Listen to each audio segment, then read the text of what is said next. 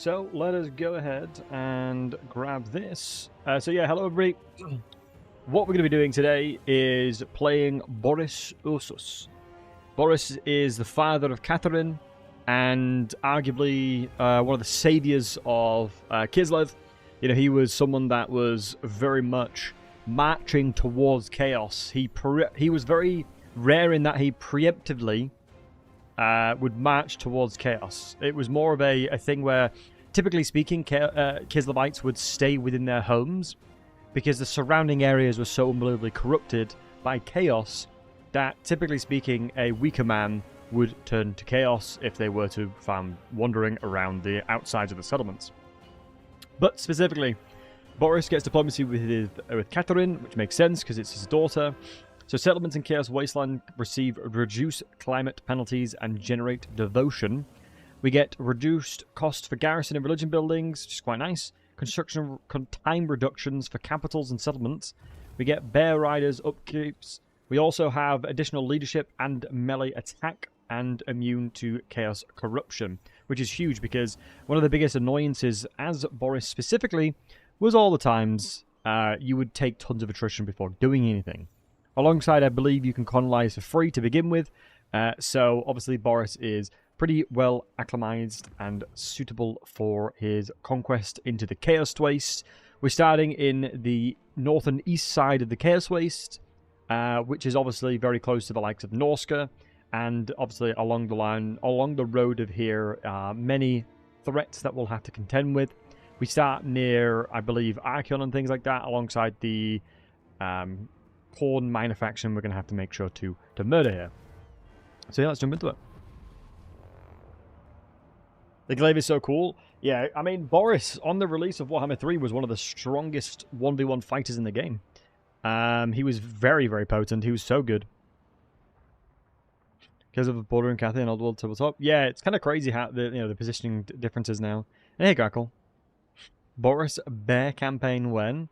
I mean, we could get as many bears as we can get. I'll happily use as many as we're allowed.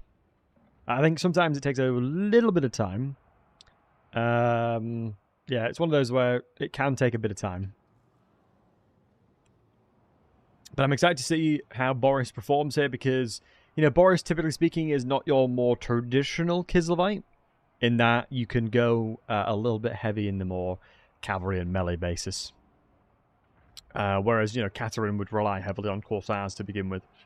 And the reason, with us having the two warbears to begin with, it is quite an advantage because of all the relevant nerfs that have happened to Corsairs in recent times.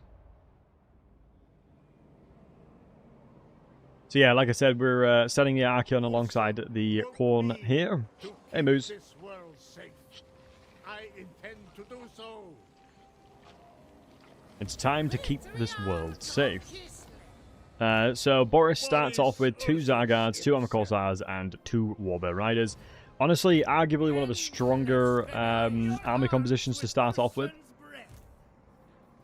Because honestly, the bears make it very simple to kill most things.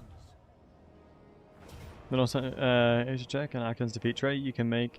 Yeah, absolutely. So, a nice simple fight to begin with. So we'll get in there and crush them. It's a toddler faction. Why is it a toddler faction for you? And not a full-blown faction. But, you know, Boris is unbelievably powerful. I quite like Boris as a legendary lord. I think he takes a little bit of time to get rolling. Once he gets on his Ursus, or his mount specifically, can't even remember the name. Yeah, really strong. Most melee heroes look like toddlers. I mean, they have massive beards. The orthodoxy endures. I mean, certainly interesting perspective, you know. So Zargard should not really be contending against the likes of the Bloodletters, because they'll just absolutely slap us. Boris sus, yeah. Yeah, he's pretty sus right now. There we go, and deploy relatively akin to this. Armor Corsairs are incredibly strong nowadays. Really strong units. They've been buffed pretty heavily. Boris Ursus. Get in position here. I don't believe they have summons, but the Warbear Riders should be more than capable of chasing through here. We might want to give Urson's Roar. This is one of the reasons why, you know, your Patriarchs kind of suck a little bit until you can get them to the point where, you know, you can have them running around with everybody else. But the charge bonus is a percentage base, so obviously the Warbear Riders aren't shock cavalry, they're just conventional cavalry, really. We don't have his weapon just yet either. What we'll probably just end up doing is just flanking around and just charging down on them. Because if they give us the opportunity to do so, there's no reason to fight them conventionally. Because the AI, typically speaking, quite a lot of the time is just giving you the upper hand by allowing you to take the elevation. Obviously, it's not a smart thing for the AI to do, that's for sure, but yeah, you can just basically take elevation with cavalry most of the time, which makes it so your charges will be significantly more impactful. And as you can see, if they're moving as well at the same time, it becomes even more deadly. Surprisingly, we didn't actually... I don't think we got this elevation. I don't think they actually got to the critical mass point of being able to charge there, surprisingly. Because Bloodletters have very little mass. Bloodletters' mass are not very good. But, I mean, we're not taking any damage, really, so... we can keep doing this all day, every day. It is one of those things where they are anti-large, so they'll kill large things extremely well, but... pull them around now. Yeah, this is what armor corsairs are made for, boys. For the might of Kislev.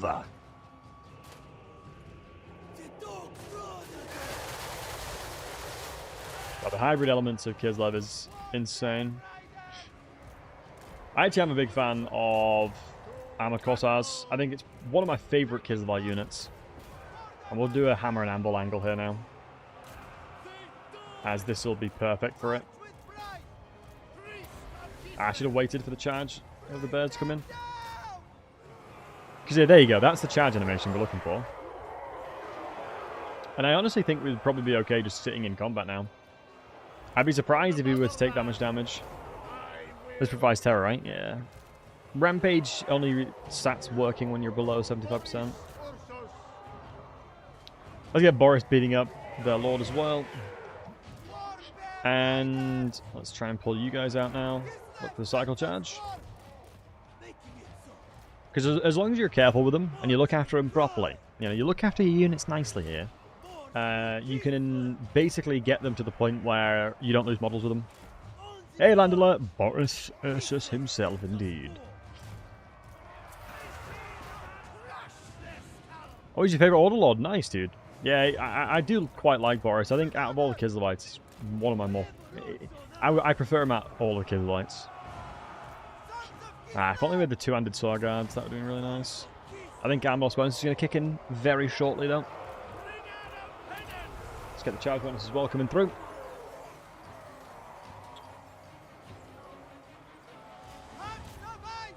There we go. Yeah, I'm not too worried about the dogs. Alright, let's chase everything if we can.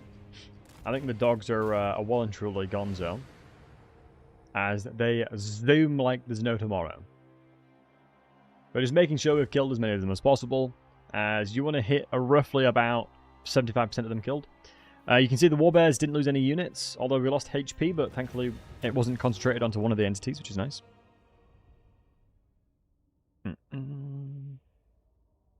Man, I feel like... what's your guys' favourite things about Kislev? And I swear, Jor, if you say Katerin. I just feel it. I feel it in my bone.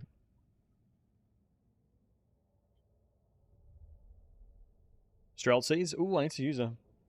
Katerin of Kislev. Yeah, I mean, that does make sense. Underperformed to other good pad units, but they're so cool. I mean, they've had quite a lot of relative buffs, in fairness to them. They have had quite a lot.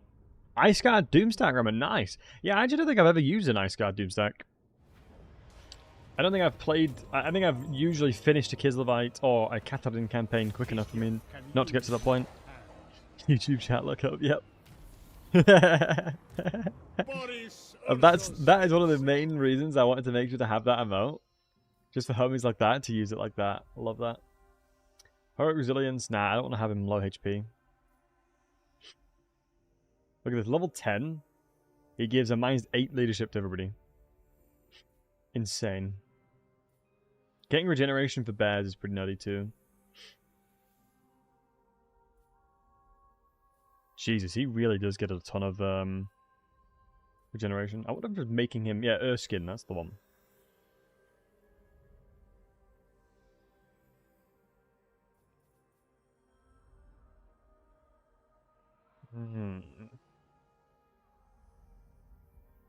Did I type that before you said anything? Highlight to see? Okay. Malagim armies made of 4 iron breakers from Alliance and Strelts is behind them, like that. The dwarves are short? That's a grudge. Short? There'll be no alliance while I'm the High King. Do we want to go in heroic resilience? I guess for now it's fine. And we go... Ooh, we could go replenishment troops. But I think the faster we can get to Lullaby, the better. The healing is so good. This is why I was reborn. Taste my speed. Yeah, I think they've fixed the garrison's weirdness when it comes to well, defense, nice. Yeah, fix the weirdness when it comes to the auto resolves of some of those settlements. I don't know how many of these armored corsairs I'm able to get. I would imagine Boris probably changes up quite significantly. Unlocks an ice court trainings for maiden heroes. Probably should do that. As I need a mage. Faster I get a mage, the better. Do you plan on playing this on hard mode, staying in the Chaos Waste? Yeah, I think we'll give it a crack. Oh, I also need to make sure to do that. Yeah, we'll make sure. Hey, Hash. Yeah, we need to make sure to do... we'll try and do what we can. My intention is to kill all the Chaos, pretty much. My intention is to kill as many Chaos as I can. That's fundamentally my goal. Anything considered Chaos will be killed by me. Fundamentally. If they are of a chaotic nature, they're dead. So that includes like Throt and stuff like that. As I think probably Throt is probably worse than most Chaos influence in the world as well.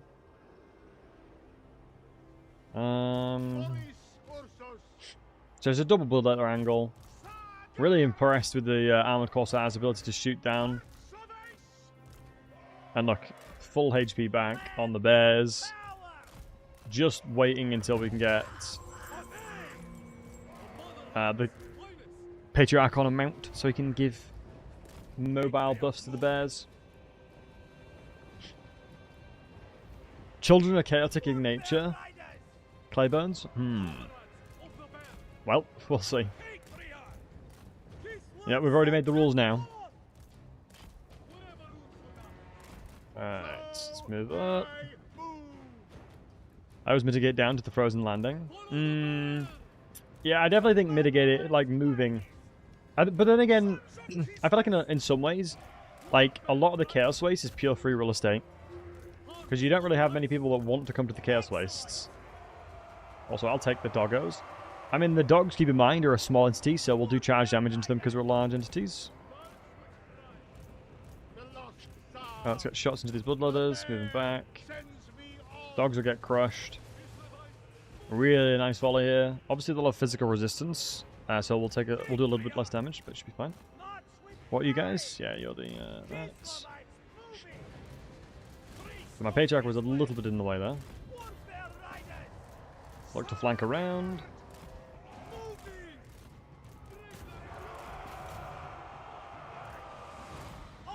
Alright.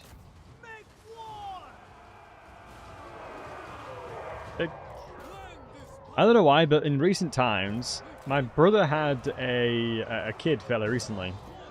And it's kind of made me want to be a dad. But I can guarantee, no matter what I did, no matter what I would do, I don't think I'll ever be able to prepare for being a dad. As I think that'll well and truly shock me. I'm too used to sleeping a lot, honestly. Never know, yeah. Nice angles here. Really like that, actually. Probably should have moved you around, because don't really need to do here. A vomit and poop fiesta, yeah. Is it basically like raising a nurgling? Is that like what having an early game... Why am I saying early game? An early game kid is. Jesus. I need to go outside more. No, we lost an entity.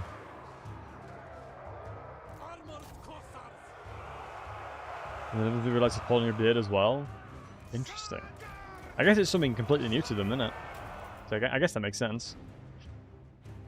Alright, let's clean them up. Nurgling up to the age of 2. Goblin up to the age of 8. That is a brilliant description of a child. He died for the motherland? He did indeed. God bless. What's it after an 8 then? What did they evolve from? Nurgling to goblin? Would it be an orc? Are teenagers basically orcs? Mate, I just sat inside and played video games when I was a kid. That's pretty much a Skaven. It's more like Throt coming out there.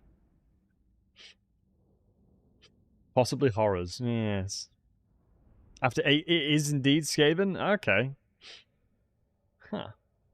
So they don't exist? Because, I mean, for playing the Empire, Skaven don't exist, right? Report to your local witch hunter if you think Skaven exist.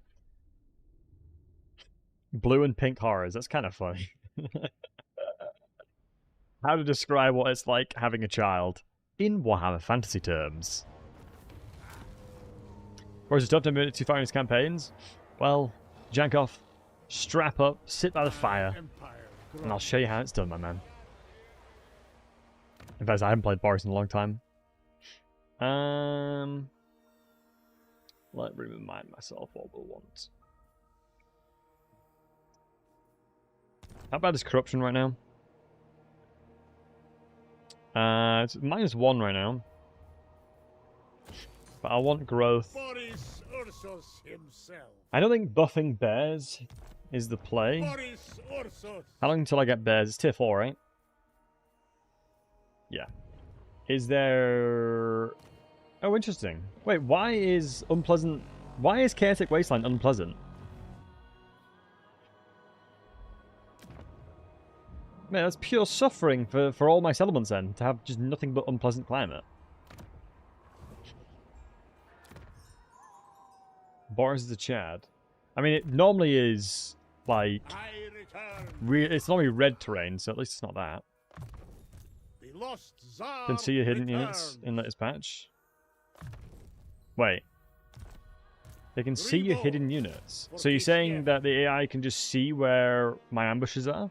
And if I'm sitting in trees and stuff? What? Yeah, it did say it had reduced, yeah. I mean, in fairness, unpleasant's better than nothing. Now, wow, 4 devotion per turn for them as well. Would nullify if, not the god stuff. Wait, so the churches nullify that? What? The Hallowed Forest. Devoters and things like that. Patriarchs. Set a province commanders and nullify Chaos Waste, but it's devotion's turn. Oh, interesting. That's pretty dope. I like that. Demon Slayer. I like that. Oh, wow. Having the Wolf Hats as the level 8 unit is insane. These guys are nuts. Yeah, these guys are really strong. As a level 8, that's kind of crazy. Although I'm not a big fan of the Streltsy regiment right now. Not a big fan of that. We're recruiting, we're learning how to do heroes, which is going to be important. Hear me roar. Kislev really doesn't necessarily use a lot of secondary lords. I'm going to be interested to see if you get, with the Shadows of Change update, if you can get Hag Lords. I mean, there's no way they don't do Hag Lords, right? I mean, there is no way that Hag Lords don't become a thing in the update, right? But having to go into nothing, but unpleasant climates. Sounds like my first Zinj campaign in RC. Yeah, right. The return to Kislev? Eventually, yeah. What I want to try and do is have a foothold in the Chaos Wastes. Because I want to kill everything Chaos. I want to kill and murder anything that is Chaos. Chaos will be crushed beneath my boot. AMD Haglord surely Cobium? Oh, they must be. How do you unlock this bear man? I thought I completed the requirements in Realms of Chaos, but he still wasn't available. You basically have to do the quest with Catherine. There's a quest to unlock him as Catherine in RSC. So if you've done the quest in particular, that's how you get him. Strategy to rust Archeon. Makes sense. I'm going to grab this province and then go to Archeon. Because the faster I can start making it reducing terrain, better. Because I'm going to struggle to get to the Howling Citadel. Boris, ursus. Kind of sucks that I have to chill out a little bit. Do we have anything regarding... Vanguard is actually a really solid option there, so I'll grab you, put you in there for now. The lost Tsar Feels like I'm playing the old world mod. I can't attack a settlement in one turn. To complete it for you if you don't want to do it again. Oh, really? That honestly would make sense. Hold on. I mean, honestly, modders in this game are absolutely top tier. Let's have a look.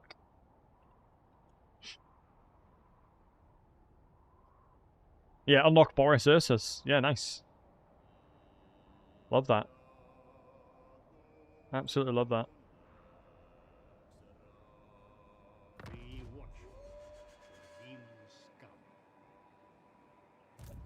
Boris, ursus. Nice. I honestly think if we didn't go route marcher, we wouldn't have attacked her.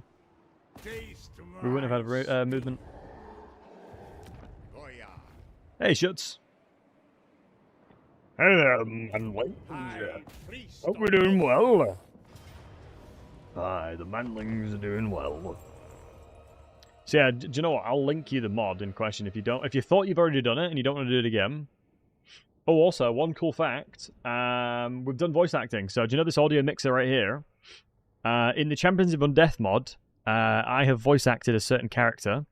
And we'll be voice acting a legendary lord at some point coming in the next couple of months, and we'll be doing a full playthrough as that legendary lord that I've voice acted.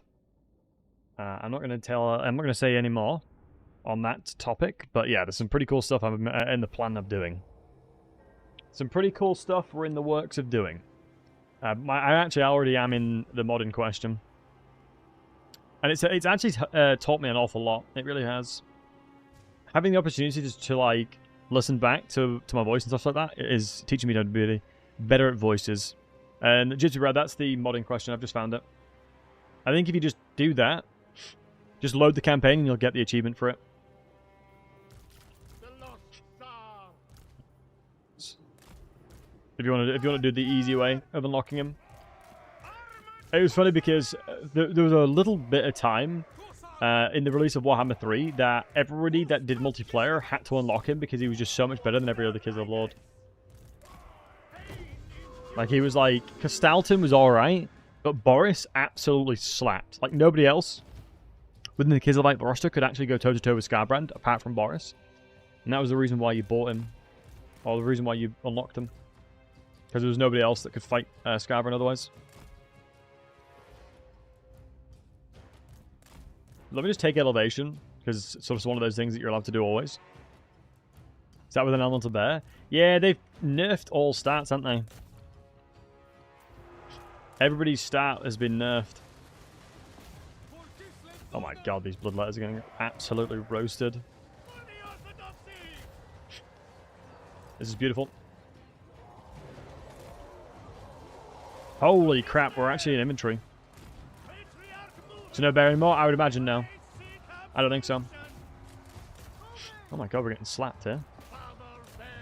Holy moly. Oh my god, I'm getting absolutely battered. I guess he's inventory size, so they will genuinely crush him.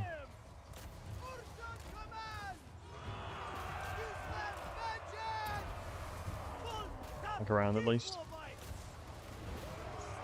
Yeah, I think, I mean, Cetra lost his kitty cat, didn't he? Cetra lost his kitty cat. Who else is the big ones? Still not range shooting. Guys, who else lost like a really sick unit? I know Cetra did, for sure. Teclis lost his Phoenix, right? And I think Eltharion did as well. Marathi, what did Marathi lose? Whoever lost his Hero Titan? Brutal. What did Marathi lose? Oh, a Hydra, yeah, of course. Of course. Right, let's keep these guys alive so I can heal again. I think that was probably the biggest L out of all of them, honestly. Out of all of them, him losing that bear is pretty savage. Gorse's Mortis engine, I missed the question. Oh yeah, Gorse, that actually wasn't from the beginning of the game.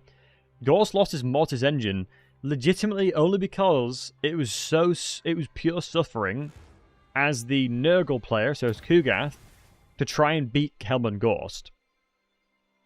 Surprisingly, Skarsnik didn't lose Spider.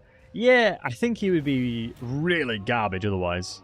Because the difference between Skarsnik and Grom is that Skarsnik just makes things cheaper. And he needs a little bit of levels under his belt before he can make them actually really strong. But yeah, it's odd that he didn't lose his Spider. I suppose Spiders are not that bad. Like, Spooders are pretty squishy against most things. But I suppose it's like the same for Elemental Bears. I wonder why they didn't make that decision making. It's like everyone else got butchered apart from that. Yeah, I'm not sure why. I genuinely am not sure why. Also, have we had any update on Shadows of Change content? Does anybody know? Have CA released anything? Have CA released anything? Oh wow, Banner of Prague is huge. Heard nothing. This will not stand.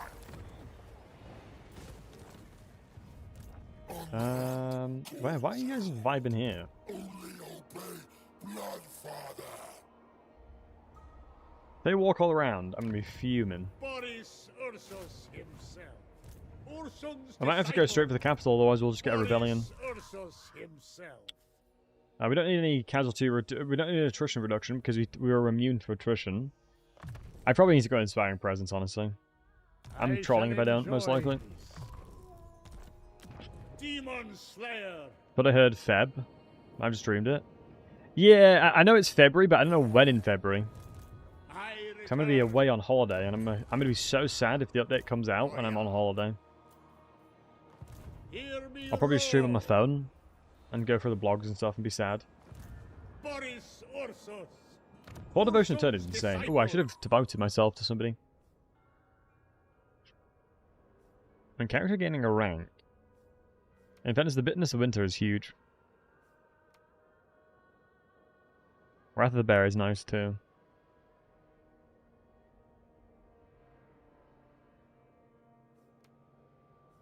That growth is probably going to be pretty sick. I mean, replenishment rate as well. Love that. I don't think it's the most optimal, but I'm happy with that. Especially since we're going to get a lot of levels.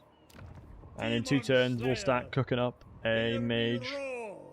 Get as much growth as we can in here, because we'll probably have to get to this province into the position where we can use it as our main base of operations. Because anytime you've got provinces of 4, they're really nice. Provinces of 4 are huge. I'm curious to see what this army does, so it's a good job we're looking at them. Realms of Chaos is only fun if you don't have to deal with the rift nonsense. Agreed, Landler. 100% hard agree. Rifts are not fun at all. Right, they go north or west? Or south? Who's better for fighting Iceclaw? Faye or Lewin? Leon, 100%. 100% Leon. But Faye can kill Iceclaw a lot faster though. But you'll have a lot easier time of winning the fight as Leon the King. Just because you get access into flying troops. Let me... I don't know. I don't know if they went this way. There's nobody in the settlements. So I'm just going to force march towards here. As long as it's playing it slowly, we should be fine. If they come back and take this, I don't mind. Because I'm only going to be spending a little bit of cash. Yeah, 575.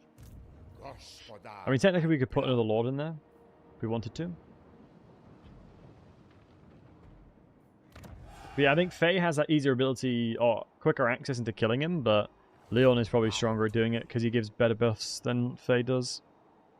And you got to remember that Faye Enchantress. Oh, of course he doesn't. It cements my power. Just so much scared of more responsibilities. It's like that. Ribo for Kislev, Um, Baron of the Motherland. Lord sucks of that all. only Boris can walk around. Kind of makes me want to just put a Boyer in here if I need to. Goya.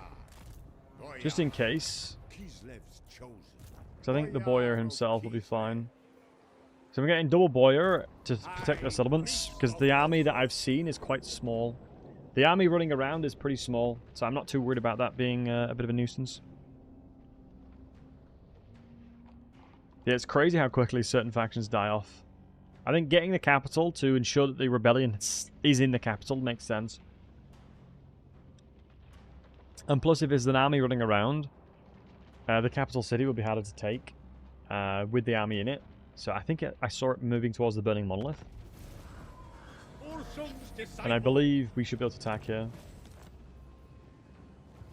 I follow the bear. Yep, nice. And now we're gonna start grabbing ourselves a mage. It'd be really lazy not to fight that because we'll take probably a lot more attrition and damage than you'd expect. So let's get a ice mage cooking up. I think Tempest might be better though. What's your guys' thoughts? Tempest or ice? I feel like Tempest is usually pretty good, especially in the compositions that you're going to be using range units because of Ghost of True Flight and biting wind and all sorts of super solid. You like ice for the slows? Ooh, that's a good point. It's one of those things where if you were to try and quantify gold value per Winds of Magics, you could with Ice Sheet, depending on how many more volleys you'll get off with your ranged. But then again, the same argument could be said about Ghost of True Flight, because accuracy and ranged makes it so you'll fight, you'll fire more and do more damage.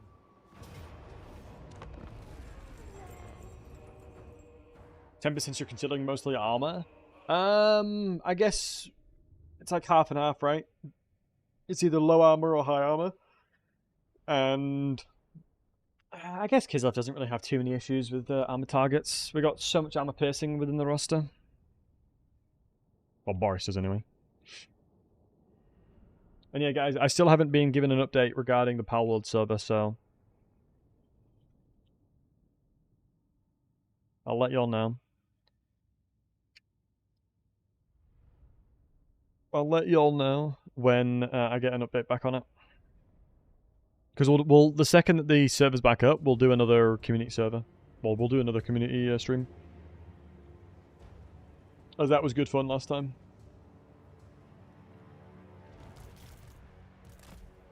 Yeah, I'll approach in this direction here. We've got to remember there's not that many troops, so I'm not too worried here. And typically speaking, this is where the least amount of units you'll run into will be. I'm going to break the walls down. Actually, the gate down. Going on the walls is not as good. Are these still like shotguns? It's like pellets, right? Are the corn shots still like pellets? Let's have a look. Yeah, they are. Yeah, so very inaccurate then. Really garbage at killing single entities. Really good at killing infantry though, so I might have to keep my Patriarch back to be shot at. Hey Dylan, how am I doing today? I'm doing wonderful, thanks buddy. How are you? I'm doing lovely. Appreciate the positive energy. Always love some positive vibes in the chat. Yeah, I think the accuracy of the tower is probably going to be relatively bad at least. There's some unit on the back end of here, but I honestly could probably just run away from it. Yeah, I think I'm just going to keep running away, as it'll just eventually get destroyed anyway. I don't think me turning around and trying to do something about it won't do anything. Honestly, could have sent my bears over. I think at this point we've gapped them enough to be okay. Faster we get in the settlement, the better anyway. Ah, they're actually trying to commit to fighting for some reason. The banner guy's over here, and he wasn't moving towards them. They'll crumble and be killed in 17 seconds anyway, so good enough for me. Yeah, well, I'm really shocked at how terrible his cannon towers are. My goodness. Yeah, the 5 seconds. The hidden MLG strat. Just ignore completely the summons. Just ignore them, you know? Pretend they don't exist. Beautiful. Yeah, we're taking a little bit of damage, but our range pressure is pretty solid. Honestly, I probably should just be shooting their Bloodletters Corsairs. Once we break through, it shouldn't be too long. Yeah, there we go. The damage we'll do over here is going to be so much better. As I think we'll do pretty minimalistic damage otherwise. And yeah, Skreklau, he did indeed lose it. Manfred lost his Vargulf troop. I think one of the things that was the saddest about the Vamps, like the Vampires lost quite a lot, because Black Knights had magical attacks and they took that away from them. A lot. I think Grave Guards had magical attacks at some point or something like that, but they performed way too well in multiplayer, so they had to get rid of it. I think a lot of the Vampires roster was buffed. Wait, have they got another summon? They do. I'll actually pull back and defend on this one. Hey, Dizzy, good to see you, handsome. What do you think about Hex Race? Good question. I think Hex Race can be really strong, but they're very punishing to the player if you do not pay close attention to them. As in prolonged combat, they're very squishy. Because their like stat lines is pretty low for an elite cavalry. But the fact that they have terror and they do tons of armor piercing with magical attacks, really strong. You know, you'll never go wrong with them. But in multiplayer, they're never seen, right? In campaign, they're really good, but multiplayer, they don't have the value. Because it's one of those things where oftentimes you'll see low-cost things, like a lot of low-cost things is better. So like chaff is better than quality. So quantity over quality kind of thing. Kind of sucks a little bit that we're taking a lot of damage here, but we're almost broken through. But how's my day? It's been good, thanks, Dizzy. It's been good. I made a TikTok of some of the Power World stuff that we did yesterday. You know, I'm trying to be content creator, do that kind of thing. And it got removed. The video was banned. Hold on, should I show it again? We showed it. We showed it at the beginning of the stream. Like it's not bad. So I don't know why they did. So, honestly, this is literally the sounds in Power World. This is not even me. This is literally the Power World sounds. So most of you guys have played Power World yet, but this is legitimately not me. This is the game. Like, I didn't edit it or anything. This is legitimately what Power World sounds like. So, honestly, if you were playing this video game right now, and your parents only heard the audio, what would they think you were watching or doing? Yeah, and that's it got removed because of sexually suggestive content. But that's literally the sleeping sound in Power World. That's not even me. That's not even me. That is legitimately the sleeping sound in Power World. I found it hard to play Vamps because they have so little range, just slow and crossbow. Well, one thing you got to remember about the vampires in general is losing is fun. Sounds dumb, but losing is a good thing as vampires because you'll get better troops. Let me take my bears out. They're going to be unwatchable. Yeah, losing is a good thing as vampire counts, excuse me, because you literally get a better army. Like, I remember I was playing a certain campaign and I was getting absolutely trashed. I lost a certain battle, And then I just, like, raised dead and had, like, a much better army. And I just basically said to the chat, all goddamn planned. And I basically pretended I planned it out. I didn't plan it out, but it looked like I did. It looked like I did. That's all that matters. Looked like I was a professional streamer, man. So yeah.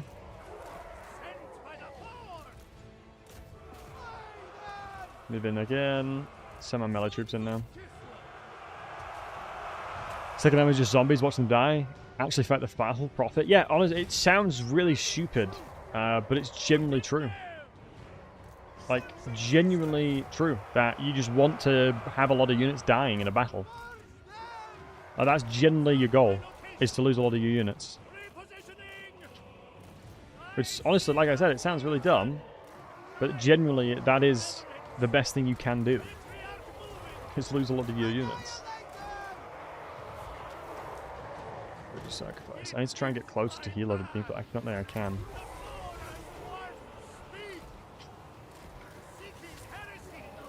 But as long as these guys are getting healed up, it should be fine. Which is like, it is a very strange playstyle, I'll admit that. Like, that is not the conventional style of any campaign. Is actively trying to lose battles, or lose units in a battle. To get them, to get a better army from it. Like, I think I was running around with a high-tier army. Yeah, it was wild. I was running around with a high-tier army, like turn 15 or something. Because of the fact that I was losing loads of units in battles and just raising them up again. Okay, this was played really badly, but it's done the job.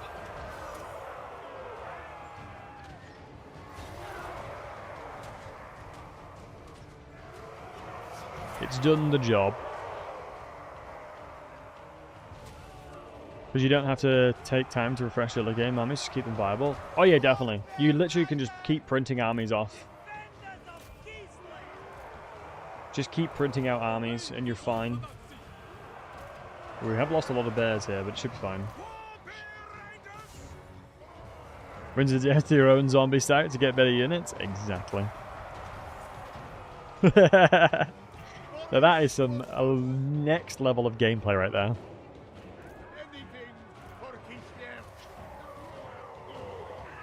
That is the layer of gameplay that we're looking for. God, my bears got clapped.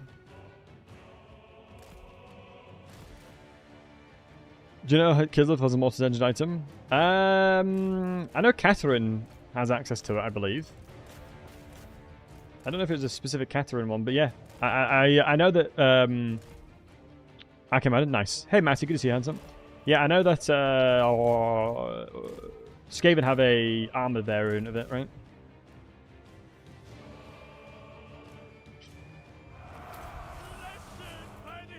Nice. You've still not locked Boris?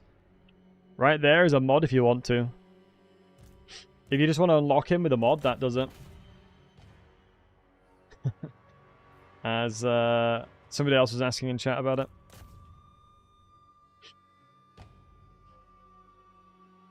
Alright, let's crush him up a bit here now. I don't think I have any more healing, yeah. Maybe another Patriarch would be a good idea. Because a low-level Patriarch has access into a good chunk of healing.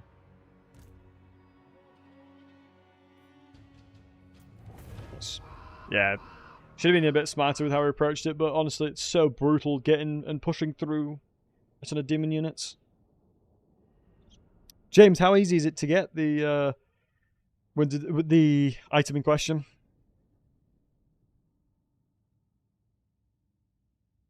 Imagine it's just random. New ideas lead to trouble. Advice from a master dwarf engineer to an apprentice. New ideas always lead to bloody trouble. So put that spanner down, you stupid wazzock, and stop using this thing up here. Because as we know, gunpowder is untested technology. That's what Thoric would say. I feel like that's what Thoric would say. As, yeah, he doesn't believe in using any gunpowder because it's untested technology. Which I think is funny.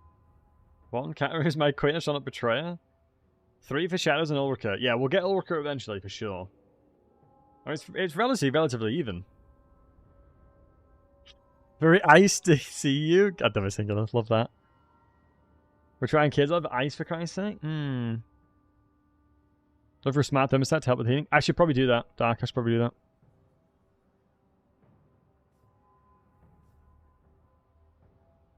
We'll go Tempest. We're going Tempest. It was 2 even Stevens to in the chat. It wasn't that decisive. Ice utility Tempest. We'll get an ice as one as well. Don't worry, boys. I think having 2 actually makes sense. You like them both? Yeah.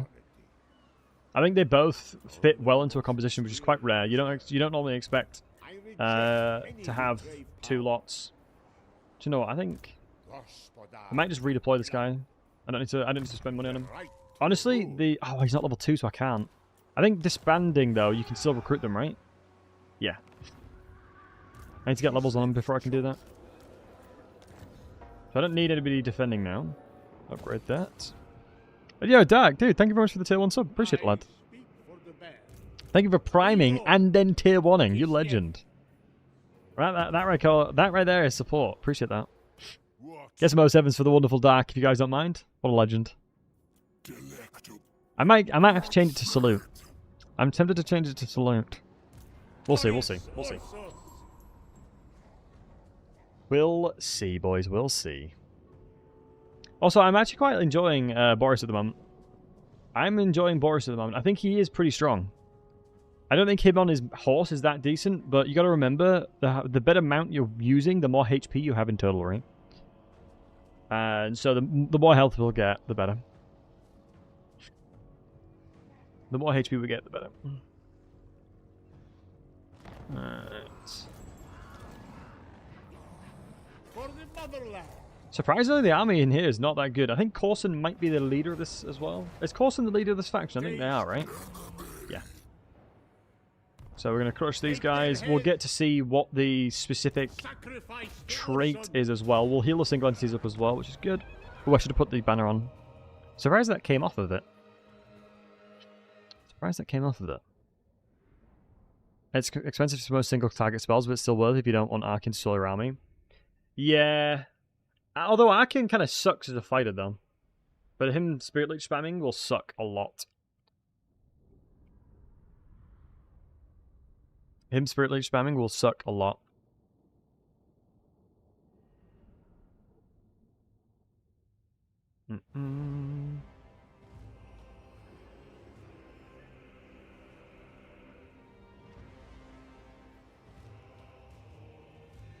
Alright.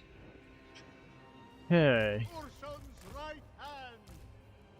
Let me set up in the way only a Kizilite would understand.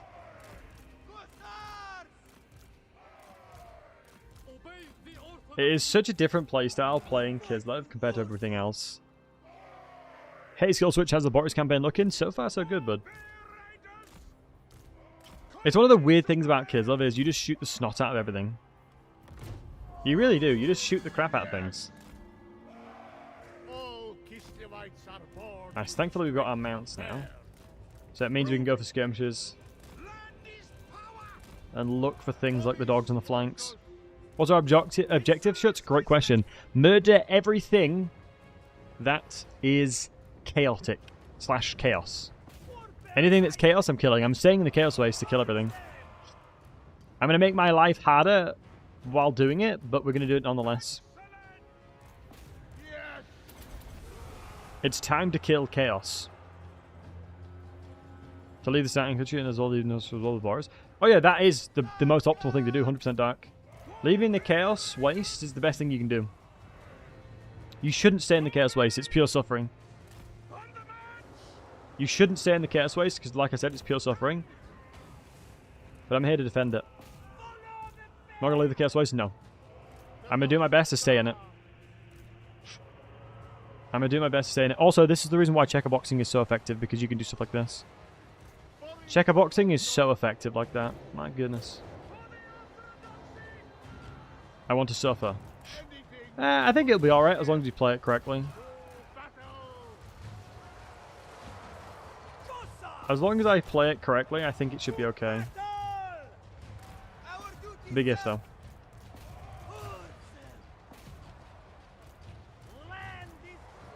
Come kill the general now. Give Boris some amplifications. Oh, absolutely choked this guy here. Love to see that. I don't want my Patriarch moving in there though. Alright, ignore the dogs. Come and help over this line. One of the advantages of fighting against Chaos Warriors is they are so goddamn slow, you can kind of ignore them. Let me move over here now. I don't think I'm not too afraid of the doggies. Yeah, we're going to be murdering Chaos where we can. Beautiful. Love the lullaby. So powerful. I'm going to move you guys up, start shooting from behind. Like so. I'm basically using these armor corsairs like they were a conventional gunpowder unit. The front line is so trash. Armored corsairs are a really good front line. You can never go wrong with armored corsairs. If you can recruit armored corsairs, you have a very good front line. Until you get armored corsairs, your front line's trash. Corsairs are absolutely garbage at tanking. But armored corsairs are incredible, because they were buffed a lot. Oh, we are struggling to kill him here. I guess being on a horse doesn't help. But yeah, armored corsairs are incredible at tanking. I mean, Jorah can probably attest to that as well. He's the resident Kislev player. The resident Kislev enjoyer. But yeah, they buffed armored corsairs to the point where they are unbelievably broken IMO. That's the army loss bonus should be kicking in, I'm pretty sure. Yep. I'm going to let the mortal units run away so we can get some more heals on Boris. And we'll wait for the fire to go away. In fact, we can probably just kill him now. Just make sure we're maximizing experience. They buffed them, great. Haven't played Kislev in ages. Yeah, the buff was not. It was quite a while ago, but it depends on how long ago you played. Because the problem that they were having was in multiplayer they were underperforming pretty heavily, so they buffed them quite a lot. Like I think they got more HP, they got better stat lines. Just everything about them got kind of improved.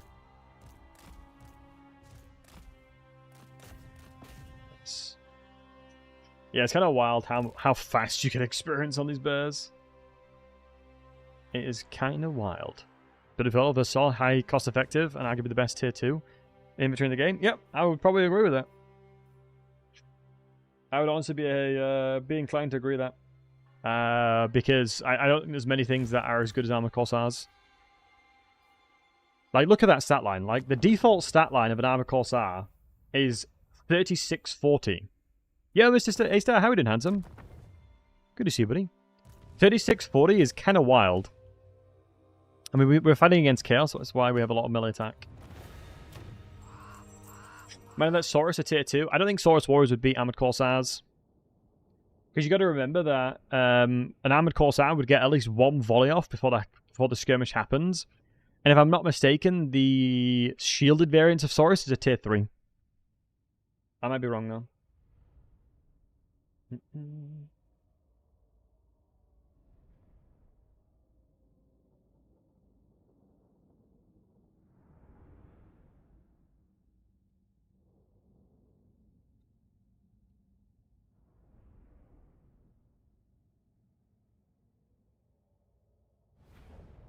Nice. I'm gonna head to head if I'm close with Saurus with shields. Number Corsairs? Yeah, but I'm almost certain the shielded variant are tier 3. If I'm not mistaken. Can anyone correct me there? Right, let me see this new thing that changes the... Ah, yeah. Any case alone players in this province are nullified. Wait, so... Wait, so you have to... Wait, does this... Do you have to sustain this... Do I have to keep using this? Or after a certain time does it go away? Does that go away after a certain time? Does anybody know? Also, Casey, thanks for the follow, buddy. Does that go away after a certain time? Anyone know? Because the reductions of construction time and stuff kind of sucks. I wonder if it'd be more effective. Oh no, it'll be fine now. Right, at least we have the Howling Citadel. Hear me roar. I'm actually intrigued how this works. Because are you telling me that I'm getting 4 devotion there, 4 devotion here, and another 4 devotion here, so I profit devotion. Yeah, I'm profiting devotion, so using this is free. And that'll be -1, -1, -1, so yeah, it'll be worth it. Getting rid of that effects is going to be huge.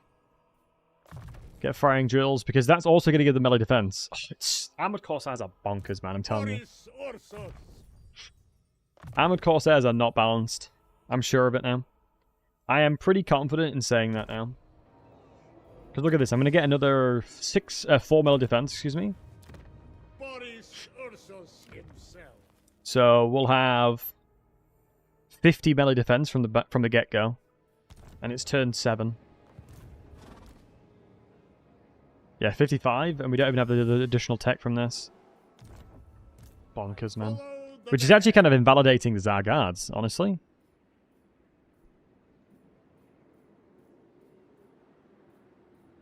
Yeah, why would I ever use Zargards over this? 10 armor, more HP per entity, I suppose. But less likely to attack back. Ooh, missile strength? I think missile strength is usually way better.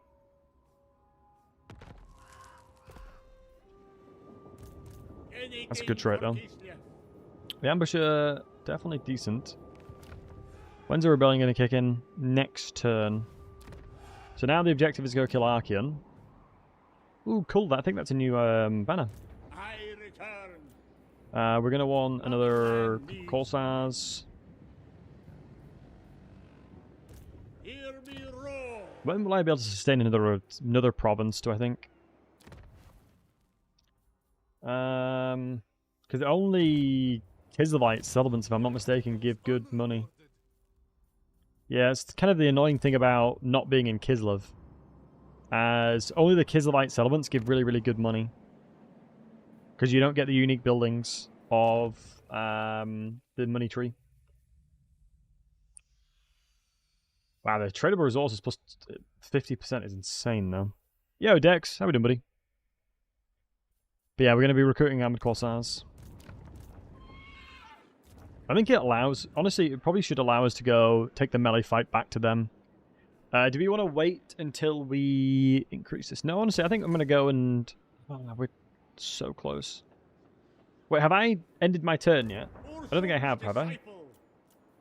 So the nullification of this will happen next turn. I'm actually really curious to see this. I actually haven't done it yet. Next 7 years. That's fair, Dex. Same. Monolith of Festalung. A Festalung. What an interesting name. I'm curious to see if this is going to go from unpleasant to just green. With that being there. I'm going to go ahead and assume yeah. And Paven, am I wrong that Armor Corsairs are tier 3? I feel like you have to have a tier 3 building to get them. Reach rank 8. I mean, the Shardblade's huge. Reborn for Kislev. Excuse me. Any Celtic wasteland climates provinces are nullified. I mean, it's still saying it's there, though. The lost Tsar returns. How does that work, then? Yeah, unpleasant climate. Does this not work? Does it have to be another turn until it works? Ursus. Demon Slayer. Yeah, I'm not sure. Let me check. Control. What income, persistent stability. Yeah, the level of control is fine. Armor Corsairs are now tier 2. Yep. Honestly, don't recall. Right. Why do you have multiple monoliths in this province? Our chaos warships are just so bad at constructing that they can't build anything apart from the big thing. Yeah, probably. When in doubt, build the big thing. Is he inside the settlement? No. Taking out his province will be huge, though. I'm going to recruit one of them and then put a regiment around in there. Maybe going this direction would have been smarter because I'm probably going to lose settlements for them to come this way. While others fall, you shall be elevated. Nah, them attacking Arkham will probably make them not want to hit me. Yeah, I'm confused how this functions. Magic wards of climate change. I return. Not when we do have a rebellion here. Knowledgeable. Look how they massacred my poor boy. Big sad. I decide Kislev's fate now. Look how they massacred my I, poor priest boy. of Ursus, reborn. Sin's in level 11. One more turn, we'll get that in there. Yeah, the control is what's the problem at the moment. Minus 20 growth because of it. We'll get control back, though. Upgrade of this will probably make it so it's possible to defend it as well, because it'll probably take 2 turns before the rebellion attacks us. So it'll be 1 turn, then 2 turns. I'm still confused of what the ward is doing. Does it take him out of... Has anyone played Boris anytime recently? Have any of you wholesome hunks played Boris recently? To know what the hell happens. Requires devotion. Last I checked the ward, it didn't work. Kislev is available for any province that contains one region that has chaotic wastelands. Have also been fixed with Boris and countering the insurgencies within premises. Seems like it doesn't work then. Crap. Wait, surely we can win this. It's bats. Yeah, we're fine. It doesn't seem to be working. Yeah, Soul Scripture saying the ward didn't work. Yeah, it looks like it didn't work.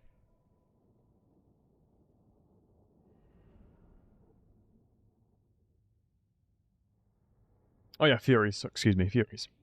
What makes you say it doesn't work? I mean, the climate bonuses are still being applied. The climate minuses are being applied, excuse me. Which is what's making me think it doesn't work. Caledon, Reaper of Akendorf. Isn't that in Empire? Hey Levy, what's up, buddy? New to Warhammer Total Wars last week by the trilogy, and I've been playing Warhammer 1. Love that. Just to try and learn some Kislev. I already know it's going to be my favourite faction in Warhammer 3. Oh, I love that, and thank you for the follow. Yeah, no, Kislev are a really great faction. And welcome to the community in game. I mean, you're very lucky in that there's a lot of awesome people in the community. Tons of lovely people play this game. There's a ton of lovely streamers that stream it as well. And you'll... Honestly, I was in your shoes as well, Levy, where I was trying to learn the game 3-4 years ago now. And I was... No, it was 3 years ago. And I was really blessed that a lot of people took times out of their day to try and teach me the game. And, you know, I try and return the favor when I can in regards to streaming the game, being educational, and facilitating any questions you may have, Levy. So, you know, don't hesitate to ask questions to myself here, or to the Discord, or anywhere. Don't remember the first stream trying to guide you to make basic in-game decisions? Yeah, I mean, everyone starts somewhere, right? We all start somewhere, lad. Wow, the AI is actually being really smart here, flanking around. Let me just move everything. We all start somewhere. So what I've done here is just moved my checker box into a position where I can start shooting everything. Remember the good old days of Warhammer 2? Yeah. Yeah, Mr. A-Star, you're definitely an OG. Nice. Should be better at protecting us. The Divicers are going to be utilized to try and get the Furies leadership to be reduced. But yeah, I absolutely love Kislev. I think Kislev are a really interesting faction in that they have a lot of hybrids. If you're struggling with Katerin specifically, you're not alone. Don't worry about that. Katerin is very difficult to play. Katerin definitely has... Oh wow, we've killed everything on this side already. Unless they're flanked around, no. Katerin is a really difficult one to play. You could argue Katerin's probably one of the hardest legendary lords to play. Most of the time. Ooh, with the amplifications of damage that they get from the difficulty, they're doing a lot of damage. Why? Just the amount of threats that you have around you nowadays. It's the same thing for Karl Franz. I think there's just so many threats around Karl Franz nowadays that it has made it significantly harder. Oh my god, they flanked me! Oh my god, no way, I didn't see them. Oh my days, AI is a genius. How did I not see them? They were out of line of sight, it seems.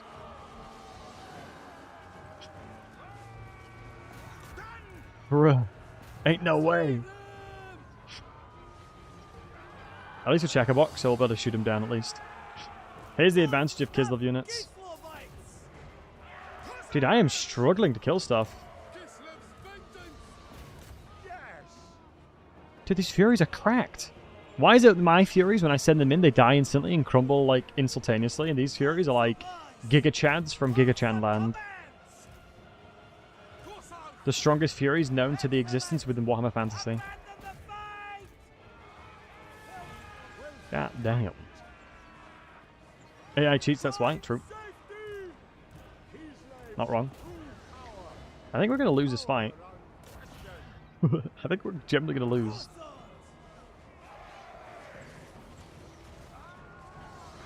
Not gonna lie to you boys, I think this is potentially going to be a bit of an L. I honestly thought I should have probably sat up here and shot them down. Probably would have been smarter. Yeah, 100 kills. Absolute beasts. Love that. Love that for the AI, love that for the AI. And if you don't mind me asking, Levi, who's the person you're playing the most? I always love hearing what new players are doing. There we go. Out of Kislev, because there's... I imagine if you've got the trilogy, because there's Mother Stankia, you've got Boris, Consolidating, Catherine. Let's get a bit of a firing line on this guy now. Okay, I think we've recovered it, thankfully. Yeah, we've recovered it, boys. As long as I can get my general away, we should be okay. Yeah. Get the general away, do a insane... Oh my goodness. Sacrifice these guys to get in there then.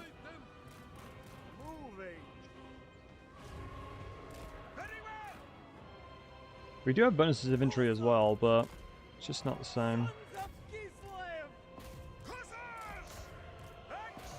I think the problem I'm going to have is friendly fire now. So Warhammer 1 and then 2, and after my build NPC, Warhammer 3 and 2 conflict. Yeah, that's probably smart. Good way of doing it. And yeah, definitely, Warhammer 1's a really small version of it. Hey, my Furies, I took 100 units. My Furies, a skink javelin touched me. Pretty good. Honestly, not wrong. Honestly, not false. Ooh, you are amped up because of Hellblade as well. I'm actually kind of worried about this fight. Is this guy going to solo my army? Honestly, potentially. If he hits, we're screwed. Ooh, we're in trouble. I think we've lost because of this guy soloing our army now.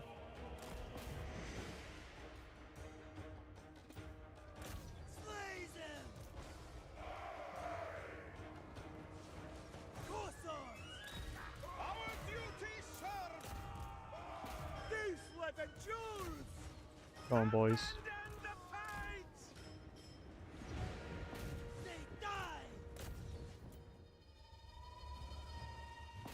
For the motherland! Why are the boys struggling to shoot?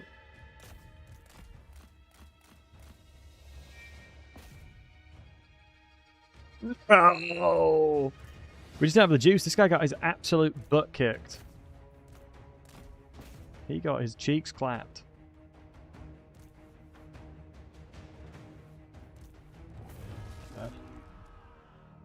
Dismal, well, agreed. You're a huge dwarf lover? Love that. Do not shame your ancestors, Levy. Not in a good way, no. My personal background is playing the dwarves as well. Dwarves are my favourite faction. And it's pretty much because of Gimli from Lord of the Rings as well. Which is why playing Lord of Moria was awesome. Do not shame your ancestors, stowy brethren. Good morning, Knight of Flame. Dowry from another hold, I see. SFO Dwarves? Yeah, SFO Dwarves are good. They're so damn slow. Yeah, that's sort of the Dwarves, though. The Dowie. I mean, you could be saying something like, We dwarves are natural sprinters over short distances. what I can do here, because you're a bit of a gamer, is replace you, put another guy in there, and then hope for the best. As I deserve. Oh, I can't attack because of doing that. Can I not attack because of that? My decision is law. No, not being able to attack is brutal. It undermines my authority. Improper for nobility. That's okay. Boris Diggy diggy hole when I play them. Fun fact, I was actually raided by Yogscast like 2 years ago when playing Warhammer 3. The guys that did that song. It is Ursus' Walk up. wish. Taking out Archeon's main capital here is going to be huge. Especially since I'm going to attack one of his lords on the outside of it. Let's upgrade everything else then, I suppose. It sucks I can't attack because the rebellion's going to get stronger. That's the annoying thing. The rebellion on the next turn is going to become stronger and I won't be able to defend against it. Happens though. What are we looking for? Fighter. Oh wow, martial magician. That's insane. This trait is becoming incredibly good. So that's the melee defense there. What else are we looking for? Growth and casualty replenishment rate. I don't mind it at all. Could go into that. No, I'm not vibing with that. Not vibing with that. Just reminding myself, growth here. So this growth is just way better. And it unlocks us going into here. War sleds. I don't really need to use war sleds anytime soon. Increase melee defense of all armies. Upgrade ursus invocation. That could be worthwhile. That actually could be worthwhile, not gonna lie. Improved lookouts. Do you know what I want to do? I want to use Streltsies. That's what I want to do. I'm going to use a bunch of Streltsies. How do I build up Bretonian armies? Just all cavalry? Good question. Typically speaking, when it comes to Bretonia in general, there's a couple things you have to ask yourself. What are you fighting? Because depending on what you're fighting, a conventional peasant line with men-at-arms and shields and bowmen will work well alongside a couple of field trebuchets. But if you're playing as like Leon, who can build high-tier cavalry, going heavily cavalry and just putting them in melee is fine. Because the way that the game has evolved, it has made it so most late-game cavalry are strong enough to just solo stuff. Trash factions to be deleted. Hey, Grom. Wait, were you playing Fey Enchantress? Why? What happened, Grom? What happened? What happened, lad? What happened? Talk to me. Did you have some unfortunate times with them? Is that what the situation is? Gotta go study, but nice meeting you all. Lovely meeting you as well, my man. Have a great time studying, my friend. And good on you, lad. Good on you studying. As it's important. But yeah, Levi, whenever you have any questions, don't hesitate to pop on by. Appreciate you, bud. Ooh, Winds of Pain's gonna be nice. Oh my god, now I can attack and he didn't get the army. Big, that's what we wanted. Huge, that's exactly what we wanted there. It's just how boring since limited you are. Alright, expand. I mean, Grom, this is coming from somebody that plays mainly Kislev. You are somebody that mainly plays Kislev, and you're telling me that you are limited and it's boring.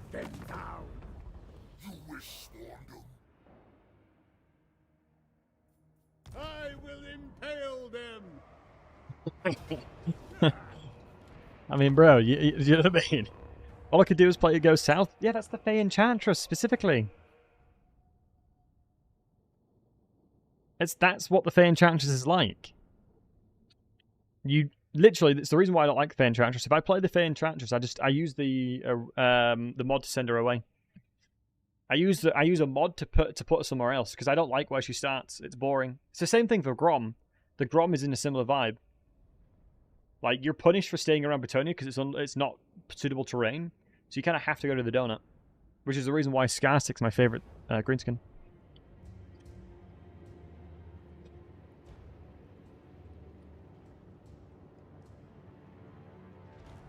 Esval All World is awesome. Yes, that is true. The Girl Knights are insane in it. Alright, let's get set up here. I mean, the only problem I have with Kislev is their early game is always the same, no matter who you're playing. Pretty much. There is not a lot of variety with early game Kislev. It's, I'm going to spam Corsairs and then shoot everything for like 30 turns. And you can't even deny that because you know it's true. But past that, they're pretty fun. That's why I like Boris more, because you get a lot more variety with what you can do. I'm going to set up here and just let them come to me. Although no, Boris can go over and beat these guys up first. Tony, you go cab or bust. Infy archer is trash. Or archers are okay. No, the archers are really good, actually. That sounds amazing. Nice. Peasant armies, 4 pox archers, 6 to 8.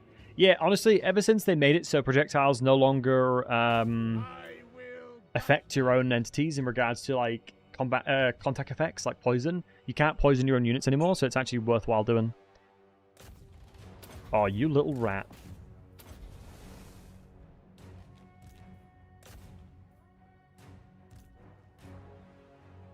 Yeah, Spirit Leech this, you nerd. Well, he Spirit Leeched me right before he died.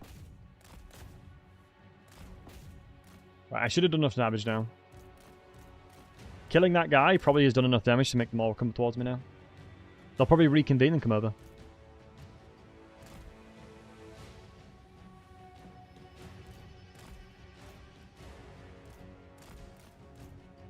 I mean, the funny thing is about Bretonia, unironically, Grail Reliques are awesome. Unironically, I'm not even saying this ironically, Grail Reliques are actually really good.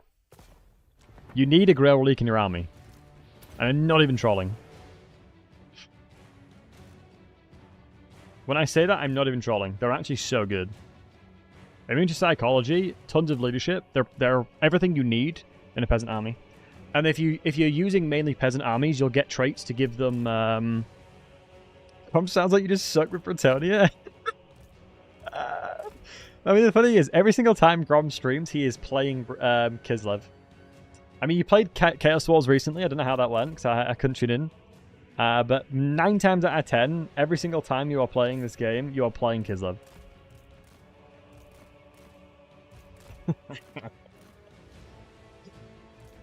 Let's get charged to here as well. I think Bretonia, personally, are pretty damn OP. I finished a campaign. I think it was lossless. It might have been a lossless campaign where I used nothing but peasants. And Lion, how are you doing, you handsome bugger? How are we doing, you handsome bugger? Good to see you, my friend. Get all the eggs in there, boys. If you guys don't know who the wonderful, beautiful Lionheart is, do go give him some love. An amazing guy, an amazing friend, an amazing content creator. Lion, what were you up to this time, bud? I know you were playing Empire early on, but yeah, I know you do all sorts of cool stuff. We are doing Boris Ursus in Warhammer 3 today.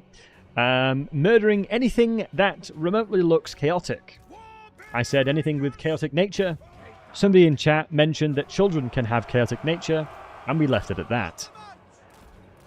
Let's hear a chewy roar for Liner. There you go. That's my chewy roar. Oh, he's playing 40k Rogue Trader. Love that. Great game. I don't know if they've fixed Act 4 yet, though. I don't know what the vibe with Act 4 stuff is, though. Guys, how was my chewy roar?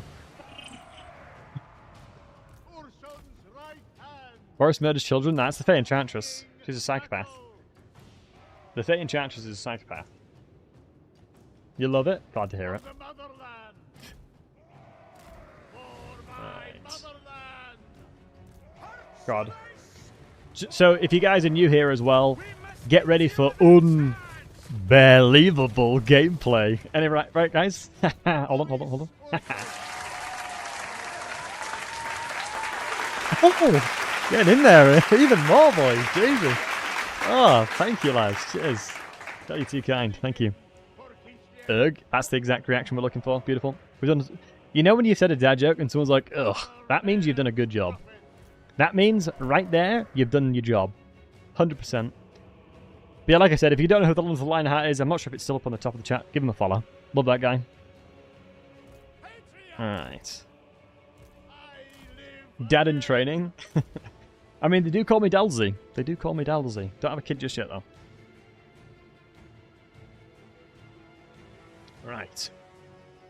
We're just letting these buggers come over to us so we can shoot the snot out of them. Let me move over here. All about the murderings. So, everyone in the chat, what's everyone's thoughts between Warhammer Fantasy and 40k? Where's your allegiance lie? Does your allegiance lie with 40k or does your allegiance lie with Fantasy? Type 1 in the chat if you like Warhammer Fantasy. Type 2 in the chat if you like Warhammer 40k. Let's see what the split today is. 1 in the chat if you like Fantasy, 2 if you like 40k. Hey baby, you sent me a message. What's that Heart, heart, heart, heart.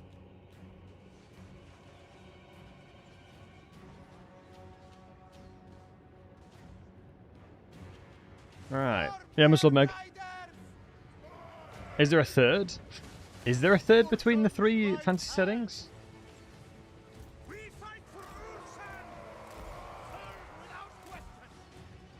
What's 40k?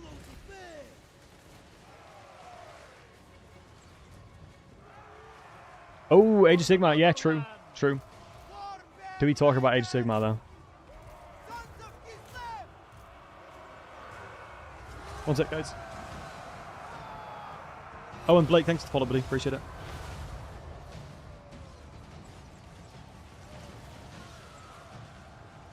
Alright.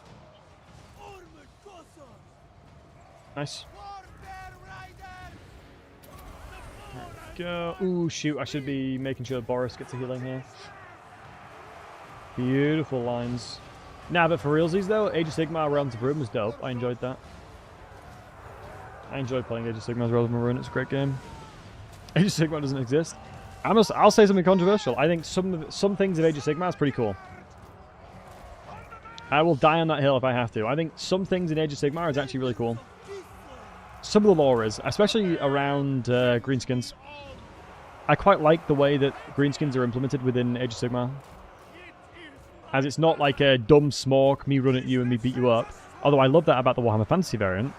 They're more cunning, they're a lot more intelligent in respects to how they leverage Gork and Mork. They are more heavily tied to Gork and Mork. So pretty much anything and everything they do will be tied towards something related to Gork and Mork. Like if they want to gain relative power, they have to channel some form of Gork or Mork spell, for example. So I think it's pretty cool.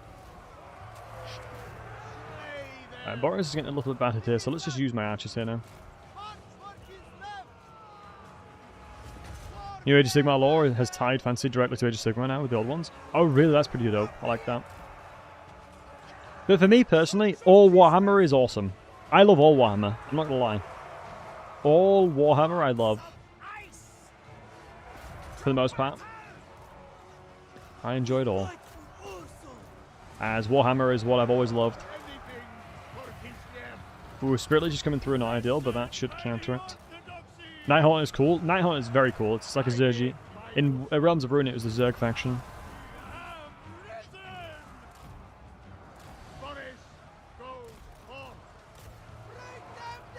It was the me Smork, me Muddy.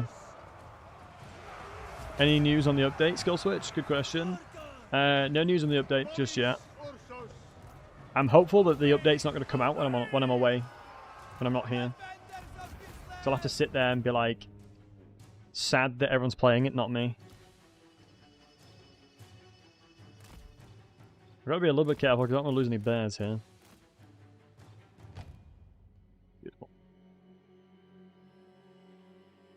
Beautiful. Beautiful. Love to see that. Anyone here on the last books of the Horus Heresy? I have like 40 more books before Siege of Terror. I mean, isn't the running joke with 40k that Warhammer 40k is named after the amount of hours it'll take to learn it? 40,000. Jesus. Need more bears for the motherland? Agreed, Saxa. I intend on getting more bears. Once we can recruit them, we will. Because honestly, I started reading some of the 40k stuff, and it purposely contradicts each other. Like, the books are written by different people, and it literally contradicts each book. Like, there'll be something in there, and it's like, that makes no sense because of this. And it's like, well, yeah, that's because of this. And it's like, okay, buddy. It's like, all right, okay, then. Is it like that, is it? It's like that, is it? More workers. It's the only thing that annoyed me about 40k. Ursus himself. Is how it all just contradicts each other on purpose. Thought it was named after how much it would cost to start playing it. That's true as well. Both are true. Both are true. I will drink to this success. Right, decisive blow, that's fine. Take it for Ursus. Because I think I know Chaos Dwarves within Warhammer Fantasy. I know the price of an army, of a Chaos Dwarf army, like the minimum point of army that you can create is about £2,000. Arkin's going to be around here now, I believe. So we're going to have to lose a lot of my settlements, so I'll probably have to start recruiting with you. Which makes me think that Burning Monolith, the tower should have been the one that I upgraded first. Because Arkin's going to be around here because he's clearly attacked these guys and raised it. But getting rid of Arkin's capital here is going to be pretty huge. Because like, if you guys were trying to build an army, like a 40k army for example, how much would you have to spend if you were going to build a 40k army? What do you guys think? What do you guys think?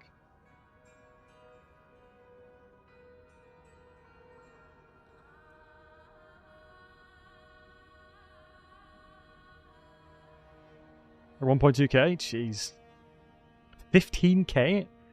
Who? For whomst? At least $2, true. I'm sneaking through chat. Roger that one. Hey Joachim, good to see you, handsome. The sneakiest of the sneaks. Yep, he's taken this. That makes sense. So what I'm going to do, because I'm confident...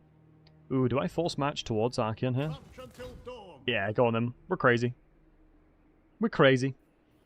Training Ascension again. Cooldown on spells. Honestly, this mage is coming out to be pretty damn good. We'll move towards this, to the wells, the west, once we've dealt with all of this over here as well. We'll just have to make sure to get all of the relative provinces for ourselves as well. So the army of... I am going to grab the regiment around just in case. How am I doing? Well, how are you, Joachim? Let's keep recruiting as well, just in case. I want a bit of an excess here. Which lore is she? She is Tempest, which is really good. So missile strength is huge, and that's why he's reading 30k lore. Saves 10,000 hours to Vichy. True. It wiles verily. Let's say Tau. If I was building an army for Tau, what's the situation there? I love the Tau. Can you build the dwarves army? What's the dwarves called again? I know there's dwarves in 40k. I don't know how the dwarves sound in 40k. The Voltons. The Voltons indeed.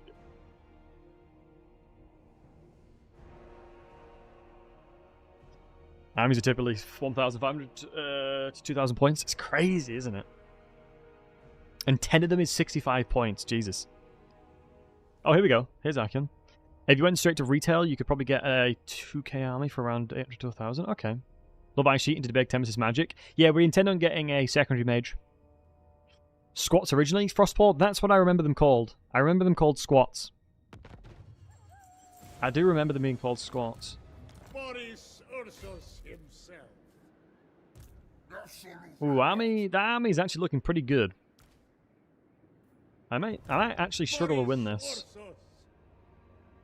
Nah, if we surround Archeon, and we can probably kill him quite easily with the bears, with Boris. If he was on his bear right now, it would be so much better. Take their head. Well, he's taking the fight while in raiding stance, which means he's going to be currently winded. Wait, vigor in battle active. That's not winding them at all. That must be a visual bug. But look how big Archeon's mount is. It's so dope. I love that they increase the size of the Chaos mounts. Charge bonus of these boys because they've got more ranks. Sounds like propaganda. Here's the big thinking, boss.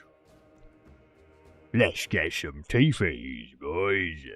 Not ponies anymore. They are not ponies anymore. Looked at it online. Prices from 2 years ago. A Space Marine was about $900. Infinite is 700. Right. As I know, you can play on tabletop, right? A pog fight. Yeah, it's gonna be a brutal fight. Let's get a prediction going.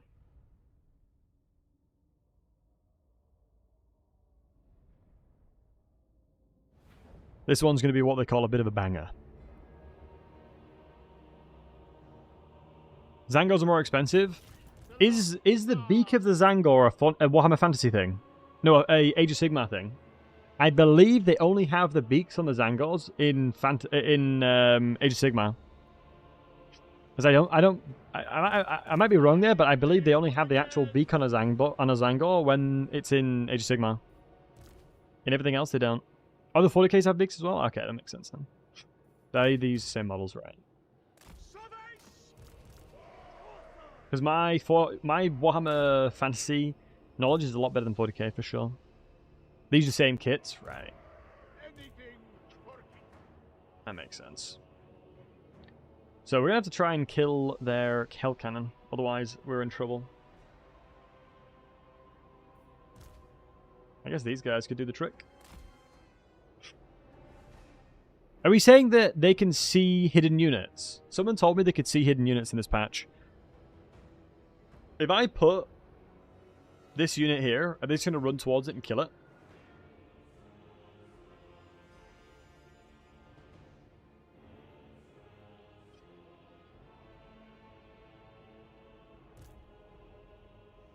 I don't know. Let me leverage the terrain here.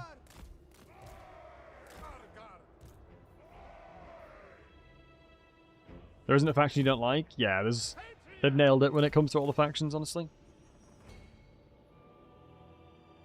Alright. Yeah, I'm not sure what the situation here will be.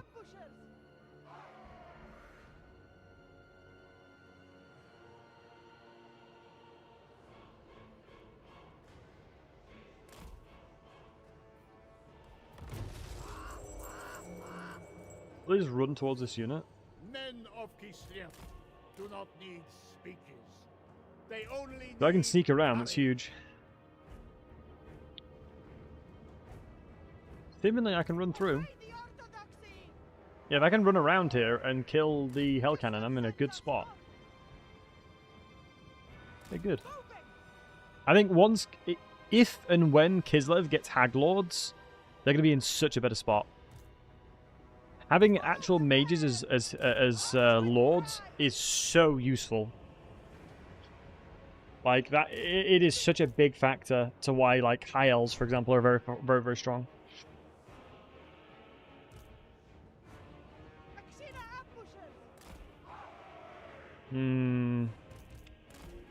I would imagine since Boris might be considered a monstrous, the Hell Cannon might shoot him. Now, if he was on his bear, he'd be considered monstrous, I bet.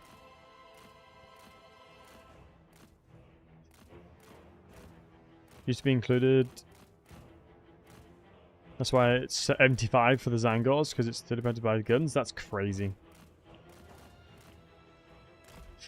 Alright, let's try and get in here, do as much damage as we can, and get out. I am a little bit afraid he's going to keep spirit leeching me, though. Oh, I might be able to beat Arkan out here. I think I have. We got a live one, boys. We got a live one. We got a lively one. We've got a lively one, boys. We got a lively one. Oops, we're running over for that. We fight for Ursus! Boris, Ursus! Follow the bear! I am ready! Let's try and completely flank around him, because that's going to bait him out 100% here. Oh my goodness. Boris is still getting battered here. Jeez, Arkan is such a unit.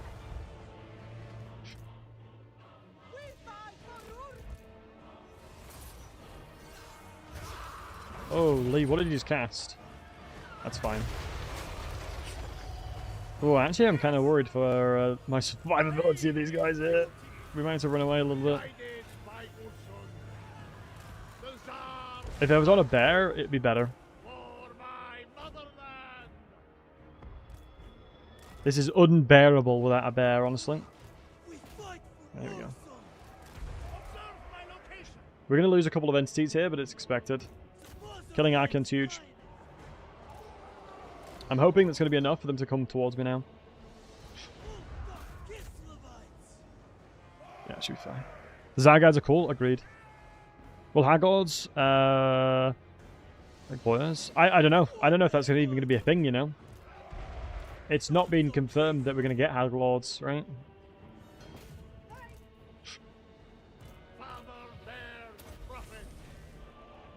Right, nice. We're getting the ambush off. A little bit annoyed with when it happened, though, as I didn't want them to. So I should have taken them off fire at will. Nice. We're back into stealth.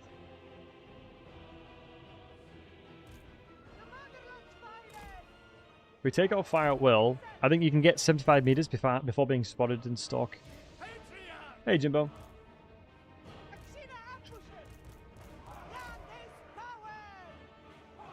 I think sacrificing...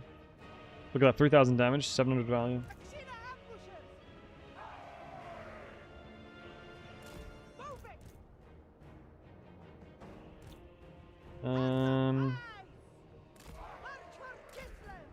We do have one stop for one of the units. Oh wow, there's literally Hellstriders right there.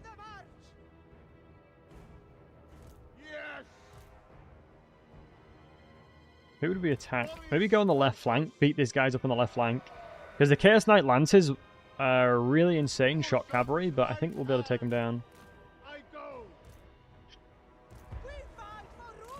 Also, this is good. We're getting them. We're giving them a target to shoot at, which means that they'll stand still.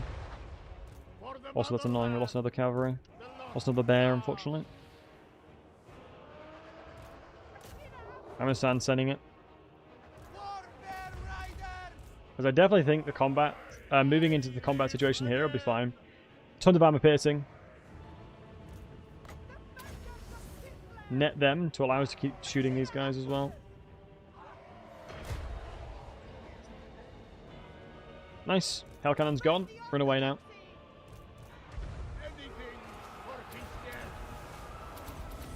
Beautiful. Beautiful, boys. Beautiful. Reposition here. Boris indeed, my man. Boris indeed. Wow, we are crushing their cavalry. It's kind of nutty. I wonder how well we'll fight in prolonged combat. I think we probably would win. Although they're going to poison us, the cavalry will struggle to fight prolonged. So if they're doing that, we can just volley the snot at them. Everything here I'm not too afraid of, so let's pull back.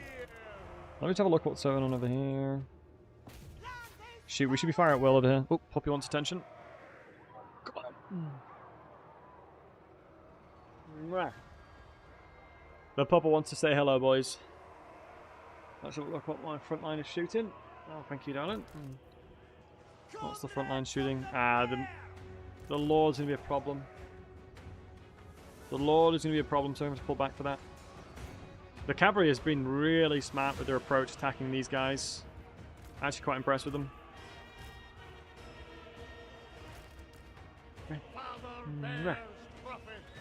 Ooh, she'll need to be fed soon. The pupper will need to be fed soon. So honestly, what I'm probably going to do is... Yeah. Oh, let me ask my girlfriend, hold on. What a cutie. Yeah, she's an absolute beauty of a dog. Because the thing is, if I ask her if she wants a din-din, she'll lie to me and say she's not eating it yet. That's what she annoyingly does. She'll be like, if I say to her, oh, she has eaten, okay. So all the time, she's like, no, I haven't eaten. What do you mean? To try and get more food out of me. She's like, being fed? Food? What is food? What is that? To try and sneak out some more grub. Alright guys, we're going to be running, we've got scheduled ads on just to get rid of pre-roll ads because it's an absolute pain in the nuts when possible. Please withdraw. We don't want to lose these bears. So ads are going to be running in about 10 seconds to all you wholesome hunks, just FYI. But the battle is pretty much concluded, honestly. Oh, we need to be guard mode here, boys. Right, if only 2 of them die, then we're fine. If any more than 2 die, we've lost the bear. I hope to God that they're not going to hit him. Please just run away from them. If one survives, it's fine. If one of these guys survive, then we're fine with them. Because that means we won't lose them. Nice, my patriarchs come back, so let's pull you away.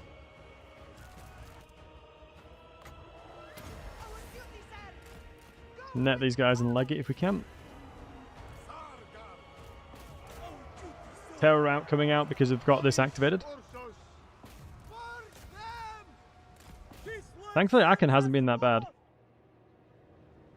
I'm actually kind of afraid that they're going to kill these bears. Amulos bonus is going to be coming in soon, surely. Like, no shot, Amulos bonus is not coming in soon. Our army's in a good spot, though, at least. Yeah, Amulos bonus is probably kicking in. Maybe not just yet. Right, that must have escaped. Patriarch just need to run away now. Because if all the rest of their army is getting battered, but...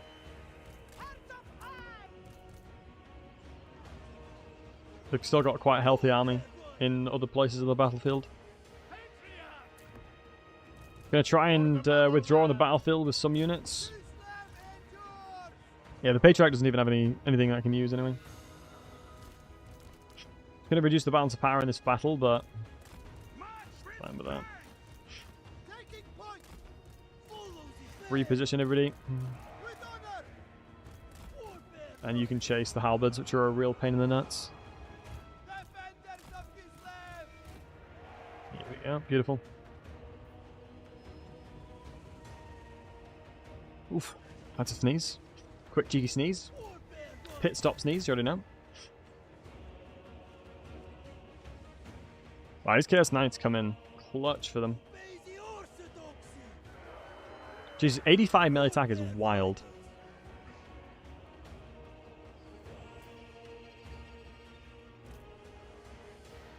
Absolutely wild.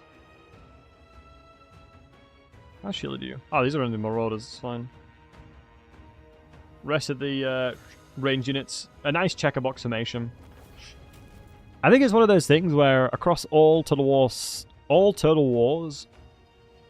getting a lovely little checkerbox is always a good idea. A cheeky little checkerbox situation. You can never go wrong. I'm glad we didn't lose the bears. Honestly, losing this bear would have been a big, big downside to the campaign. As they're insane. They are truly carrying us pretty hard at the moment.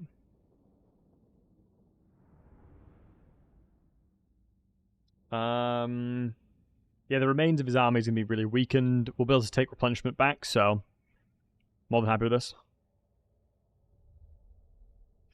Arkham versus Bears is like a Robot Wars matchup. True. Keep making these puns, you're going to be barely recognizable on done with you. God damn it.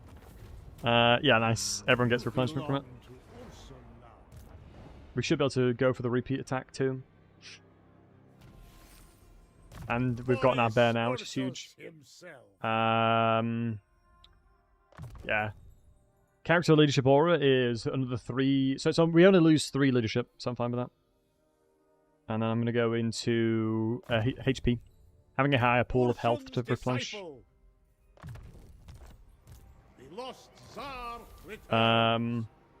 Yeah, melee attack when fighting against Warriors of Chaos, Demons of Chaos, Chaos Dwarves, Norsca, and Beastmen, +2.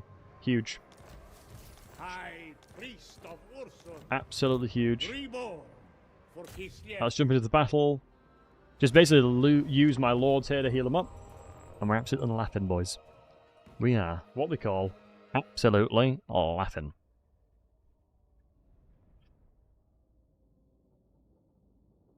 One thing that I... so this is a... elf feet or Kislev thighs? I guess the Ice Guards are female, aren't they? Hard to say.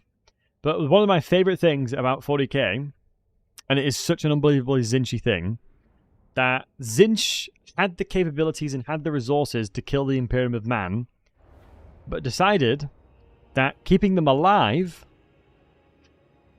Well, this is an interesting deployment. Keeping, like, humanity alive and the Imperium of Man was more devastating overall, keeping them alive. Like, they'll do more damage by themselves. And so that's why he decided to let them live. So it's like, y'all idiots. You guys are going to do a lot of damage just by yourselves. So it's actually more useful to keep you around. Your children, your proud homeland. This It is wild to think about. Alright. Bait out the swords. We fight for Ursan. Execution. I'm going to stop firing for a split second because it'll just friendly fire, honestly. Yeah, the majority of the damage that's going off now is friendly fire, unfortunately. I'll quickly run over. Wow, you can see how fast they are melting. Oh my god. The Shard Blade is definitely helping there as well, though. We need to pull back in a second so we can actually start firing and helping.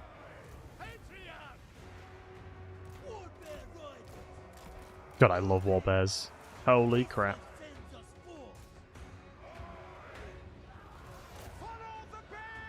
Yeah, here's the prince. What's everyone's favourite fact about either Warhammer Fantasy or Warhammer 40k? Do you guys have any fun facts you like?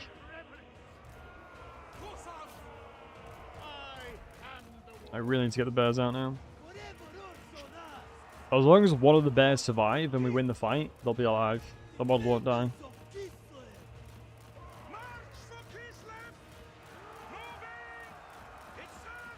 Beautiful. Beautiful.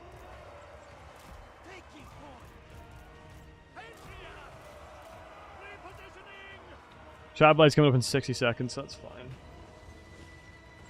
Father bears instruction. Yes, I live again. Ursun has passed his judgment. You are unworthy. Archeon, the Ever-Chosen. Blessed by the orthodoxy. Follow the bear. Nice. Tsar, I am the war. I would imagine just charging into these guys should be fine. Ooh, the braced, never mind. Yeah, braced halberdiers are a terrifying prospect. I'll wait till you route first. Teehee. Oh, and if there's anybody in the chat that wants to join the Power World server, we've got a community Power World server currently. So if anyone is currently playing Power World and wants to play with other folks, we've got, I think, 11 people on the server at the moment. And it was good fun. It was good fun. Unworthy? What delusion is this man about? Yeah, they're not worthy. What's Power World? I have a Pokemon. I have Ark. Boom. Power World. Yeah, it's like Pokemon and Ark World and Ark combined.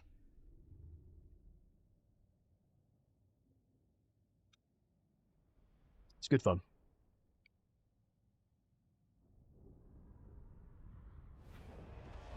Alright. And I hope you guys got the reference. I have a pen. I have a pineapple, was it? That I can't remember. That meme back in the day went pretty hard.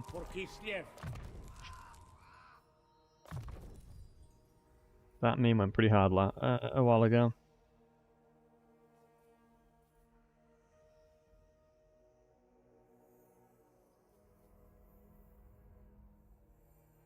Really getting a cooldown reduction is not that important.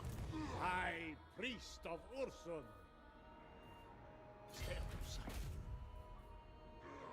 Jesus, plus 20? Oh, of course we got the events of this, haven't we? As it was meant to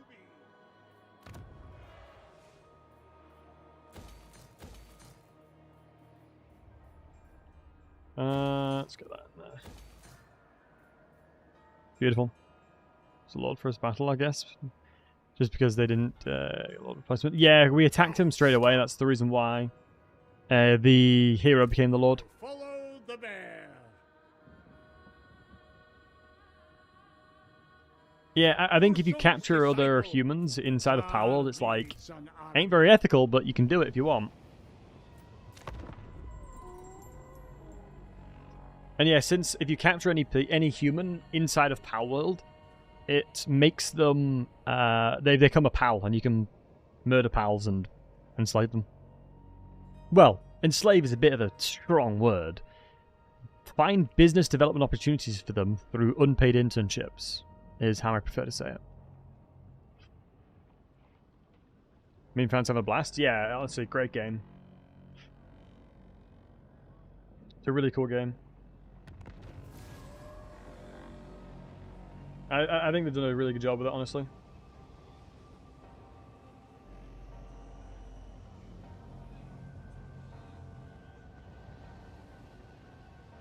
Right, so, Frozen Outpost. I have to build this, which sucks to get Ulrika.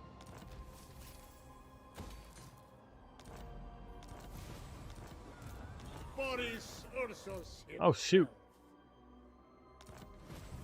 Do I kill the force? Wait, can I attack you and you at the same time? Honestly, probably. Take their head. I think it's probably smarter to kill these guys first. Butcher knife and kill your pals. Yes, you can.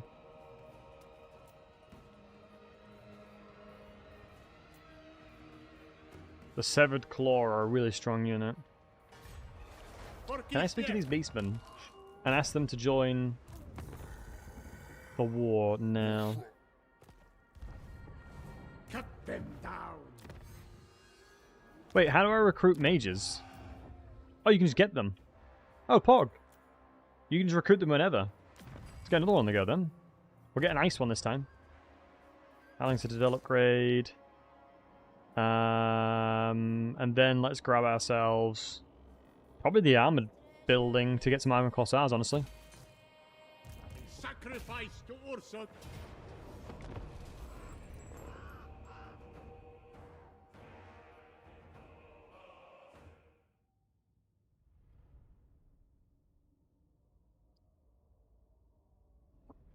At least Pokemon's not bad. Life things are making them fight, thank goodness. Yeah. I think it just goes to show. I think games like Power World are just going to show that you don't need a AAA budget to make great games. Like Baldur's Gate, Enshrouded, Pal World are all, you know, what consumers have been missing for many years. You know, having good games. And, you know, they're being developed with people, like, with the consumer in mind, you know? Instead of herder, let's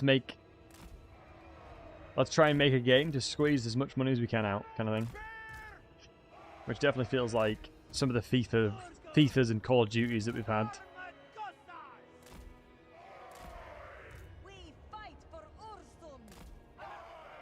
About Valheim 2?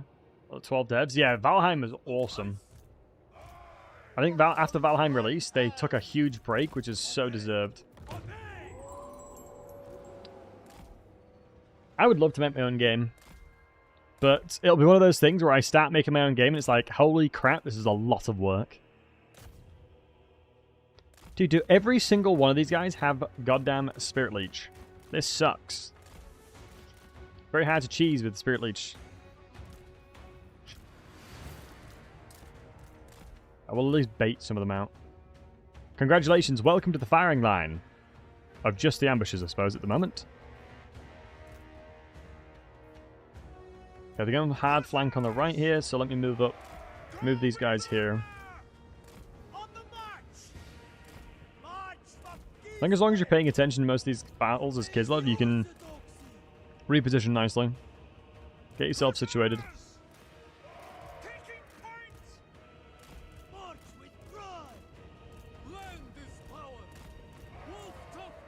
Beautiful. Yeah, now these guys are all in a nice position for it. Let's heal you up. We fighting again? Oh, there'll be nothing but fights for the majority of the stream. I think Boris is surrounded by so many things that you'll do nothing but fighting. Especially since we're trying to kill as many chaos as we can. The intention is to murder as much chaos as possible here. I shan't rest until all of chaos has perished. Beautiful volleys, especially because there's just marauders, right? Let's get one of them dedicated to shooting in there. We are already guard moded, right? Yep, we are. Good. Means I don't need to worry. Do you know what? Let's kill the trolls, honestly. Nah, shoot the blue horrors there, otherwise we'll take a lot of damage. Yeah, I honestly think that 9 times out of 10, a good Kislevite player and a bad Kislevite player, the main separation is just your unit positioning. I think unit positioning is so unbelievably important as Kislev. Like, as long as you're nailing your positioning, you'll be fine. Nice. The Shad does so much damage, it's wild. Good. God, the horrors took such a long time to die. I probably need to grab a few of you guys. I don't think the trolls will out-heal the DPS. 2 arrows will be more than okay.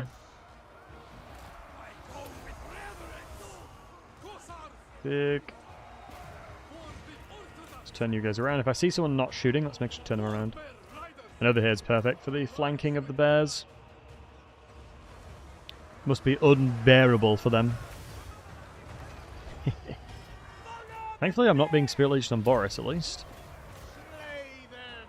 I am very tempted to get Boris away, though.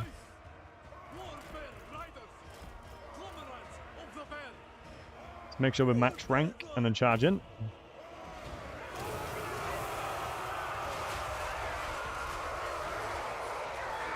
God, I honestly... Have you guys seen some of the Kislev cinematics? Some of the Kislev cinematics go so hard. Ooh, we are getting crushed by these guys, you can tell. Holy crap, 100 damage per swing. And that'll be like a ton of bonus for his large. Oh my god, no wonder Boris is taking so much damage. Jesus. It'll be these guys doing it.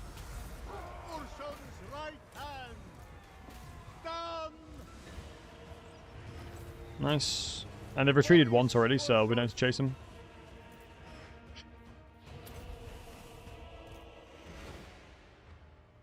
They should have murdered the general at least. Good, good. It's always a Severed Claw. Yeah, I think the Severed Claw is one of the best regiments around in the game. These guys are so insane. Magical damage, tons of AP, tons of health per entity, barrier. Yeah, just a scary, scary unit overall. Really scary unit.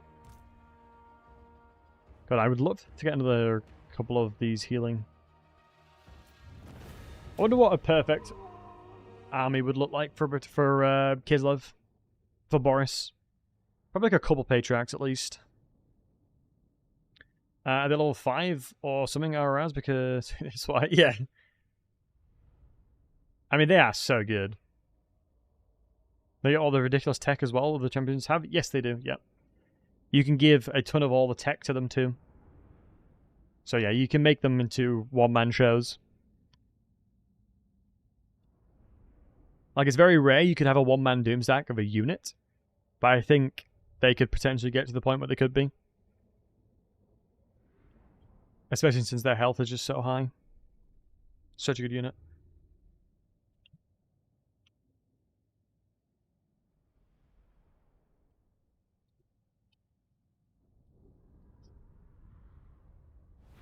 Although Virginia psychology bar, etc. Yeah, it's insane. My empire. Alright, thankfully didn't take too much damage on that fight, so...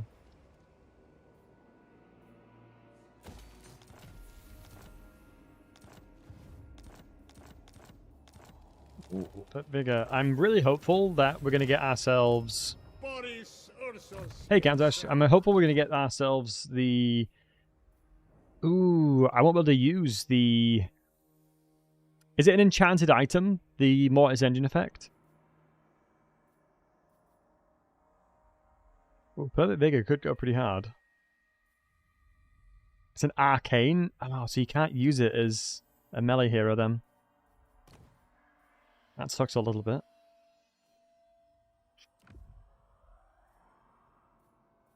That sucks a little bit.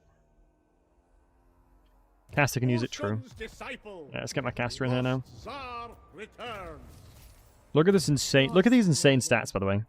Look at these insane traits. Ranger, missile strength increases, winds of power reserve capacity plus 10, cooldown reduction. Absolutely goated with the source. Absolutely goated with the source. Wait, is it explosive damage armor piercing? Yeah, all of it AP. A reckless strategy. So I'll have to,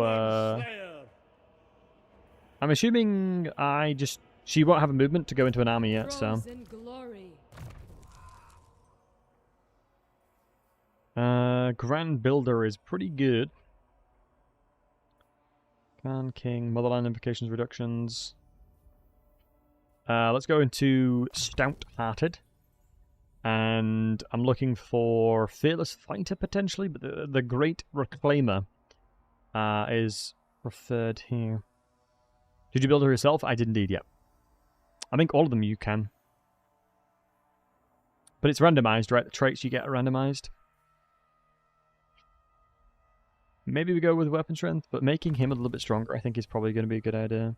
The only problem with immune psychology on Boris is that with the Fury of Urson, it's basically a free immune psychology for 18 seconds. So it's not the best. But this is going to mean that we're going to have 61 bonuses as large. God damn. Can you still save them? I'd imagine you can. Wintertide's child. Save character. Boom. Yep, save character. Boris, ursus. Immune psychology is pretty meta already. Yeah, it's normally pretty good on hero. Pretty good in units, though. I won't deny that. It's pretty good on units, usually. Leadership aura size. I believe that makes it so that any of my abilities are increased in size, right? Oh, yeah. For example, like, immune psychology as Bretonia is pretty damn good.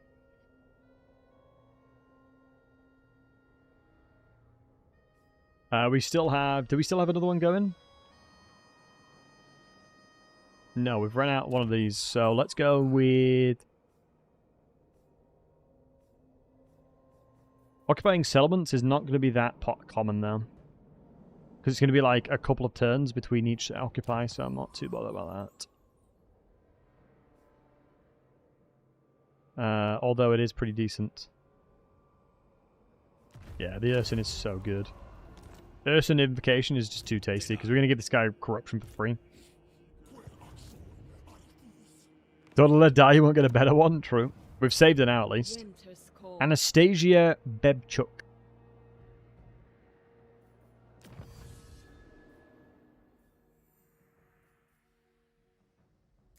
Ooh, movement range plus 5%. How much movement range do we have in total here? I return. Because you can only have 50%. 5%. Wait, do I only have just 5%? Oh, no, I didn't go in the Great Reclaimer, did I?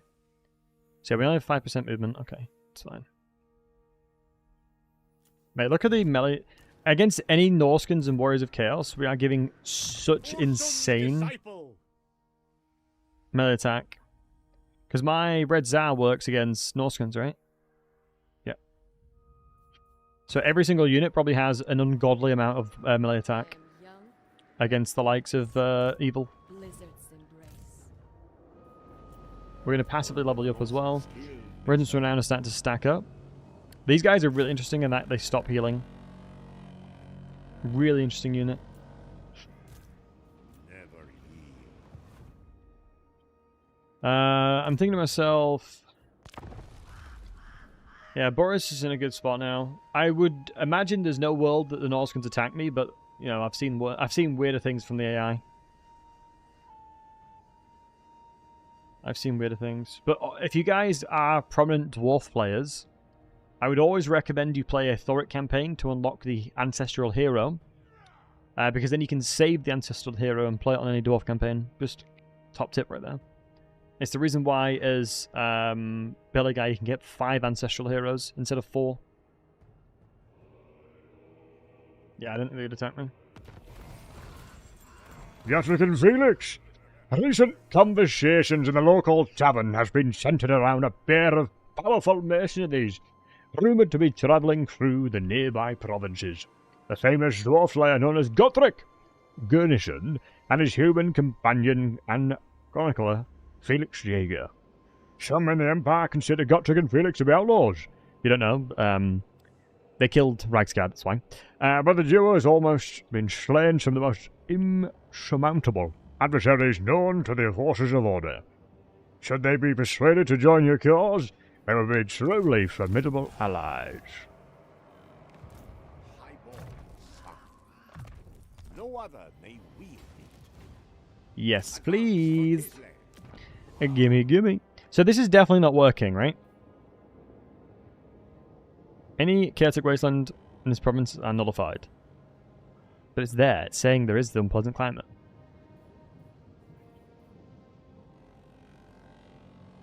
Maybe it's not, because you can see level of control is 6. Oh, I do have buildings in here that give control, in fairness.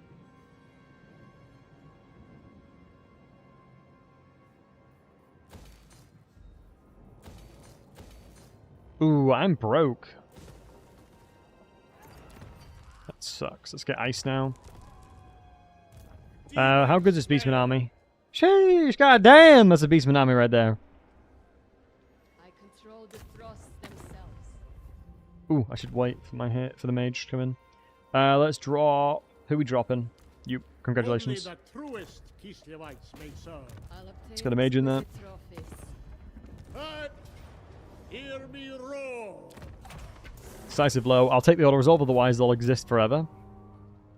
What the free experience in there? You belong to Ursus now. I'll always take freebie experience. You already know, son. Ooh, Hedge Wizard is huge. I return. Now off to go make an impression with the Norskins. If I hold down spacebar, my terrain is up to here, so I can still replenish in this side over here. So we need to go take the kill the Norskins so we can get the... Oh, easy tiger. You're going to my capital, aren't you, little rascal? It is You were Ursus going to my with capital, aren't you? Excellent. You wee little rascal. Find a fight. Well, so you should get bonus from that. Yeah. Blessing discs. Let's make him as tanky as possible. What's enduring devotion? Passive ability. Miss psychology. Melee defense and leadership. That's pretty nice. Pretty nice indeed. Do we just go double hailstorm? As it was meant to be. Freezing winds is reasonably decent because it slows everybody quite a lot. Gust of True Flight. Gust of True Flight would only be useful once we've got Streltsies in here, so we'll go double hailstorm.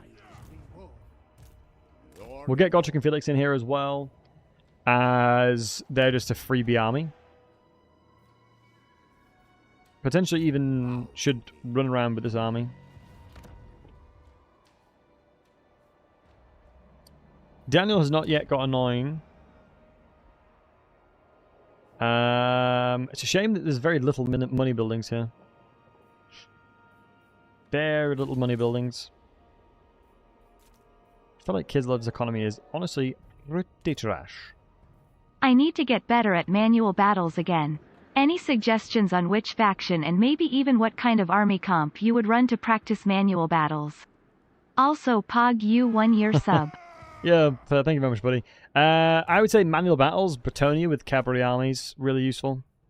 Much love to you, buddy. You get yourselves as many cavalry units as you can, and that'll help you practice a ton. Yeah. Much love, Lantry. Much love, Matty. Almost 1 year, can't count. Hey, no. Thank you very much for the tier 1, lad. Yeah, if you get a ton of Bretonians, that's honestly one of the best ways of learning, is because Bretonia is very punishing if you make mistakes. Bretonia is really, really punishing if you make mistakes, so I would say if you're learning battles again, play Bretonia. As if you make, you've never played Bretonia campaign, perfect then. It'll be perfect. Because if you mismanage your units inside of a battle with peasants, they'll rout. Because you're terrible with Cav. McGinnis, oh, good to see you as well, lad. Good to see you again. Yeah, honestly, that's honestly one of the biggest ways of learning. Is it's difficult. Oh, who? Oh, Grinnell. Hold on, sorry. Grinnell, you're saying, haven't yet myself, but I've seen a YouTube video of using Kolek's unique campaign traits to the point that he solos absolutely everything. Yeah, Grinnell, you can do that. God, it's so annoying that you... Like, I'm punished for... If I don't auto-resolve this, I'm kind of punished, but I kind of want to fight it because it'll be really easy. Because right now, if I can auto-resolve this, I'll kill their entire army, which means I can go take their settlement without them running around. But we'll fight it because of content. But yeah, basically what you can do, Grenell, there is if you vassalize as many factions as possible, you give Kolek additional weapon strength. They nerfed it quite a lot, though. Do I try cycle charge constantly or hammer and anvil? Hammer and anvil. So the difference... So here's like the main things you got to remember when it comes to Bretonia. Hold on, let me bring it up. So main things of Bretonia, right? So you've got your classic hammer and anvil angle here. So this is just you're fighting, your infantry line's fighting here, and you're flanking around hitting them. Classic hammer and anvil angle. That's what you do with hammer and angle, right? So hammer and anvil is on the left. So that's one example. And then you've got another example where you have, I'm not going to draw a horse, but you've got, hold on, what I'll do. You've got very fast units that can run around the map very quickly, right? So with these in mind, your cavalry units, if units of theirs are not in formation and are running towards you, you can literally just send them at anything and just charge them through, because if no entities are stationary, their mass is pretty much non-existent and you'll push right through them. So a unit that's running around, not doing anything, you can easily kill with cavalry very easily, but hammer and anvil is the easiest way of doing it. So by having a staunch front line and then just allowing yourself to just absolutely batter them is normally the way to do it. But let me grab these 3. The hero stack here will kill the reinforcements. Let's look, let me see what else is here. With 4 of those. And then the rest of the army can defend against it. So that's my experience. You'll often put yourselves in situations and you'll start to realize that cavalry can push through quite a lot of things, if you're going uphill, you won't be able to, so keep that in mind. So if your characters are running uphill, keep in mind that you're going to struggle significantly to gain the acceleration required. It's going to... It may sound complicated, like what I'm about to say, but like... going uphill, I mean IRL, same thing would happen. Your de-acceleration is pretty significant when you're going uphill because you're going slower. And so if you're trying to charge through something, you basically need to have enough acceleration to counteract the de-acceleration you're going to experience as part of charging into the unit. And that's the reason why going downhill, it's really easy to charge through things. By run through, do you mean charge, tag something behind them, kind of like how you cheese with Scarbrand? Yes, yeah. So the video that I made of Scarbrand cheesing, that is applicable only in scenarios where the thing that you're fighting is low mass, like goblins, for a cavalry unit. Otherwise, you're going to get stuck very quickly. You'll get stuck pretty quick otherwise. Yo, K for Careful, thanks for the follows. Yo, we got the follower goal. Thank you very much for 6,250 followers, boys. Much love to everyone in the chat right here, right now. Much love to you guys. Appreciate all the follows, boys. But yeah, that's basically how you do it. All Kislevites are born with the strength of That is man. basically how you do it. Prove it.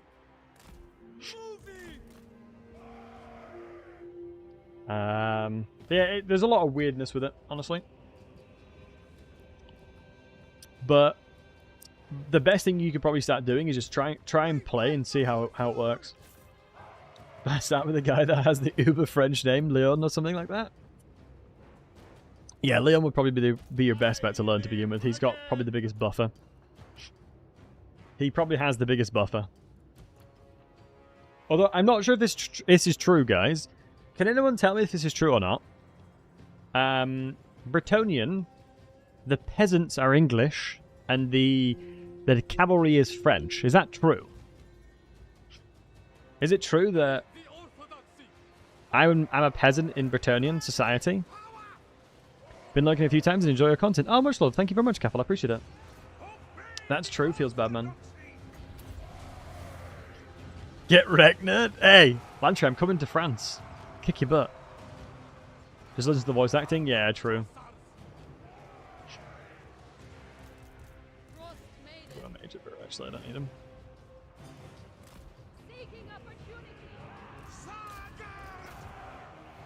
For 300 years, and they rose up to use longbow archers to kill off those pesky noble knights. True! And yeah, McGinnis, thanks for the prime, buddy. I appreciate it. In fairness, now what do we have? People like Bevo eating food in one go? That's literally England after William conquering. True.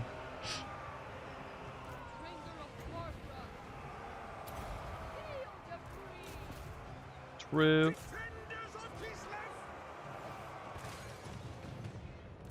For the motherland. The Brits have greenskins, which makes up for the whole peasant thing. True. Yeah, if you guys didn't know, English people are, like, football hooligans specifically, are what orcs are made around. Orcs inspired... football hooligans inspired orcs. Let's go, England! Never forgive violence, that's what I said, John. Wait, the cooldown on this is so low. 9-second duration, cooldown 12 goddamn seconds. That doesn't seem balanced. That does not seem balanced.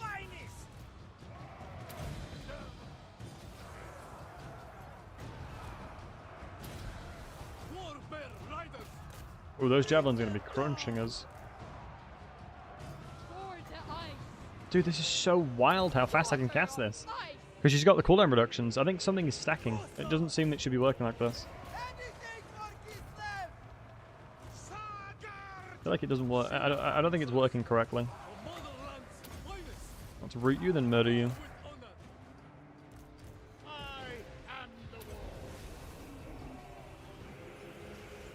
Or did I just DC a little? Did my internet go a bit...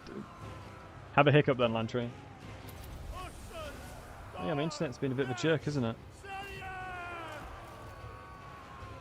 Sorry about the internet, boys. Hey, Ronan. Happy Monday to you, handsome. Hope you're doing well.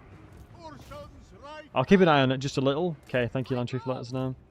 I'll keep an eye on it and reduce the bitrate if I have to. Because my ISP has been a bit of a noob recently.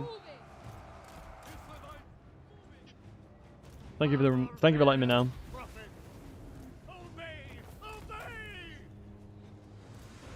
To at least throw the prime your way for all the help the last couple of days. Oh, dude, honestly, I'm happy to do it. You know, subbing and doing all that kind of stuff is it's not necessary at all, but obviously very much appreciated. I'm just happy to help, you know. Have I done a campaign in the old mod recently? Yeah, loved it. Yeah, it's I absolutely loved the old world mod. The only problem that I have with it is it's too big. The mod is massive, and so oftentimes it takes a couple turns between attacking settlements. But yeah, I'm a big fan of it.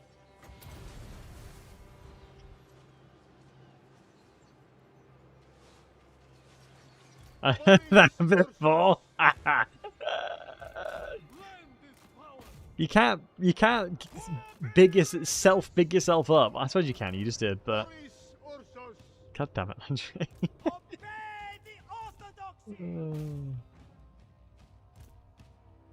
What you like? Elves are anglers, high elves living on an island. So what like? Yeah, I guess, yeah. What are the dwarves based off of then?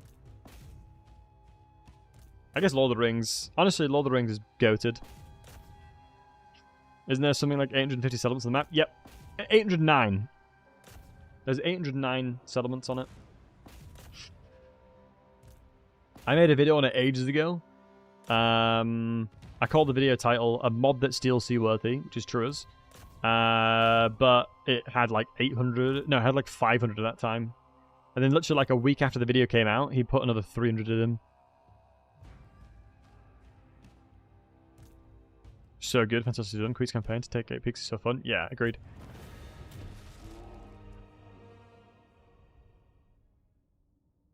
I mean, did you guys know that there's audio compatibility in mods now? There's audio compatibility in mods now. So, if by chance you guys play a mod that I voice acted in, let me know. Because you may recognize my voice as a certain character in a certain mod. But we'll be doing a Legendary Lord soon. We'll be voice acting a Legendary Lord soon, which I'm excited about. I've had to voice characters I'm not used to doing voices of. But it's been good fun. It has been good fun. That's sick. Yeah, it's going to be a full Legendary Lord. I don't want to spoil it too much because I think that, you know, the developers and the mods that are doing it, the modders that are doing it, you know, deserve all the credit in the world. So, have the devs implemented your voice yet? Yep. Yeah, in game. In game, it exists right now if you play the VOD. Although there's going to be changes to it. So I'm not 100% happy with the way it is, but it'll get better. Like a thirst iteration of it. Oh, dude, we're in Chaos Wastes. Wait, so right now I'm in a province that has no attrition, no corruption. We are counteracting the effects of Chaos Waste, but we're still getting a corruption. Huh. Where's the nearest tavern then? There will be no sound. Interesting. Alright, see what next traits we get. Magical War is huge. Boris, ursus, I'm gonna have to try it. I'll be doing it on stream. I'll be playing it on stream when the Legendary Lord version comes out. I'm looking forward to it. More workers, hear me roar. A hot meal awaits. Nice little cheeky hot meal away, says it, eh? Elemental regeneration will be nice, but I don't have a bear yet. But regeneration on a unit that has that much HP is pretty nutty. That's what I call... I ain't gonna complain about that. Don't get fan playing with yourself on the street. Matty, I kid you not, that's gonna be my title, if I'm allowed to. It'd be playing with myself on stream. I was reborn. I'm afraid it'll get me banned. As it was meant to be. But I'm very excited to do it. Boris Ursus himself. Very, very excited for it. And the people working on it are doing, like, everyone involved is doing such a good job. From all the visibility that I've had.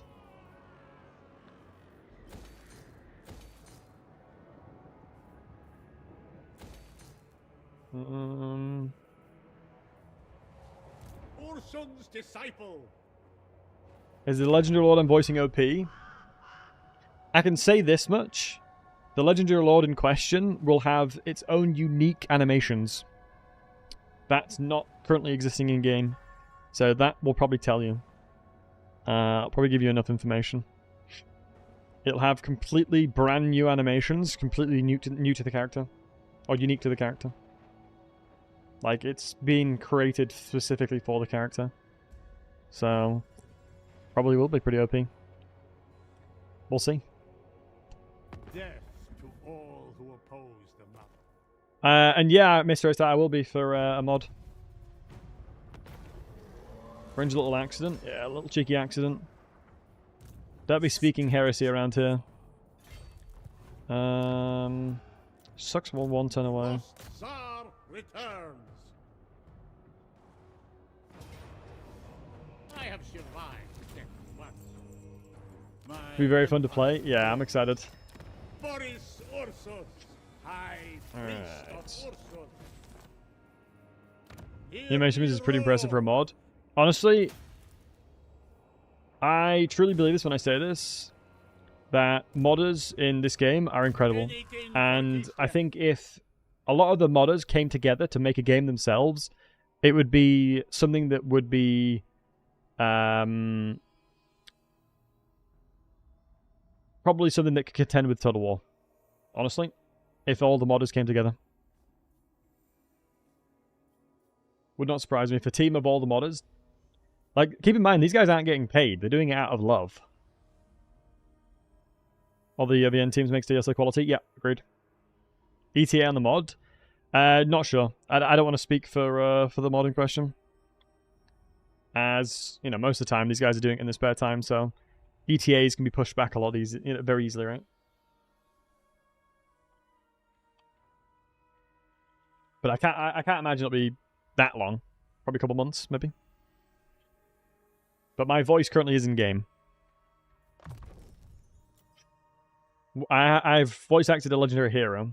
That's what I've done. Let's go with Creatures of the Land now, I think. I think double HP is more than enough for me. Getting Deadly Onslaught would make him an absolute unit. Yeah, let me do it. Albion mod, which is super cool. Yeah, agreed. Yeah, the Albion mod Grackle suggested me playing today, actually. I believe it's the Albion, wasn't it, Grackle? Boris Ursus.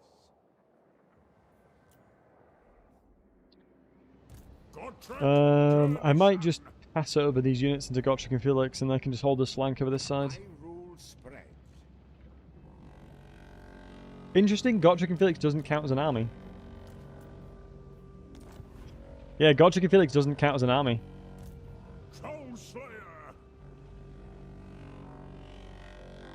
Nice. Giant Slayer. He never has. Good. So that means we can use... No, I think he has at one point. Pretty sure he probably has at one point. Torment is the greatest virtue. Let's counteract that. We're getting a lot of devotion from this anyway, so should be fine.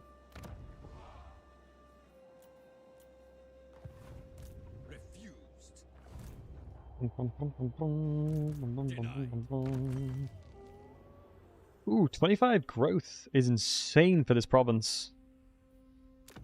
Holy crap, that's an insane amount of growth.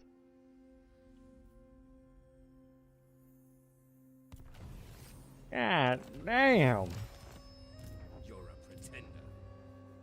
Do we go triple tier 2 first? Yeah, I'm gonna do triple tier 2 first. We're just talking about mods, Gruckle. More work, zug zug. Zug zug running, have fun. Warhammer 2 is a big deal, is supply lines free? Oh, yeah. Because supply lines in Warhammer 2 is brutal. Wasn't it like 15% or something increases? I think it was truly savagery back in the day. Oh. Wait, where'd they gone? Yeah, I'm pretty sure supply lines was like 15% on Legendary. Yeah, it was utterly savage. What's my say? Come here, baby. While I'm pup wants attention again. Oh, come on then, pups. The pupper wants to say hello. Mwah. Should I get another camera just for Freya, guys? Should I get another camera just for Freya? I don't know how long she'd stay. Honestly, all she'll do is sleep on the bed next to me, though. She'd just sleep on the bed next to me. That's all she'd do. Should I go east or north? East or west, guys? I could kill everything towards the east. What are you licking? What are you doing? That's my phone. Thank you, darling. I feel like there's more threats towards the west, though. She's all pets doing pet cams, true. Goes towards Siggy. Right, guys, type 1 in the chat if you want me to go west. Type 2 if you want me to go east. So east this way, west towards that way. 1 west, 2 east. While I stroke Freya. You guys can decide what we do. Go west. Interesting. Yeah, we could go west.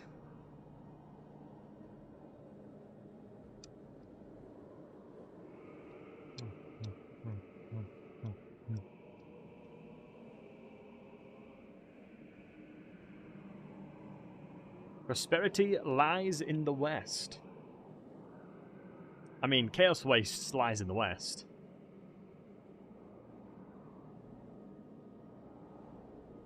East to bonk Daniel.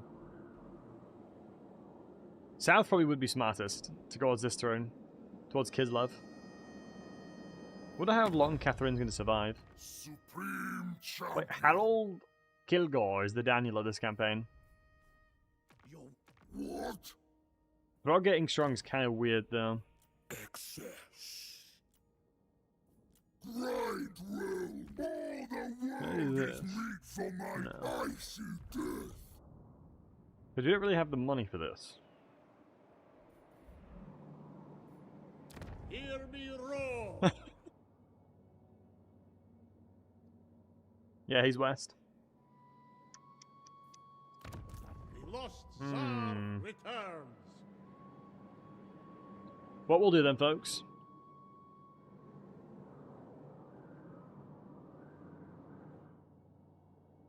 Yeah, if we go west, we'd have to fight Astradoth, won't we?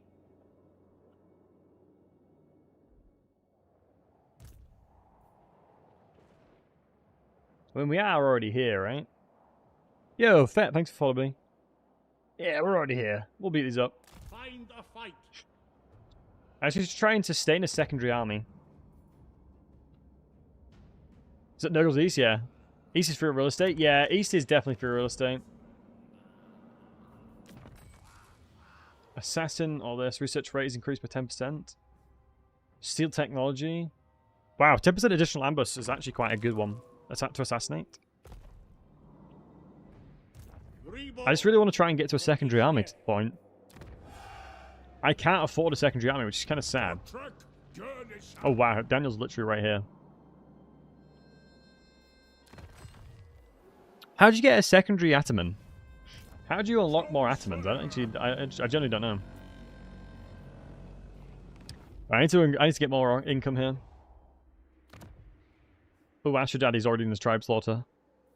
It's 4 provinces, right? Okay, so how many do we have right now? 1, 2. Yikes. The mage will recruit over here. The axe mage will need over there. High priest of Ursus. Oh, we can do armor of Ursus. What's this one? Oh, capture another settlement for 5 grand and his armor. His armor is pretty nutty. It's a shame he has no quest battles themselves that you can actually teleport to him. Oh, and plus we need battle. We've got Battle Ernson. Growing up at a boy feels old then. Okay, that's good. Yeah, one day the father of one of the Atamans said, "Add a boy," and they ascended to the Atamans that we know today. Imagine. I'm going to speak to the Slaaneshi, declare war on Nurgle through them.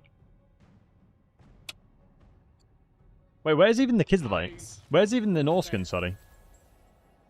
You're kidding me.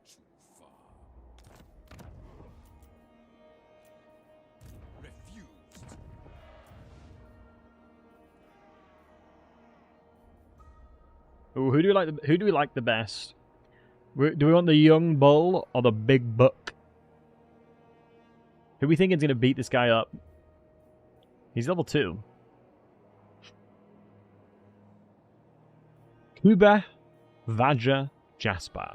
Do you know, we'll get Kuba in there. We believe in Kuba. Because he gets melee defense +5. Oh man, we're going with the young buck here. We're going with the young buck. It is Ursun's wish. Who you all with? Yeah, speak to the Slaaneshi, get a bit of bob from them. Might as well get free money from them. It's only 400, but it's free monies. Because every time we take out a settlement, we get 5 supporters, which we can help Catherine with. We are invincible, Kislev. Oh, actually, I'm going to loot and occupy that one. I need the money. Because the replenish is only the repair is only 448. And we'll go into this as well. Oh, Freya just wants some water. Good. Boris Ursus himself. It's a shame we don't have any other good things. We've got 2 great bear pelts. Interesting. Ursun's claw gives an additional 5 melee defense. Wow, corruption reductions as well. I wonder how rare the pelts are. Wow, Star Iron Ring, 10% ward save. Get me that. Let's merge these 2 shields.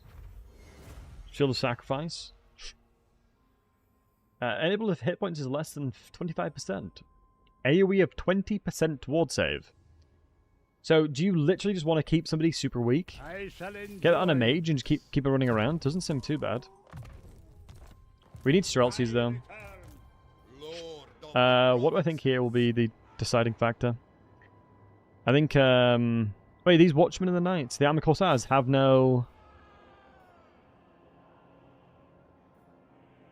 ranged weapons.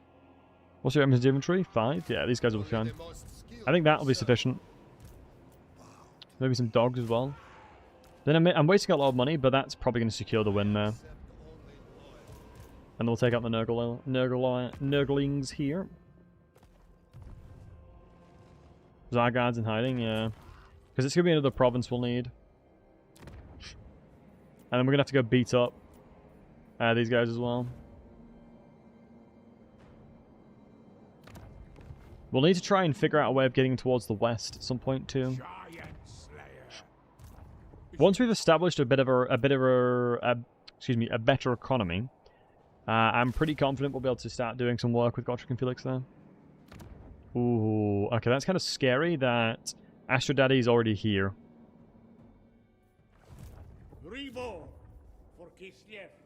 Streltsies will be starting to get unlocked soon. Money building is probably going to be the farms for now. Really unfortunate. I can't justify any more recruitment right now. How did you get it? 30 turns.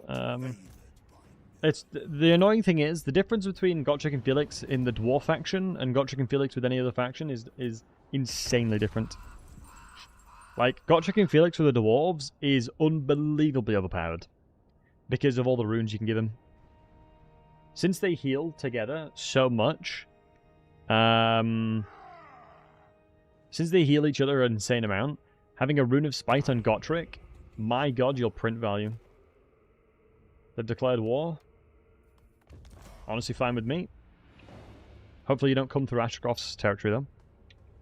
But yeah, getting Rune of Spite on an Unbreakable Lord is overpowered as hell. It's the reason why, as either Grombrindle or Ungrim, you can pretty much AFK. The motherland never falters. Generally, you can pretty much go AFK, and Governor of Kislev's land. they'll just easily just die. Kislev's chosen. Let me go ahead and reset skill points because I don't want to pay for you. So that faction's dead. We got another 5%. Once he leaves here, ooh wow, Throg's come over is kind of surprising. High priest of Ursus. So this settlement has got Nurglings. Alright, that's fine. I follow. There's non-Dowie gear. I can put that on. Make a mover. That kind of stuff. Well, the dwarves have easy accessibility into getting a lot of high tier stuff. Wow, I swear Boris's auto resolves are insane. I guess demon factions have garbage auto resolves, I suppose. Oh, and guys, to all of you wholesome hunks, ads will be kicking in about 15 seconds. We'll be hanging out and playing the battle slow, so you won't be missing anything, don't worry. Just want to give you guys a heads up. Just to get rid of the pesky pre-roll ads.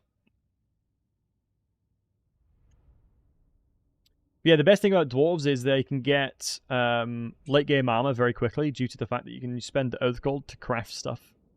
It's one of my main reasons as to why I love the dwarf so much, is because you can get every dwarf suited and boosted like turn 10. It's kind of wild. And if you cheese it like crazy, I know Ungrim can cheese quite heavily because you can retreat from the first battle, get a grudge for that battle, and then get more Oath Gold from the fight because you get a grudge for killing them too. Yeah, it's over here is always the best one to attack. But at least this time we've got Tempest Magic to be a bit of a deterrent for anyone camping the walls here. Why is milk so good? Do you guys... Is it... question. Is it weird to drink milk just out of just milk? Is it weird to drink just milk as a beverage? No. No. No. Nope. Drinking milk right now. Nice. No. Not weird. Just probably unhealthy. Surely milk's not that bad for you. You love a glass of milk? Honestly, milk with ice in it? Goated. Actually. Bit of ice on milk? Lovely. I'm sad they've made it so bombardments don't do damage to gatehouses anymore.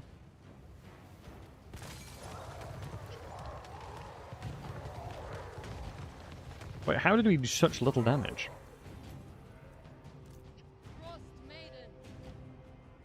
Milk's unhealthy? I think full fat milk can be unhealthy, right? I think full fat milk can be really unhealthy, but I don't think it's... Full fat milk is not common at all here. Like, I honestly have never seen anybody drink full fat milk. Or have it... Oh my god, the towers are really strong. I've just realized we need to get in quick. Jesus, the towers are insanely strong. That's a fallacy. What, even full fat milk is not that bad for you? You only drink whole milk. Just drink it in moderation, it's healthier than soda? Huh. Well, yeah, definitely. Soda's right unhealthy for you. Well, let me Shard Blade as well, because it'll do damage to the guys above them, right? What's full fat milk? 3%? No, it's more than that, isn't it? Lots of calories? Yeah. It's probably relatively calorific, right?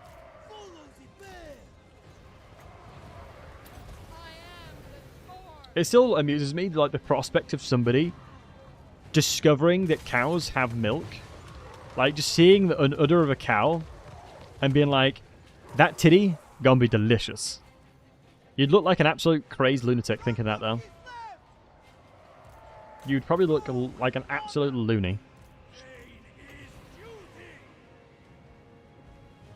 Lance, are you okay? I mean, most things that happen are accidental, and it's like I think it's like Worcestershire sauce get created accidentally. Keep emphasizing the shorties, you'll have to give him a serious try. Do not shame the Manchester Mounties.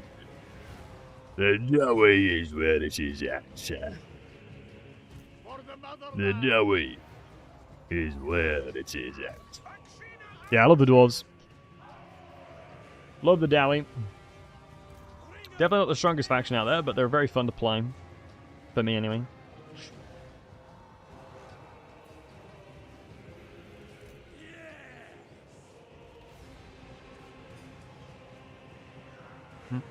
Alright, ads have gone, thank goodness. How many of you guys got ads then, out of interest? Because I'm only... In the entire time of me streaming, I have never ever had scheduled ads before.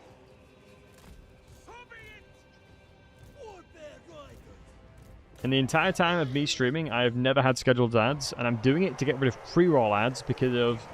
Like, if there's new people coming to the stream and they have to watch an ad before watching, kind of lame. You got one as you join right now? Okay. I still think they are absolute jerks with all their grudges. Opening parenthesis. And Moses, thank you very much for the sub. You think they're jerks with all of their grudges? I think there's definitely a difference between... Like, pretty much every single Warhammer Fantasy faction is a jerk in their own right, but like High Elves especially are even jerkier. But much love to you. Thank you for the sub, man. Appreciate you. That's a grudging. I think it's one of those things where if you conventionally look across all of Warhammer Fantasy, I don't think dwarves are that bad. Like, they're not that evil in comparison to others. Elves are the worst. I mean, elves definitely are considered significantly more evil, I would argue, yeah. Look at this. What side bonus versus large? 61. God damn. Jerkier, how? I mean, high elves are extremely racist to everyone that's not an elf. I mean, high elves are awful to everybody. But they have like a, what's the terminology? They have like a god complex, that's the one. They have a god complex, massively. High elves. They think they're better than everybody. And if we're all being honest with ourselves, they kind of are. High elves are really strong. High elves are really, really good at everything. Near enough.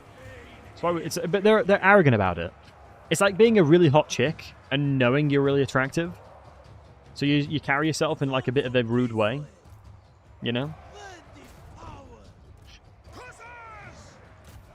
High elves are like that. Wow, Boris absolutely slaughtered that piece of Nurgle. But I'm looking forward to fighting their general. Hopefully we don't lose any units here. I'm trying my best to hold them and support them. Let's be real, the best good race is Lizardmen. Nah. I would have said that maybe a couple months ago before learning a little bit more about their lore. That the problem that High Elves, the problem that Lizardmen have now is that originally, the very original spawnings of the Lizardmen had a great plan. You know, they had a plan in which that would stop the chaos and do a lot of good things in the world. And then the only first generation that is still alive to this day is Croak. Well, alive in quotation marks. He's dead, but he's alive. He exists, but he's dead.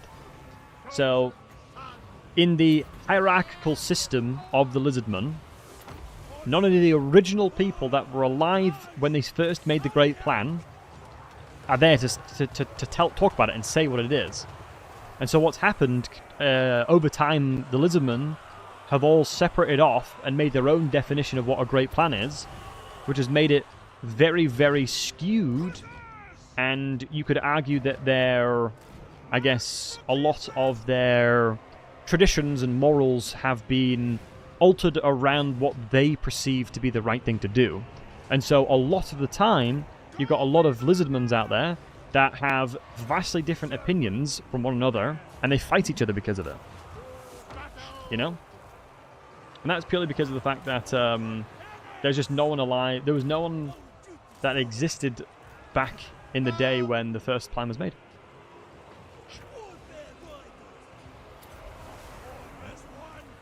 But it's an interesting one. It's an interesting topic of conversation. But like I said, I mean, the lizardmen would do bad things in their own... Like, they would do bad things, but contextually might not be as bad as other factions, right? Let's heal them up. Why did you feel sick, Luz? How is something like that making you feel ill? Alright. Let's move in. Unless one of their plaques say you shouldn't be there. Yeah, exactly. Like, they're very quick to turn around on you. Right, I really need to get my bears out here. They got cold-blooded reason for a logic. Yeah, exactly. They're cold-blooded, right? Exactly, Coffin, yeah. Jesus, it's so cost-effective, Hailstorm. It's kind of wild. I should not have overcasted.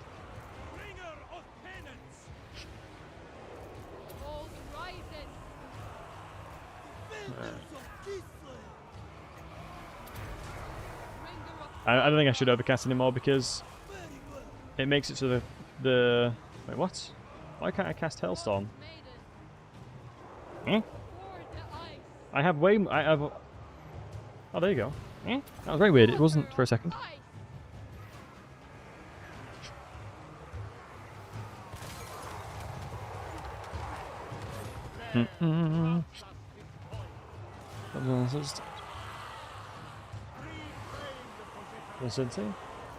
Yeah, I'm... Religion's always an interesting one, right? I used to be religious when I was younger, but not so much anymore. I think, you know, for me personally, I think a lot, you know, strength should come from within. But religion's obviously a very difficult topic to talk about. My brother is heavily religious. He moved to Sweden when he was 18 to study the Bible. I mean, it's one of those things where I don't mind having difficult conversations, but I think it under correct context, right? I think it's kind of important. Everyone's different, you know. There might be some people in here that are religious themselves, and you know, people shouldn't feel alienated for having their own opinions, right? As that's honestly one of the most beautiful things about human nature. We all have our own opinions, and we're all entitled to it. You know. But one thing I always try my best to do within the environment of the stream is to try and create a welcoming environment for people. And, you know, talking about stuff like that can get quite complicated pretty damn quickly. Opinions like dwarves being superior to elves. I mean, that's not an opinion, that's just facts. Fearless. I mean, we don't even... That's one of those things where it's not even an opinion at this point. Right? Let us settle the great debate between elves and dwarves once and for all. Right here, right now, as however many people in the chat as my witness. Type 1 in the chat right here, right now, if you prefer the Dowie. If you prefer the Dowie, type 1 in the chat. If you like the little pesky, evil, awful elves, type 2 in the chat. If you hate yourself and you like the elves, type 2. One is for the Dowie, the fellow Dowie brothers in the chat. Rise up! Rise above these foolish elves! A lot of 2s, guys. A lot of 2s right now. I'm not liking this. Alright, no, type 2 if you're lame. Loads of people are lame in the chat right now. Lol.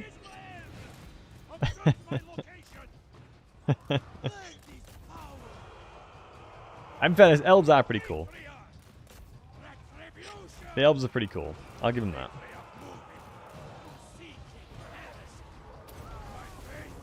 It seems that on a Monday is not the Dowie day. This is just another Elgay scheme.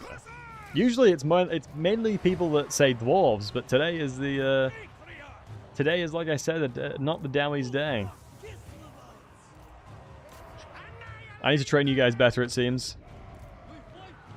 I need to train you guys a little bit better, it seems. 3 elves with beards would be perfection. But then again, if an elf had a beard, a dwarf would have shaved it off in retaliation. Boris, ursus, guided by ursus. There's no way they wouldn't. Cinematic was good? Yeah. Slay them. I mean, it's true. I mean, if an elf had a beard, they'd be shaved off by a dwarf, 100%. Dogs take food from our mouth. I mean, the Battle of the Beards would have a new meaning, wouldn't it, right? Boris, One of the most historical, one of the most influential historical battles between High Elf and the Dwarves would have great found new meaning.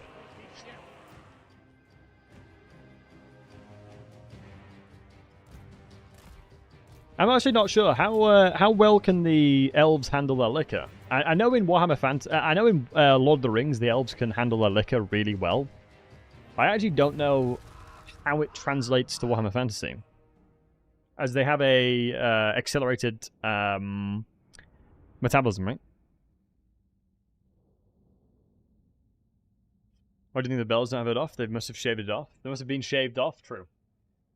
Dwarves went and took it all off. They really like wine, but it doesn't go into much detail. Yeah, that makes sense. That makes sense. Technology. Oh, technology is just a fancy word for engineering that does not work. Behram Gunderson, a dwarf Skaven hunter. I love that. Technology is just a fancy word for engineers that does not work. That is such a dwarf thing to say. I love that so much. That is as dwarven as it gets. I love the Dowie, man. Oh, 6k from that fight is huge. Wow, only 800 from Loot and Occupy. It's kind of whiz. Probably because it was a low tier. While we're here... Yeah, minus 11 because of the characters we have here. I can just put growth in then. That's another province, boys. That do be another province.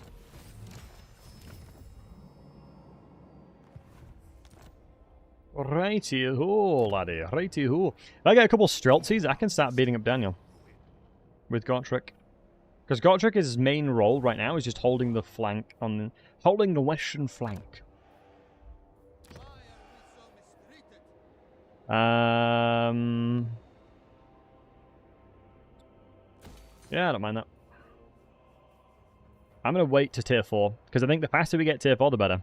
Look at this fat 275 growth real quick. Wait, whose characters? 35. Do you provide growth, Felix? giant slayer. I can't see. Doesn't show me.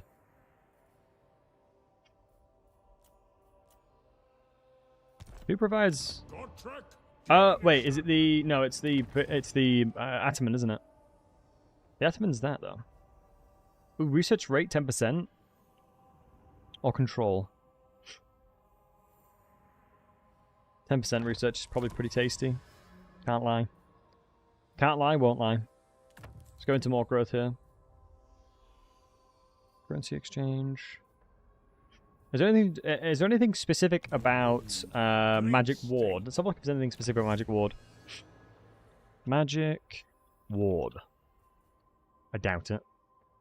It's specific to Boris.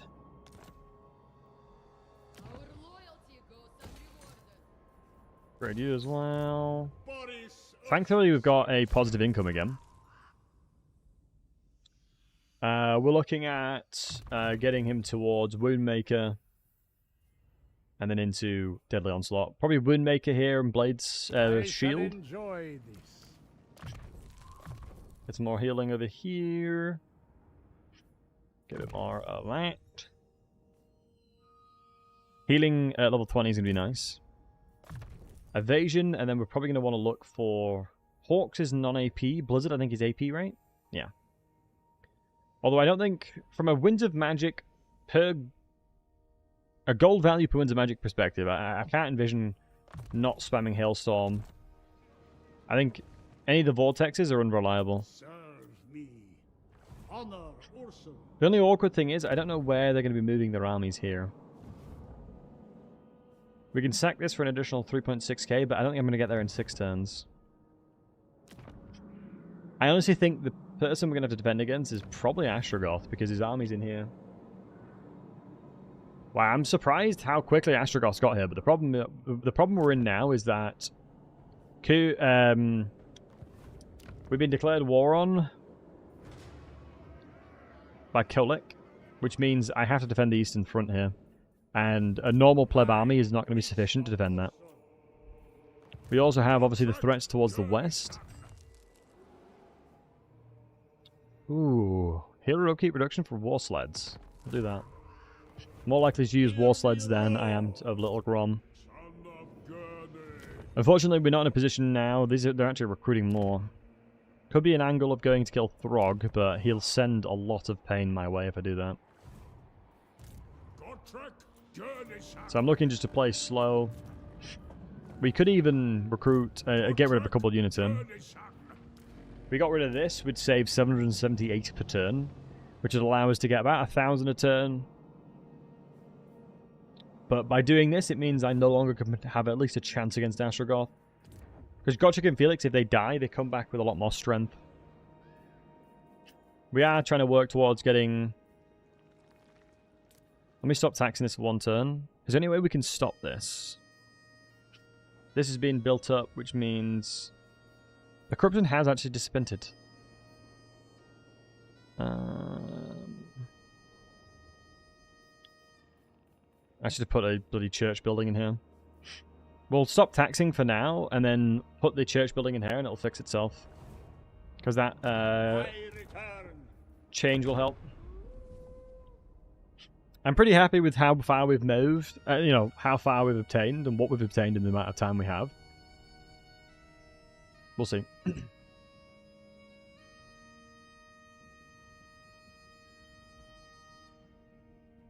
We'll see.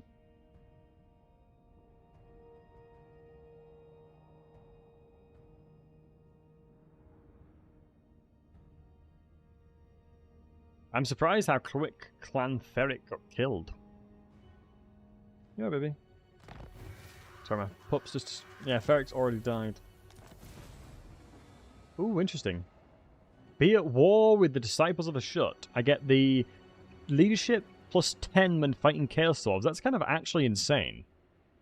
There is no doubt that the Chaos Dwarf poseth growing threat.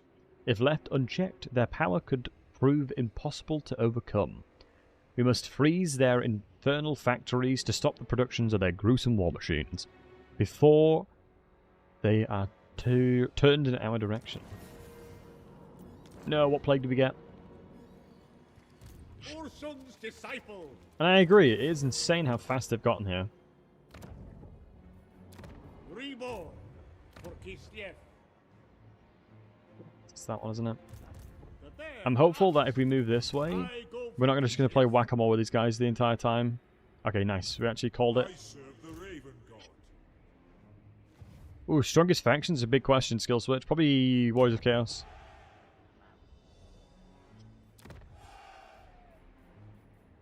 Probably Warriors of Chaos, I am out. Nice, it's only a 1-turner.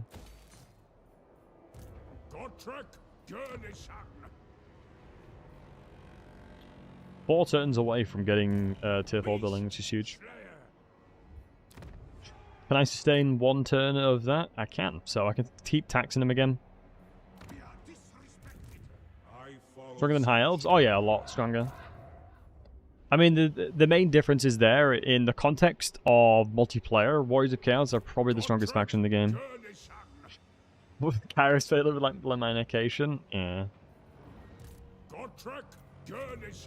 It's a shame we have to use Gotrek defensively here.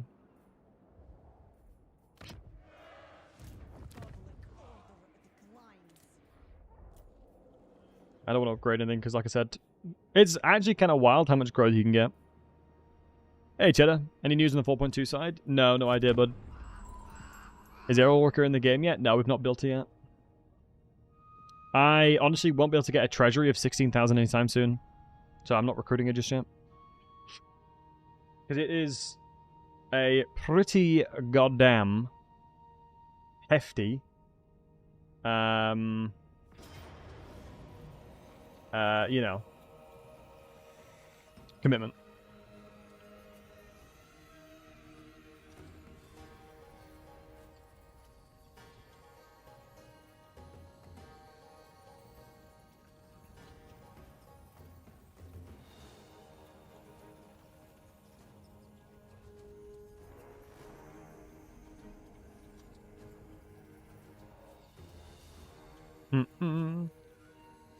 Holy ballsack.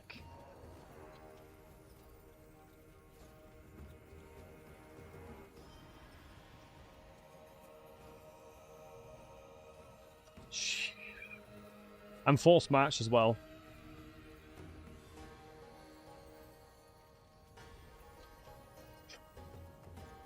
Oh, and by the way, boys, the server for Power World, they've actually fixed it. So if we wanted to do more communities Power World later, we can. Because they've actually upgraded it properly this time.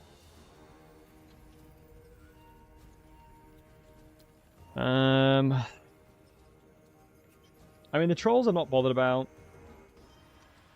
Oh my god, I thought that was Harry Hammerson. I was terrified. I feel like I'd lose it if I played this. Right, now I'm going to have to fight it. Now I'm going to have to fight it because of that insult right there.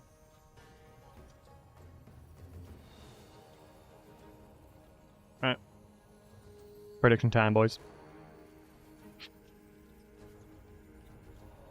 Put your money where your mouth is then, Red Rage. Top one, Chief? Yeah, this is going to be a brutal one. Cheeky quick save. On Legendary, you can't save shots. You can't save on Legendary. Trolls are weak to fire away. Yeah. If I was Castalton, that'd be nice. I did. I respect that. I respect that. Can't skip to go. I don't think any. I don't believe there's any magic type that kids have access to that gives them fire, right? One sec. Place your books, bets, boys. So this is exactly.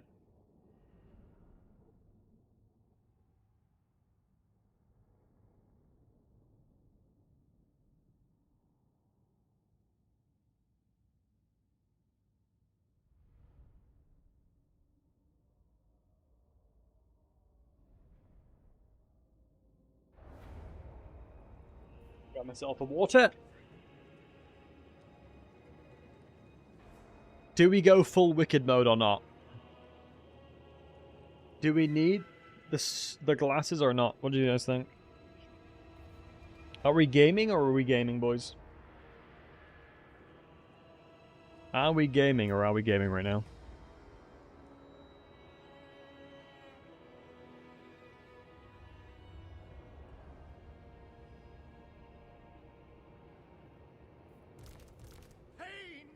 My mage is on a mount, honestly. My mage is on a mount. Problem here is that they have a hell cannon, right? So corner camping, they can just turtle me down. But the sheer level of elevation here is actually bonkers. We'll be doing 30% additional damage with every volley here.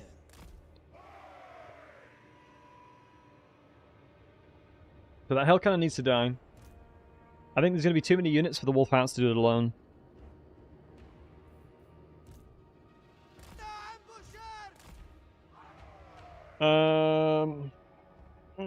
Let me think. So if we were to, so we're fighting an army of 2. If I skirmish with Boris here, yeah, if we skirmish with Boris, we can get them to come and fight us. Honestly, gives that much damage. Yep, elevation's insane. If you can, if there's ever in a situation where you can take elevation, you always should. It's the reason why you'll always see me run ahead of the enemies to try and get elevation specifically, because it's just insane. Okay, they're deploying that back there. Let's see what we can do here. Makes melee so OP too. Yep, same thing. You take 30% less damage and you do 30% more damage. A new thing always there, always there. It worked in Warhammer 2 as well. I believe it was in Warhammer 1 as well.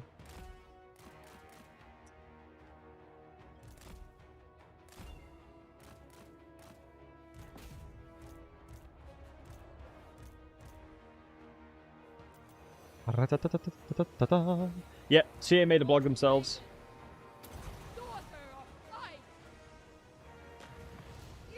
Boris will kill him a lot easier. Going for the Doctor Disrespect look.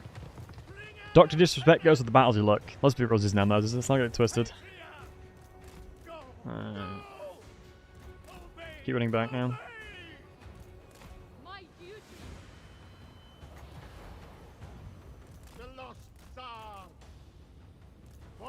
We pull back over here. Got to defeat land alert. We fin about to. Hopefully. Ah, he's flying. That's really unfortunate. What made you? Ah, sugar. That is not good for me. The only issue is they can flank pretty hard here, so let's go with like this.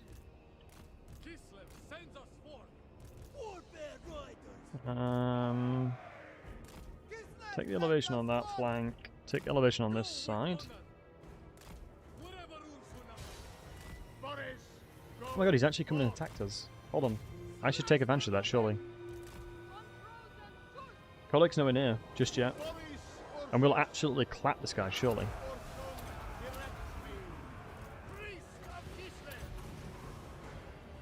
Surely this guy should get crushed, because we have insane bonuses as large. This is a large entity, and we've got like 61 bonuses as large. Yeah. And we'll just keep casting this into it. Plus we can terror out everything else. Get a bit of hits in there. Let's get a bit of healing going. Just keep casting this in here, just to ensure that we can actually get all the entities that are around them away.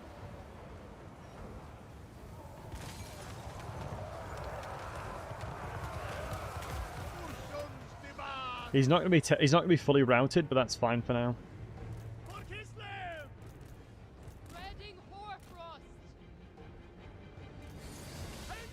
As long as Patriarch and the Mage are not stuck in combat here, we'll be fine.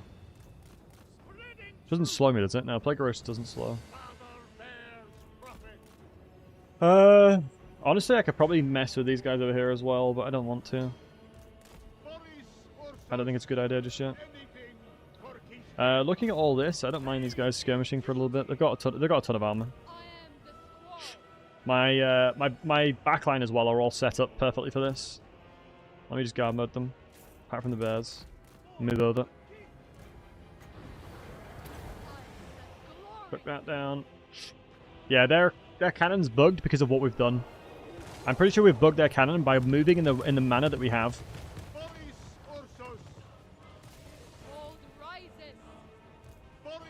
I don't want to blade just yet. So basically, what you can sometimes do is if you can test the units that are currently reinforcing, it confuses the AI and they have no what to do. They don't know what to do. Because due to the fact that we skirmished the units over here, then the Hell Cannon's like, I have no idea what I'm supposed to do now, and just stays still.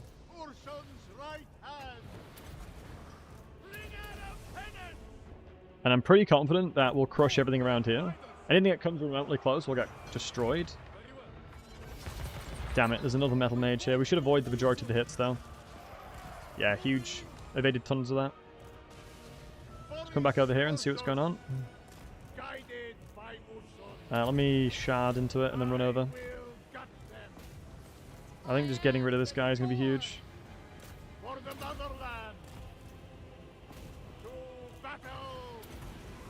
Now he's flying up again. He baited me.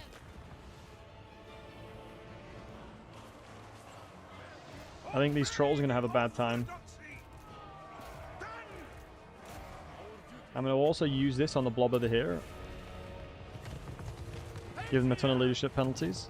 My mage is actually swinging hands right now.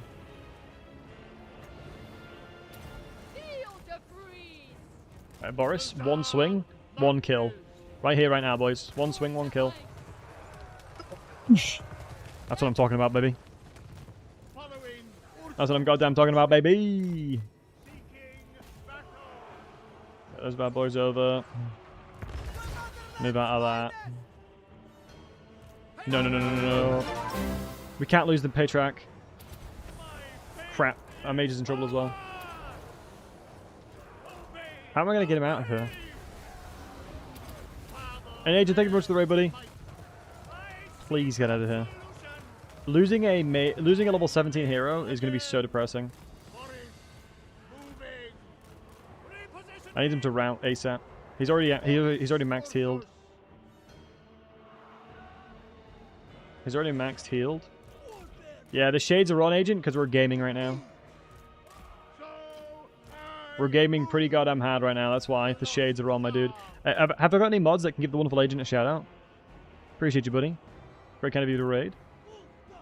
I'm currently trying to gig a tryhard right now. As we're against 2 armies in force match, which is no bueno. Yeah, we've bugged the. Do it over there.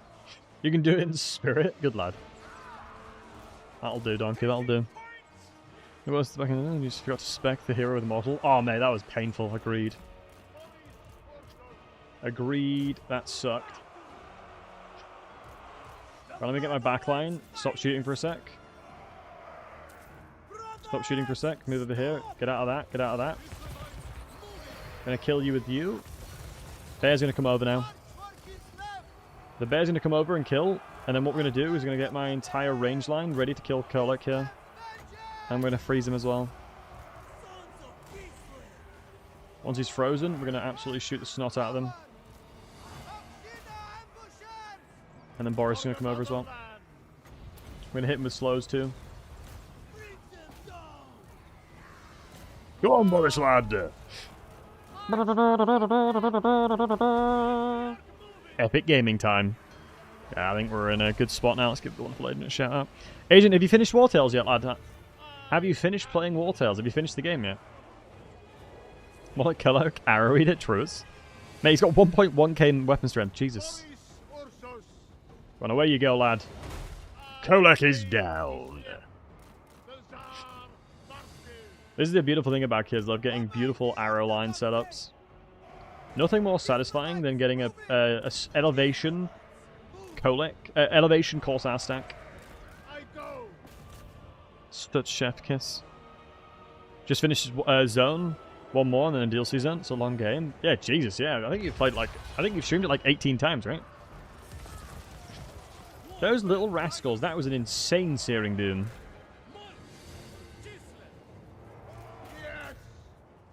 Jeez, that was an insane searing doom. Right. Shades aren't needed anymore. Shades are no longer needed. We've got it done. The hardest part of the battle has been finished. The hardest part of the battle has been finished. Oh, Freya wants attention as well. But yeah, if you guys don't know who the wonderful Agent #1 is, an amazing guy. I'd recommend checking him out. Super wholesome hunk. We've known him for bloody ages. And you were scared? Yeah, this is actually so free. She's licking the mic. She's saying hello, guys. Thanks for putting your stinky mouth all over me. Love you too. She gave the microphone a big lick. Guessing that's her way of saying hello. Anything for Kislev. Annihilate them! Moving! Guessing that's her little way of saying hello to you guys. I love Boris. What a unit, dude. What a unit. You can see when he hits as well, because he's got such high bonuses as large.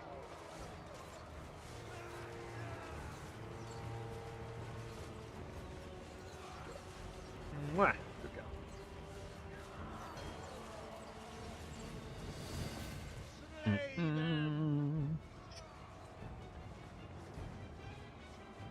Running out of ammunition, which is a bit sad, but should be fine. What I'm going to do is stop the backline shooting for a little bit. I don't need to keep shooting. We're gonna need to kill the hell cannon at some point as well.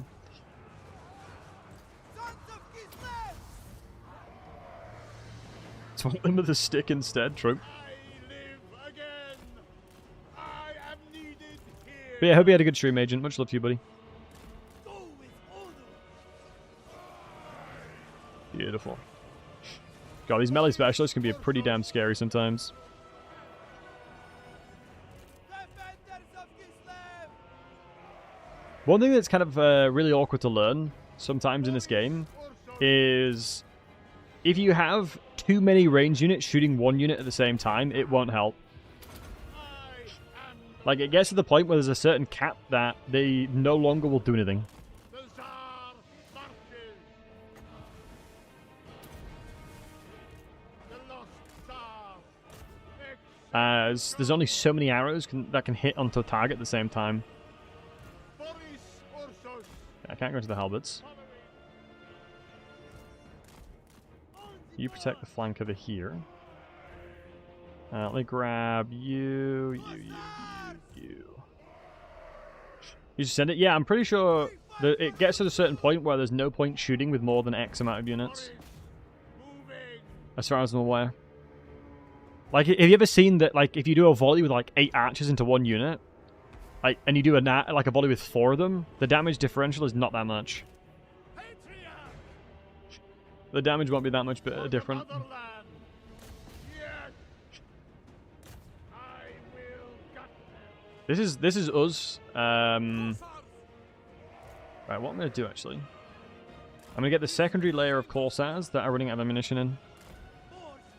Gunpowder units don't suffer this curse? No, gunpowder units are fine. It's only arrows, typically speaking. Made by the Fireglaze gang. Fireglaze. I think Fireglaze is one of my favourite. Of course I can AoE it. I should have done this. Because watch this. Look at this. Look at the damage difference. 23. Pauses. Wait, I thought this... Oh, it gives accuracy, doesn't it? It gives range and accuracy. So now all the hits will land easily. Let me shoot down here because they'll splash damage to the guys at the back as well. Oops, I should not be fighting you for no reason. Father bears instruction, guided by good. Ah, so let Boris go ham. Why not, eh? So insane. It's lasering him. Frost Maiden, Lore of Ice. If I cast this as well, it'll push them back too. It'll push them back to allow us to get another volley off.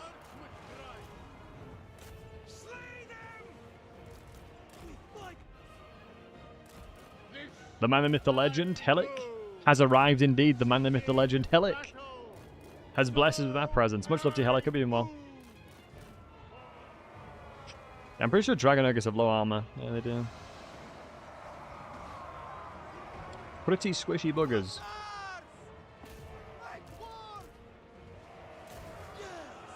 Let's get our bears moving in.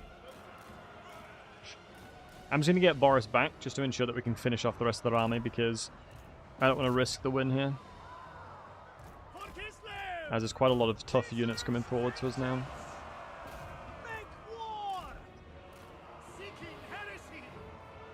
Let's do this.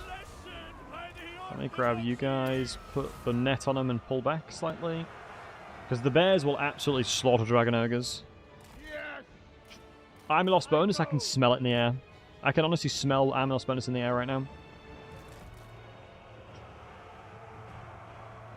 Army loss bonus is not far, boys. I am the storm. Oh, this is a beautiful one. Yeah, we've run out of ammunition. Shame there's not a lot of things you can do to get additional ammunition as Kislev. Turn it is going pretty well. I managed to turn a decisive defeat auto into a pretty victory. Well done, buddy. I am the squall. Good lad. Ice and glory. Yeah, I'm going to get the bears to chase. And we'll just keep casting here. Yeah, that's army loss bonus for sure. Apart from these boys over here. Because now they'll attack because army loss bonus has happened. So that's one way you can kind of cheese the air a little bit there.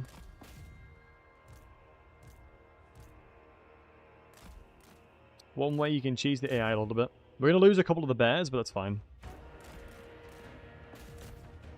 Probably should chase down the thingies. Does it support Brave Browserland? Look, really, I'm almost certain it does.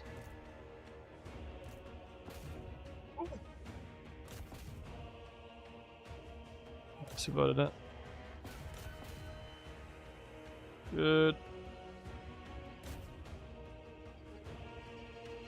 I don't think there's anything else I can chase quickly. Chaos Trolls are like whatever. If they're not armored, then they're not a problem at all.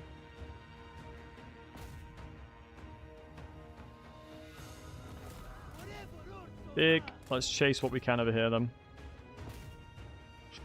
If I can get a drive-by on these Chaos Halberds, I'll be happy. But that's GG, boys. That's GG. Where the doubters at? That's all I gotta say. Where the doubters at? Definitely doing slow-mo because I panic trying to manage all these cavalries. That's fair. Slow-mo is the way to do it, my man. 100%. Slow-mo is the way to do it. You don't need to push yourself to do it too fast. Right, so that was 2 goddamn armies, might I say.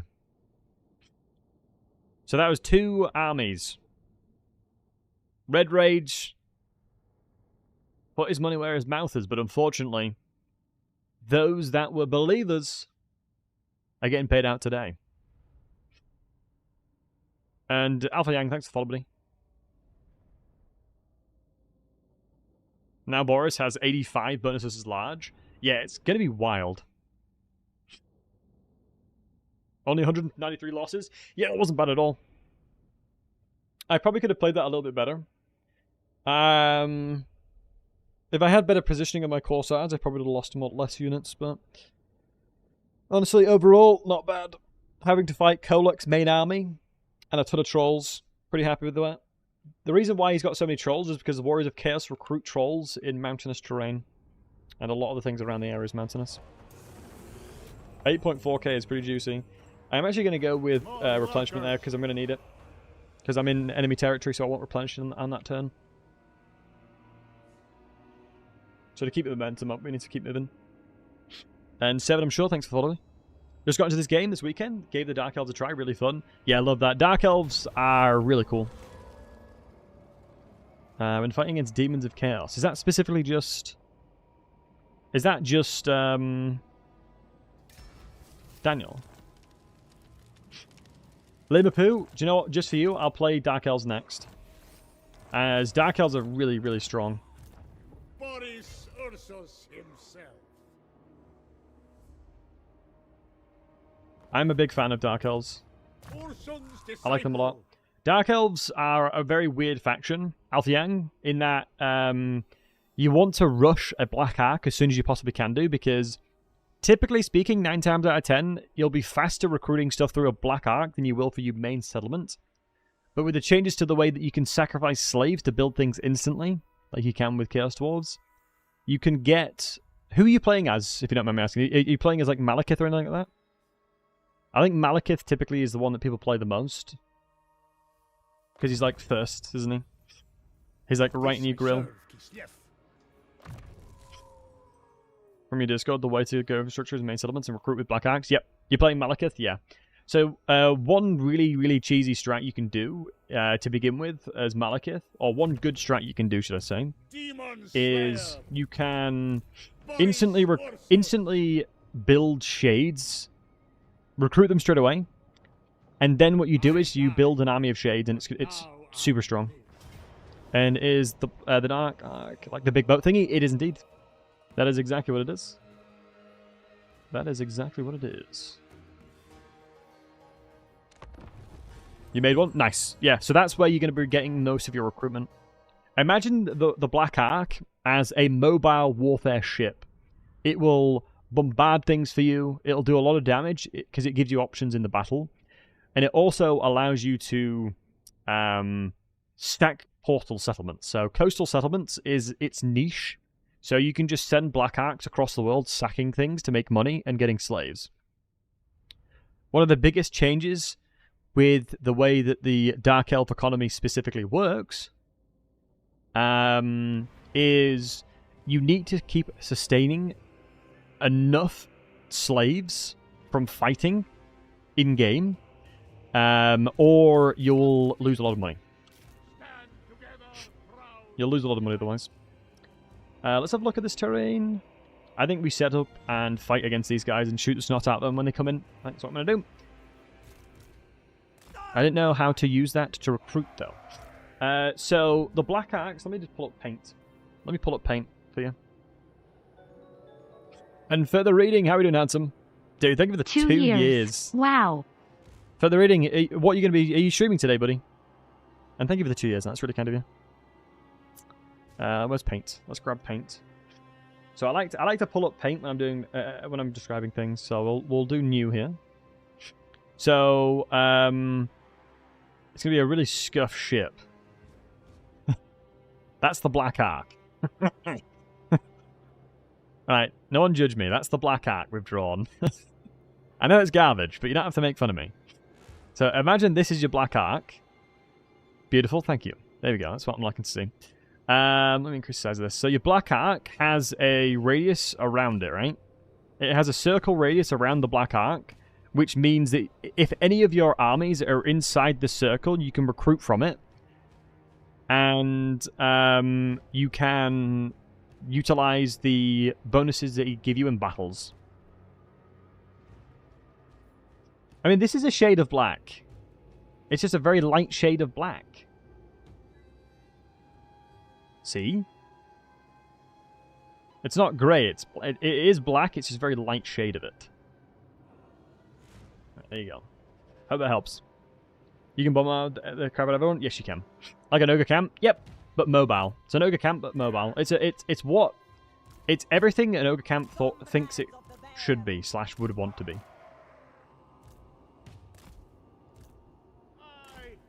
What do we want to do here, folks? Yeah, definitely just shoot the snot out of these guys. I think this trio can probably just kill all the rest of it here. So I'm happy to set up my army correctly here and just run over here. You hang back. And then what we'll do is rows of 4. And we'll take advantage of this terrain here, which means that it's impassable terrain. So if you have your cursor on something and you're hovering a unit and there's an X, it's impossible to go there.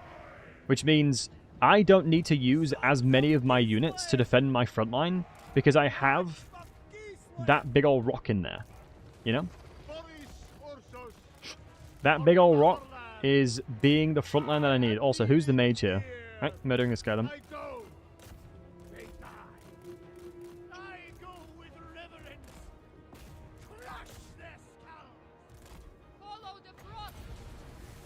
Ooh, that's not ideal if my... I've got to run the other way.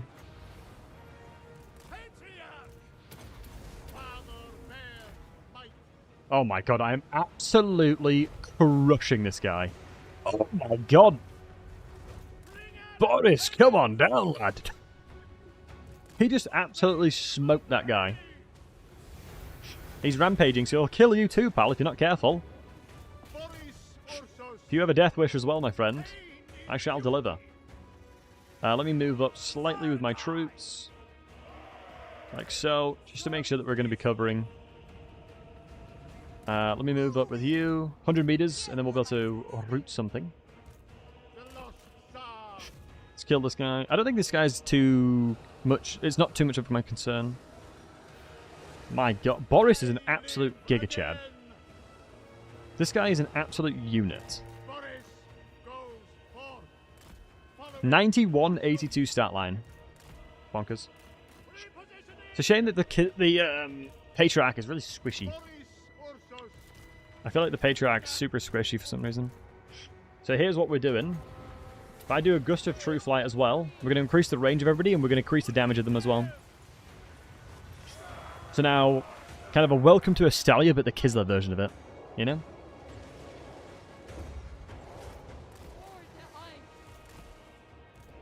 Welcome to Estalia, but the Kislev variant. This is the reason why I goddamn love Tempest Magic. Welcome to Erengrad. Like that, James. Like that. Yes. Welcome to Erengrad indeed. Patriarch can fight this. I don't mind popping a heal. I'm gonna freeze you and shoot you. Welcome to Kislev, comrade. Start throwing out some magic here, helping them out. Put some fatigue reduction down there as well. Let's just keep him his fatigue replenished, and then just get the bears on the side. Let's buff up their accuracy. So, if you guys aren't aware of what accuracy does, it is way more overpowered than you can probably imagine. So what accuracy does is makes it, I mean, it sounds very stupid to say this, but it makes it more accurate, which is true. But it makes it significantly more accurate. So you're going from a situation where you're going to be missing most of your shots to hitting everything. And it is actually insane. But it's like, it's hard to quantify what accuracy does. One of the best suggestions of how to fully understand and quantify how much accuracy does is if you have any artillery pieces, if you hold down Alt, you can see the radius of where they're accurate. And if you give them accuracy, you'll see it shrink to like the tiniest little hole ever. Because yeah, even a tiny bit is insane. Next thing you'll be telling us that you get wet when you go in water. I mean, technically you don't. On a technicality, Matty, on an atomic level, you don't actually get wet. Thank you very much. On a molecule level, you don't actually get wet. So joke's on you. Joke's on you. Yeah, isn't it like something like when you are? Oh no, it's like it's to do with when you're touching water.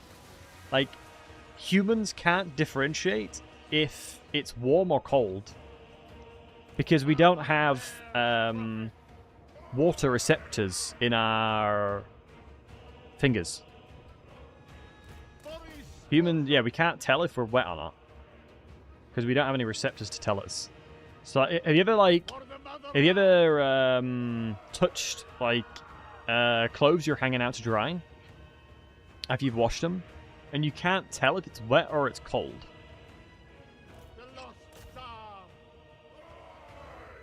Raises the precision in? Yeah. I mean, the fact that it increases the range as well is huge.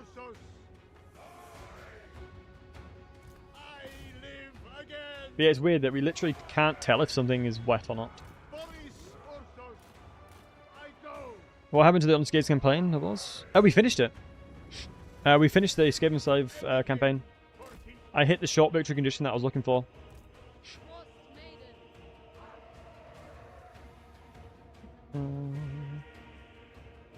It was way easier than I thought it would be.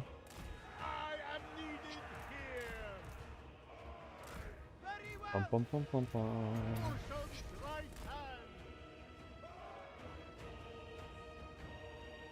Also, you're like 80% water. Yeah, in fairness, we are. I think we are like 80% water, right?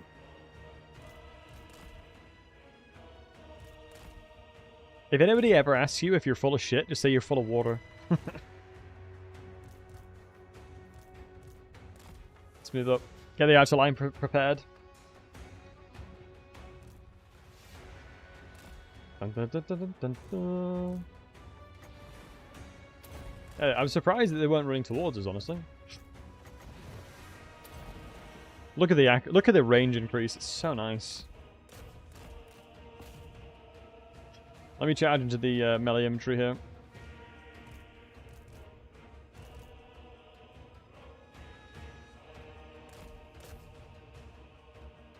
Beautiful. I'm surprised that loss bonus didn't kick in, honestly. There you go. Nice.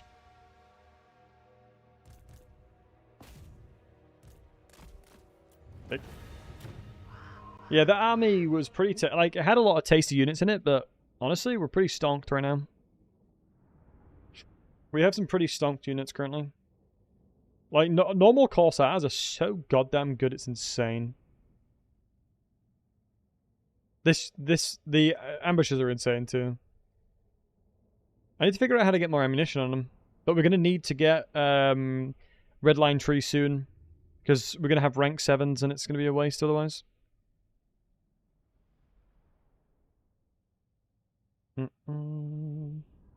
Yeah, ergo, it's one of those things where a campaign like that, I think, just gets boring after the short victory condition. So that's why I stopped playing it. I did 2 streams of it. But yeah, I'm pretty sure, like, on an atomic level, you never actually touch anything, if I'm not mistaken.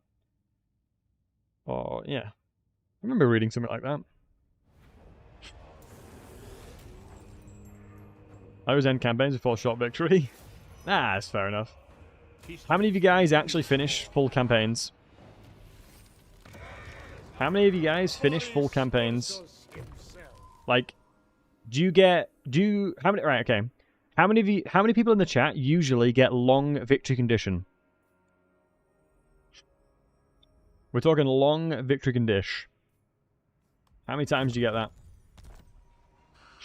You need to listen to the map's red. I respect that. Never. Usually for the achievements. That's fair. Mr. Stream? Yeah, where's there go? Always. Interesting. Rarely. I do if I'm enjoying it. Yeah, that makes sense. Almost always go for the long victory. Really?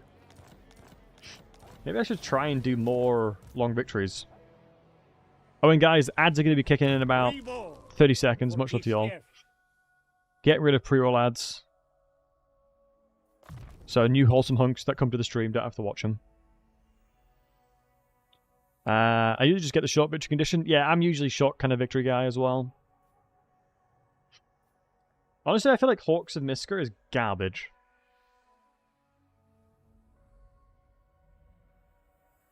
I swear Hawks of Misker is actually trash. The damage victory condition? God damn it. When do we get anything useful here? When's the, Oh, dude, this is insane. Cooldown reduction with spells? Yes, please. Ooh, we're gonna get Warbear and Guardian Call soon. I mean, the Disencourage is probably going to be quite good. Maybe for the leadership penalties. Anything for Kislev. Maybe for leadership penalties purposes. We've actually gotten a lot of money from all those fightings now. I know Hawks are just garbage, but I don't understand why. The damage is so low. I think it's probably one of the only Vortex spells in the game that has no armor piercing. It is 6 damage with 0 AP, which means... I mean, we'll do the math. Also, thanks for the follow, Max. We'll do the math. Look at this, right? If we're talking about an armored Corsair, right? We're just talking about simply an armored Corsair. Statistically, the damage that the armored Corsair will reduce of that 6 is about 60%. Because there's no AP. And Emakai said it as well. It's an advanced spell. You'd expect some overpowered, stronger tiers of spells. So it's going to be reduced by 60% on average. And statistically, it could be up to 80% on the high end. Which means instead of doing 6 damage, you're going to be looking at about 1 or 2. And 1 or 2 damage into an entire lot of entities is not a lot. Because that's 1 damage per entity in the unit. So if you're talking about a unit of 100, it's 100 damage. On a spell, that costs how much is it? 13 to do 1 damage per entity? At that point, cast Hailstorms, you know? Hailstorm's more consistent, and the AoE, the radius of Hailstorm's pretty huge. There's no friendly fire. Honestly, I would honestly... It's the argument of, by doing damage and killing units, you are mitigating damage your units are taking in the long run. So if you're mitigating the damage you're taking in the long run, that is indicating that even if you do a little bit of friendly fire to your own troops, in the long run of that combat exchange, it's beneficial. So, you don't need to worry too much about friendly fire damage. You go to the other Kids of Law. Yeah, I mean, we actually have the ability to recruit an Ice Mage now. But I don't think I want to have it in just Boris's army, because I think Boris is strong enough. Do I play any of the Total War games? Yeah, I play 3 Kingdoms and Shogun, usually. That's what Igot said. Nice. I follow the bear. We played Shogun 2 fairly recently. Goddamn loved it. Sieges in Shogun 2 are some of the most fun I've ever had in Total War. Setting up firing squads just to like wait until poor buggers climb the wall and he's like it's goddamn amazing. Born to die. Such a savage game too, I love it.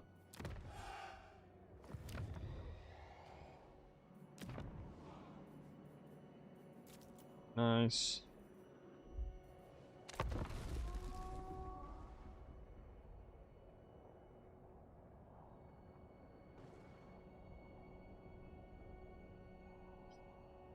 Do I still mitigate in the long run if I overcast Burning Head and it somehow directly turns into my units? Yeah, just say it is. Because as with most things in life, if you say it's worth, it's worth. Even if it's definitely not worth. As long as you say it's worth, it's worth. I mean, what are your troops going to say about it? They're dead. Take it from Gelt. Some of you may die, but there's a sacrifice I'm willing to make.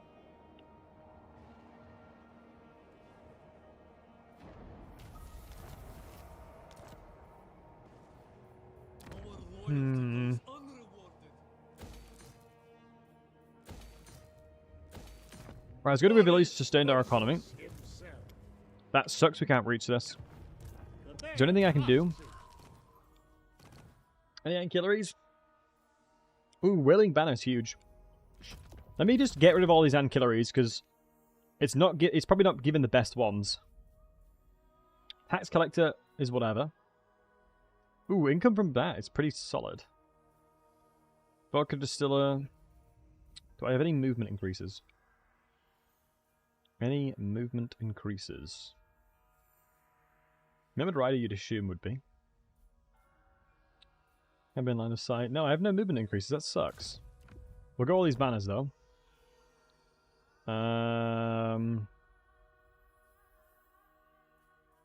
Upkeep reductions, why not?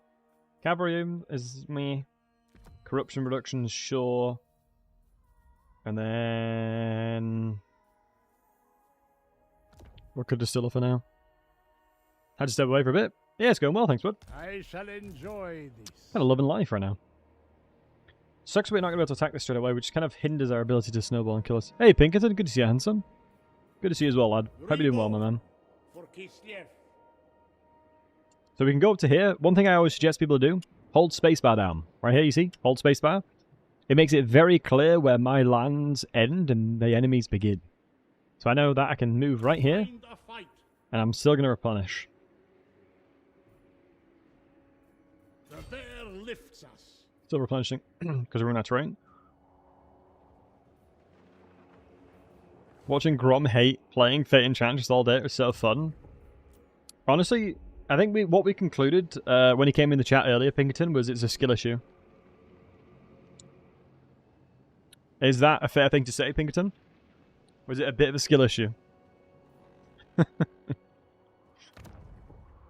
As every single time I've ever watched Grom stream, he plays Kislev. And Bretonnia is a lot different to Kislev. He kept asking you for help. Oh. Yeah, Bretonnia's a weird one. Bretonnia takes time to learn. Oh shoot, we still have loads of corruption here.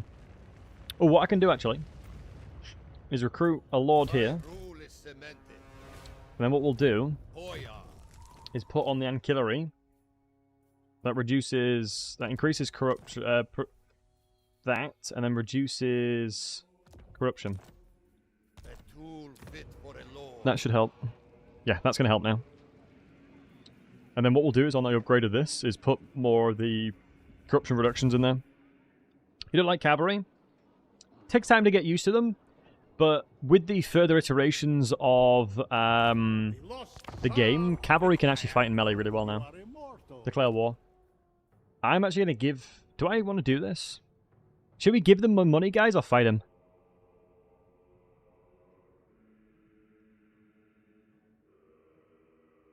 You hate Imperial authority, killing the Lord should improve it. Depends on the Lord.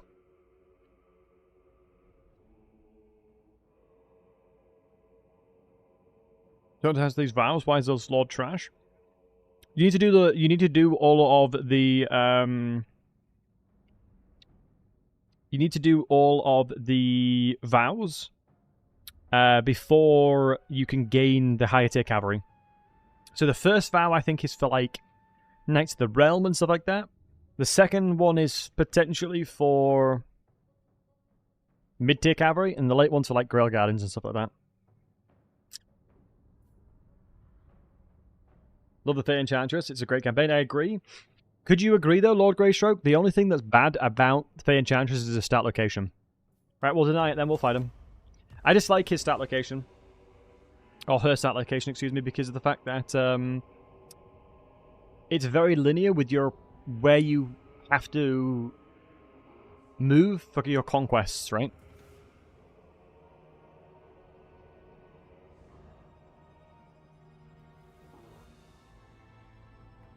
So what you'll see oftentimes, is when I play Bretonia, I have 3 lords following my main lord around. So I can do their vows, and then make them lords later on in the game. Demon Slayer! We are invincible, Kislev. What was that? One of us. One of us. Your lancers bring you the bones of a long-lost Tsar. Discovered while patrolling the Oblast. Poggies. One of us.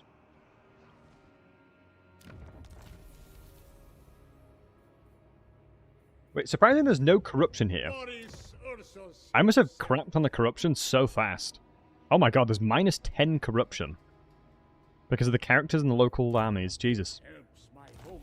We are really screwing all... Ooh, I should have sacked it. Oh well. Forgot I should have sacked it, then took it. Disciple. Where is she in the old world mod? I actually don't know. Where is she in the old world mod, Fearless? Serve me. Honor Ursun. Oh, Guardian Call. Love that.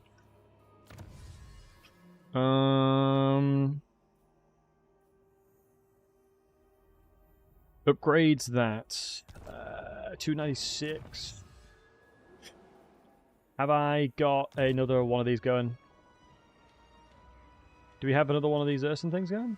No, we don't. Let's continue on with Urson. Invoke. Wait, I swear I do.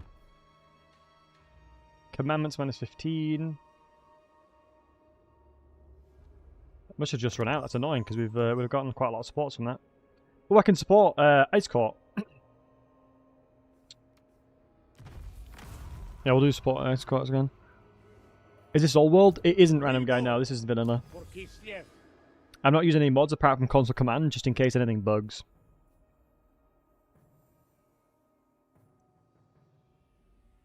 Our mission for Ice Guard. Ooh, oh my god.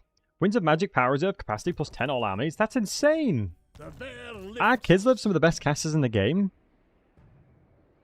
Ooh, these Norscan buggers. No! These Norscan rats. Wait, can I attack him? No. I seek of power. Highborn son. Not a Norscan chance. bloody rats. Cements my power. We'll be fine. We'll take him out next time. I honestly probably should start recruiting over here some Streltsies. Streltsies go brrr. And we'll put a mage depending on where we need to be. If I see you're not in the arm anymore, Milch presence of 10, you're still in there. Once they've moved, then I'll do it. We'll take out you. Wait, I'm going into the depths of Grimgore. Surely progressing in this manner, I'm just going towards Grimgore. I'm basically opening Grimgore to have fun at my expense. Oh, we'll see. Say my name, say my name. Good old Grimgore. I think Grimgore's garbage. There, I said it. Fight me if you want, guys. I think he's garbage. He sucks.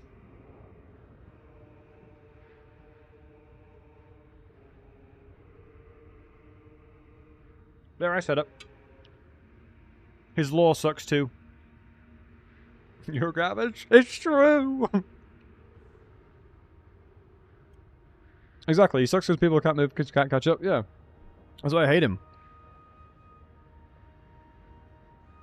What am I eating? This is a chicken wrap with taco seasoning, peppers, and onions.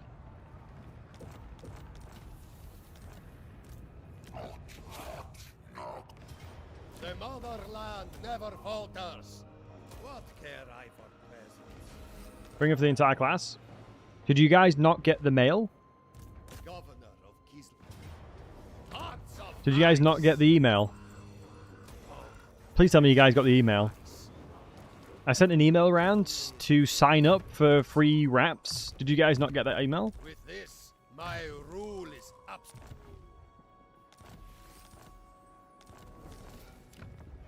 Boris Ursus, Nice. the lost Tsar, returns. You got it, yeah, Coffin? Yeah, so, Coffin, you got some free chicken wraps, right? You did? Where's your wrap? You did? Where's my wrap? Oh. Maybe postage? Some weirdness with postage sounds like it's going on there. Yeah, I'm not sure about that. Some weird postage issues, probably. Just keep a lookout, okay? You literally ate chicken wraps today? How did I know? I have cameras in your house. No, I'm joking. We eat chicken wraps quite a lot. Chicken wraps are like a staple in this household. We have it like a couple times a week. Most of the time. But then again, what we do is we'll eat the same food over and over again. And then it'll be like, I'm kind of bored of that. And so we won't eat it for like a month and we'll go back to eating it loads.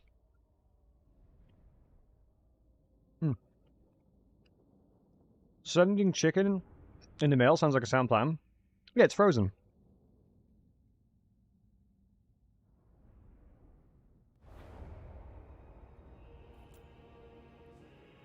Also, Doom Redcoat, you're gonna have to let me know. What approach did you go with the chicken wrap? Is it like a mayonnaise, chicken, lettuce kind of angle? Or is it a taco-y seasoning angle? Because in fairness, chicken wraps are pretty versatile.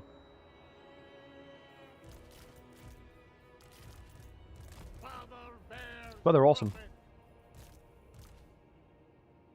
Remember Mordek Kolek? Yep. Honestly, Boris can snowball really goddamn hard. Hey, dude, not toasting the tortillas is a sin. I don't think toasting tortillas is that common in England. Like, I don't think all the homies from England back me up here. We don't toast it much. I don't think. I don't think it's a very common thing to toast the tortilla here. I go with garlic sauce. Love that. Lettuce, beans, and something in between. Love that. Redcoat, love that. Sounds good, mama. Sounds good. Garlic mayonnaise is one of the greatest gifts to this earth.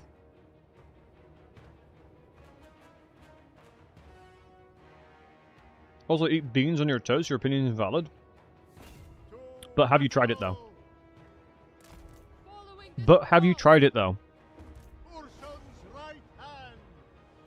Answer me that, and then judge it.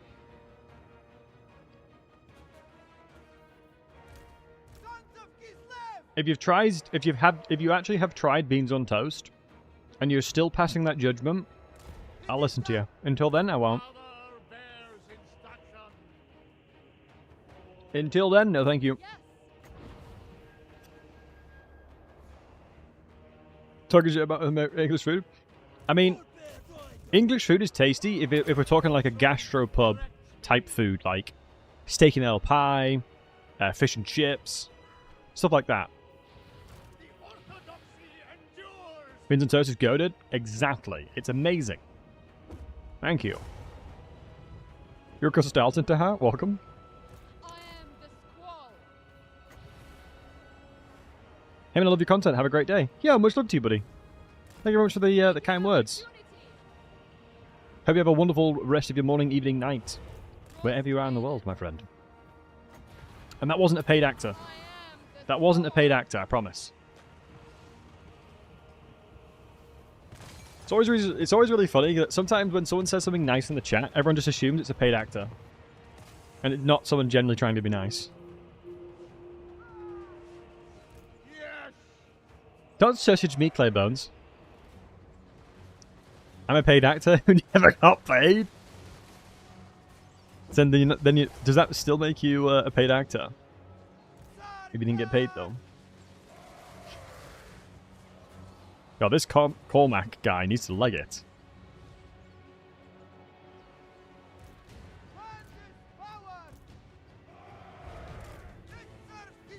At first, we don't even need my melee troops over here.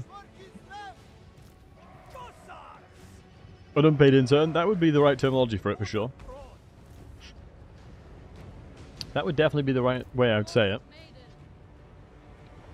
Let me finish this one wrap off, why not?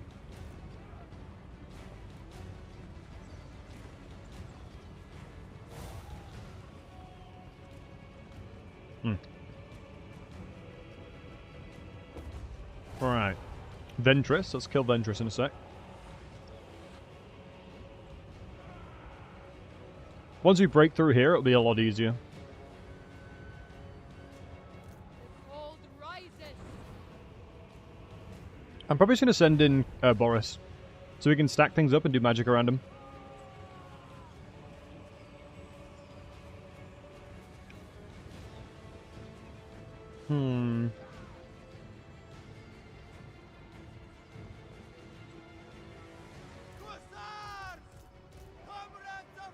Yeah, they shouldn't have any towers up, so we should be fine. Look at that, even 100 armor is getting clapped. Because he turned around and his shield wasn't facing us. Frost maiden. Heals Hawks, 0 AP. It's literally not, it's not, it should be something I cast because it just doesn't do damage.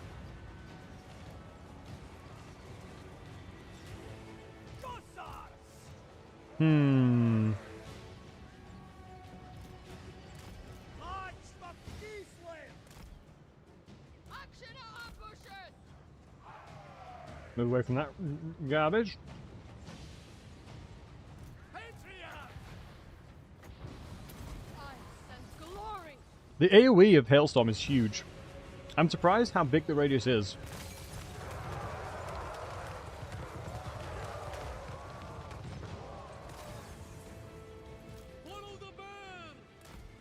I'm pretty sure Hailstorm is significantly bigger than Searing Doom. If I'm not mistaken, I think Hailstorm is significantly larger than Searing Doom, but it also is a lot cheaper. Slash cost effective. Because I don't think Searing Doom has 100% AP explosive. Decisive and Overcast? Damn.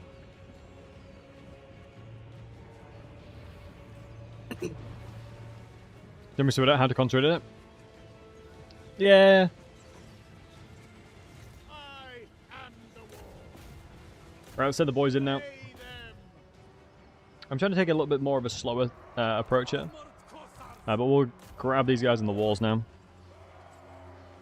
Boris, ursus. I am the war. Servant of the I think the Shard Blade, even if they run out of it, I think it still sustains. Bring out of penance. But situations like this is huge. Here it doesn't matter that we're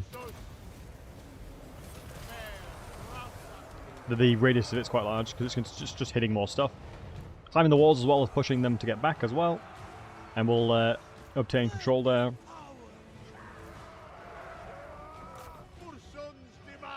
Good. Also, Taha, it's interesting that I think of all the people that I know that like Kislev, I don't think anybody prefers Castalton. If I'm not mistaken, Castalton's not lawful, is he? He was made by Creative Assembly, and so was can't believe I've forgotten her name. Not Coast, it's Coast. Where is she? Silostra. Silostra was also made by Creative Assembly. You prefer him? Why? He looks healthy and wholesome. Ronan, are we talking about the same person here? Oh my goodness, You are getting slapped, sir.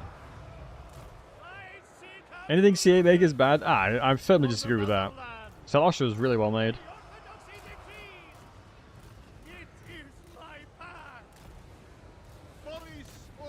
Yeah, I'm going to firmly disagree with that. I think she's really well made. Salosha. He makes Corsair even better. Does he? I didn't realize he made Corsairs better.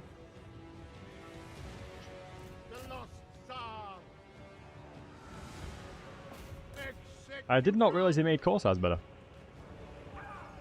I wasn't aware. I don't think I've ever seen you place Vampire Coast. Are you planning to? Yeah, I play Vampire Coast very rarely, but I always enjoy it when I do.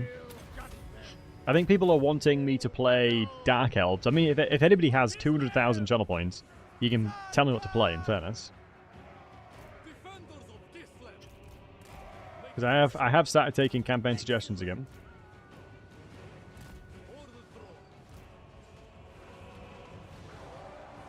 Your basic gives them 15 attack. That's not too good. Because I can't bend Dark Elves. Well, there you go. Can't take a load out? Nope. Alright, which Dark Elf Lantry? Message me on Discord to remind me, and I'll play it after this. Simple as that.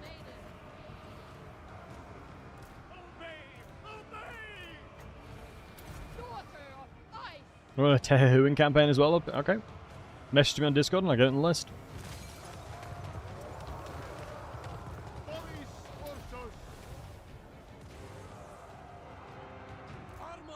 Ooh, the halberd's gonna be a pain in the butt.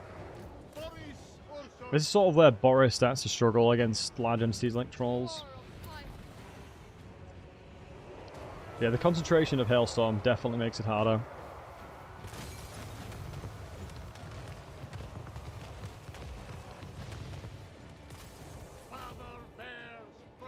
Beautiful. DMs, yeah, just message me on Discord. It's easy for me to keep track of it. Just so I make sure to do it.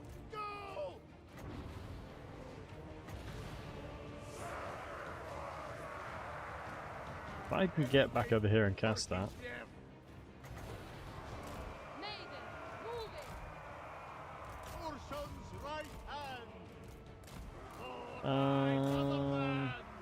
Wow.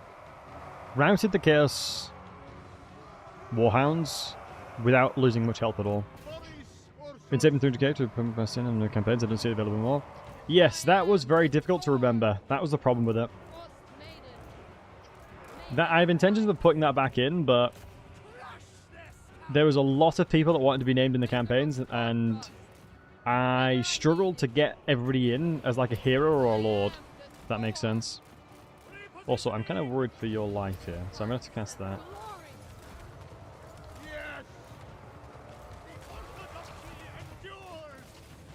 I'm hoping the Hawks just allows you to run away.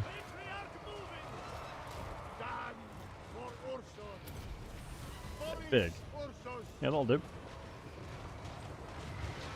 But maybe we'll introduce it in some variant like that as well. So I think it's a cool idea, and I like that I had that. But I'm gonna have to figure out a better way of implementing it, I think. But yeah, being permanently in the campaign is pretty dope. What's the ability on the right? The Bitterness of Winter. It reduces leadership and speed and vigor. Well, it increases vigor, so that makes it so that they'll hit to the point where they get fatigued a lot quicker. I should honestly be in casting over here. I mean, my armor corsairs are pretty damn spread out. This is an overcasted hailstorm.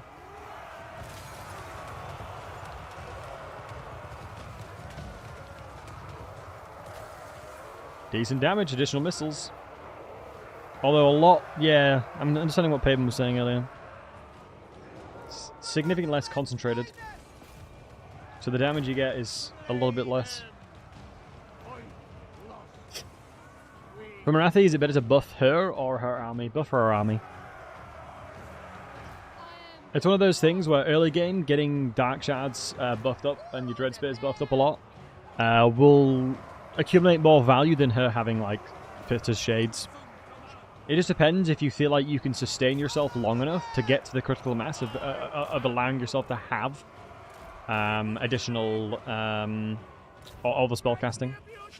My preference is spellcasting, but I would say the most consistent play would probably be to buff your army, because Warhammer 3 is very unique in respect to buffing your army has never been better. I don't think the game has ever been in a place quite like what Warhammer 3 is currently. Because they've buffed up buffing armies a lot. Mainly because of the fact that a lot of units have received significant buffs, and melee units are a lot more viable as well now. Wow, these casts are coming in really clutch. Yeah, a lot of them. Ooh, also, if I do this, that'll probably get them to rout as well. And it'll be like a snowbally thing. Maybe even cast the Hawks of Miska here. That would have been pretty smart, actually. Didn't need to, though.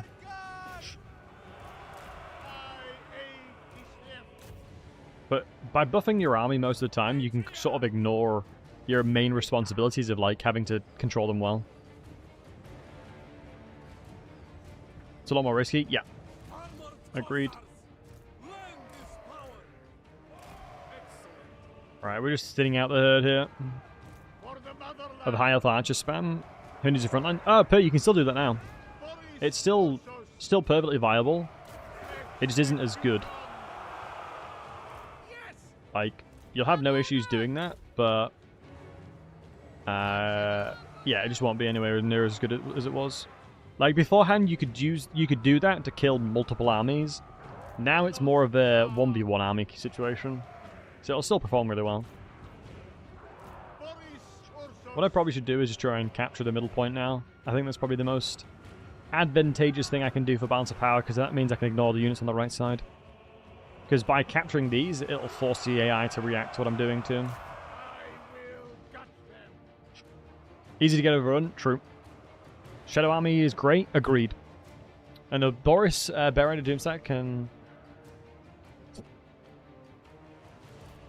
Alright. Wait, what are we being shot from? Why have these Corsairs got 45 models? Let me get these normal Corsairs to shoot down. But yeah, if we move over here,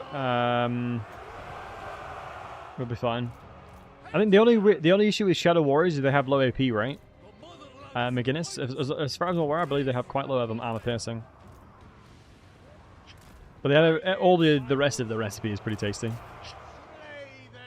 Have they got any of this open? Yeah, it's an open plan on the left side. It's a shame we have no healing. I think it's Castalton that has passive healing, isn't it? If I'm not mistaken. Does Lothario still have a split stat? He does, yes. But you can choose to give it up, I believe. Corsairs do at low HP. I thought it was just you get Courage of Sacrifice at low HP. Because the Courage of Sacrifice is tied into Castalton's as far as I'm aware with healing. Yeah. Normal Corsairs don't get that, right?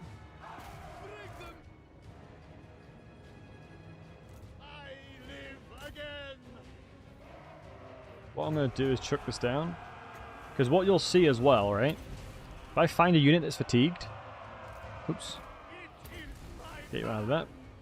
If I find a unit like these Warhounds that are fatigued, you can see... Not that one. I need someone really fatigued. Here we go. You can see that the leadership is reduced by 2, because they're very tired. So the more tired your units are, the more leadership penalties they'll take. I think -4 is exhausted, potentially. God, these really are wanting to kill this Patriarch. The infantry is coming over for the capture weight, as cavalry is about double the capture weight.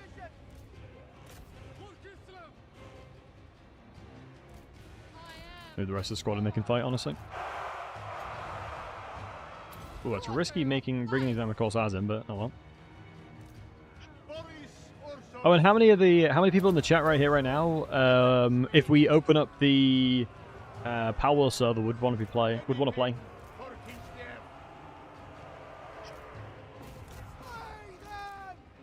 As we have sorted the server out. Matty, you want to play again? You want to play over to you? Okay. If there's enough of us to make up the same numbers-ish, I'll crack her back on.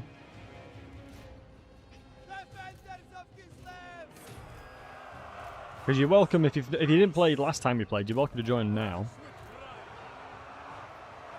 You're more than welcome to join. Let me cast this to try and get their leadership penalties. Because it should hit them with a -16, yeah. That is pretty insane how much leadership debuff that is.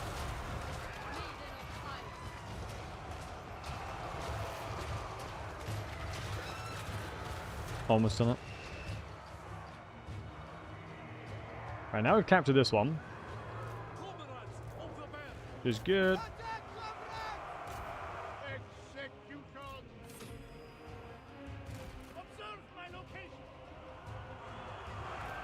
Now he's need to funnel in. Wait, they're not actually climbing the ladders. Oh, some of them are. Some of them are, but that's not too bad. Yeah, the minus leaderships there were brutal for the trolls. Absolute savagery. Yeah, these guys 100% have been slapping those bears up. It's unfortunate. I suspect if we reconvene with our main troops here, we can probably get army loss bonus kicked in. If you're newer to the game, army loss bonus is what's happened right now. Once they hit to a certain threshold of the balance of power is so far to the other person's favor, the game's like, yeah, they've lost. And you get minus 120. Which, funny enough, Dwarven Ultimate Crisis armies can actually still fight, even with that happening. Those buggers are resilient. Do not shame your ancestors, as the Dowie say.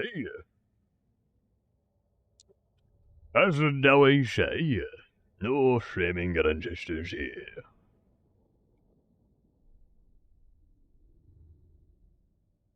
And Famous Ronan, I think you're on the Xbox version as well, right? So I think it's unfortunate that you can't play together. Which sucks. Alright.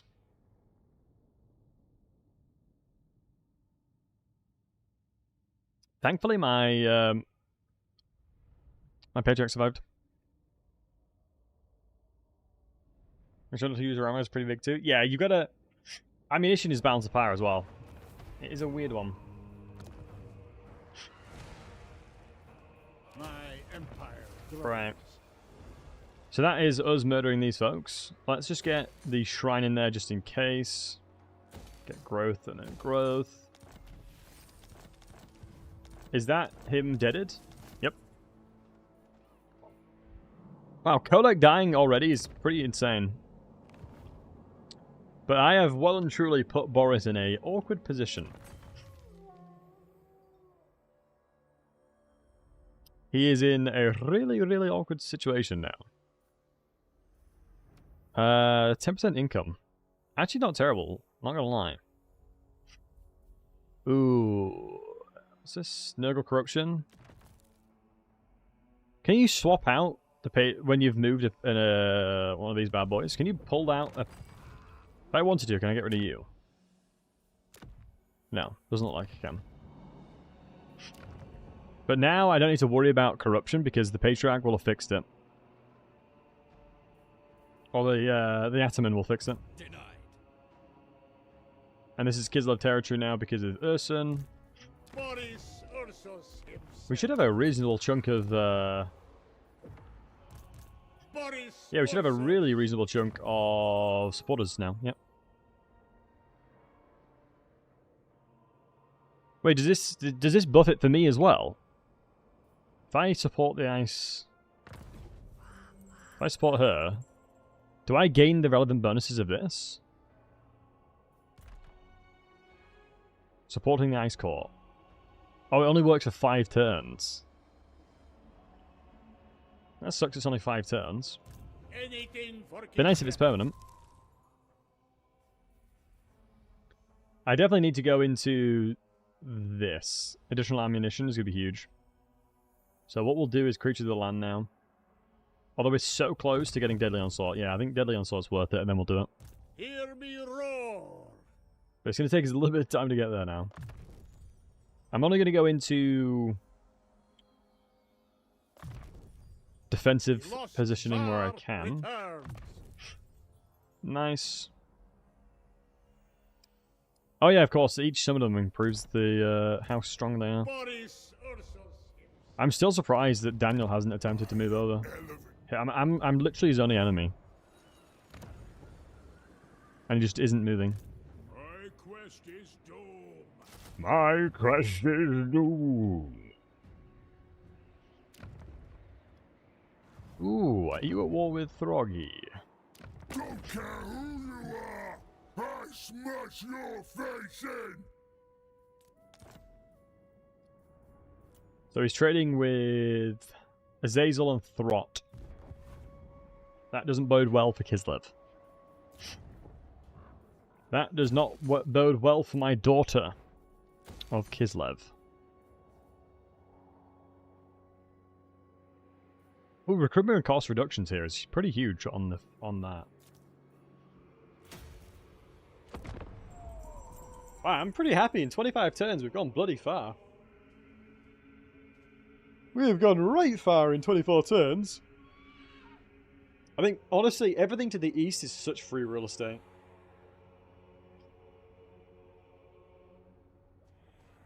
Pretty much everything to the east is like pure free real estate. It's brilliant. I wonder if Caron of Gorhunt is going to leg it, or he's going to try and fight us. And I think we could all agree it's probably going to be a big mistake for him to try and fight us there. Death to all who So it oppose makes me. sense. He looks for peace. If we do this, we could focus on the east, but I think we kind of have him by the balls, so we probably should just kill him. I think he ran away. If I'm not mistaken, he ran away. I don't think he came over here. If he did, then this is going to be I annoying. return. It's going to be a case of whack-a-mole. So Boris goes. Yeah, he's there. Oh, if I had the movement, dude. All chaos. If I had any movement, Smote. life would be good right now. Reborn. Nah, let's just keep replenishing. There's no point chasing it because we can't actually hit him. We've met Grimgor now. I think Boris's army is honestly in a really good spot. High priest. AI loves running. Yeah, it's so frustrating. The AI can be like that. Ooh, I want to be a little bit careful with money spending right now. We're in the deficit. Trek. Journey son. Military presence still 10. I've been using Gotrek for this entire time to try and defend. Screw it, I'm gonna get my Frost Maiden in there now. Maiden of the Frosts. Torlana, Veteran of Prague. Let's have a look. Son of journey. Ooh, cavalry units. That's huge, actually, because we're going to be recruiting bears here. That's pretty unbelievable for us right now. Trek. That means we can recruit bears at rank 4 then, once we upgrade it. Journey son. Big. It helps my homeland. Nice. Keep chasing Norskins, murder them. Ah, here we are. Here he is. Harald Kilgore has made his appearance, folks. Harald Kilgore has made his appearance. We have 4 Streltsies, which I'm very happy about.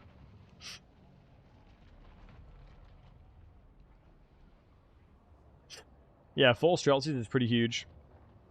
Which makes me think that we're going to be in a pretty A-OK situation for murdering him. Yeah. Flying Harald comes in. 4 Streltsies just start pewing away at him. Yeah, we're laughing in that regard. Lost So he's not in Tsar here. return. But he's not in any of his settlements. Reborn. For Kislev. Where'd he go? Oh, he's there. He's literally just legging it. I have survived death once. He is legitimately legging it. Do you see how he uses Streltsies? Yeah, it'll be a bit of a checker box angle. Ooh, another +2. I don't think that stacks, though. It could do, technically. Let's have a look. That is a really awkward army to fight. And he's Zinchian based, so he'll have magic. So this is going to be a case of sitting in settlement. We have relatively good units, honestly. Monster Slayer. I'm pretty confident we should be able to defend this. Demon Slayer. It's a shame Streltsys are 140 range, which is lower range than, I believe, pretty much every other gunpowder unit. Demon Slayer. From a same genre. And Gals, thanks for following me. Yeah, from the same genre, I believe that's the same. Let me just rack the brain real quick. Dwarves, 145. Thunderers, right? 145, yeah. Empire.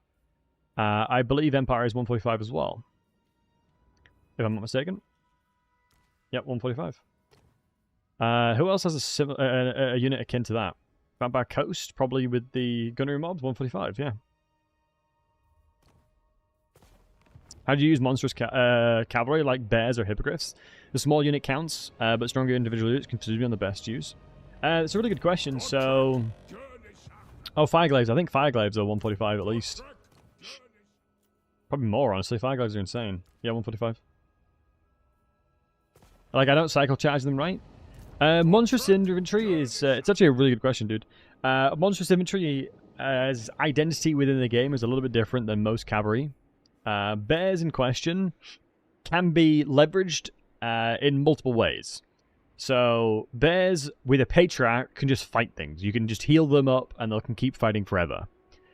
Or you can leverage them as a hammer and anvil type unit where you just look for skirmishes around the battlefield and not individual fighting, because Warbear Riders will lose to any halberd unit, but they'll beat pretty much any swordman unit because of their high damage, great charge bonus, and just in general, their ability to get around the map and cause fear and disruption.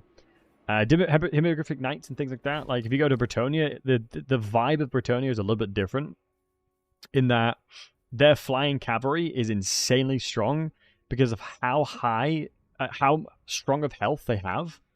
You can just have a mage just be near them and they'll just kill everything. Just keep healing them up. Keep healing them up.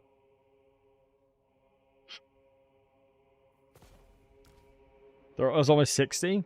Yeah, that's not even me fighting Norskins. I think Boris will give them. We will have +2 melee attack from Arkin, +9 melee attack from him. Yeah, we'll have a +11, is it? Yeah, another plus cheeky 11.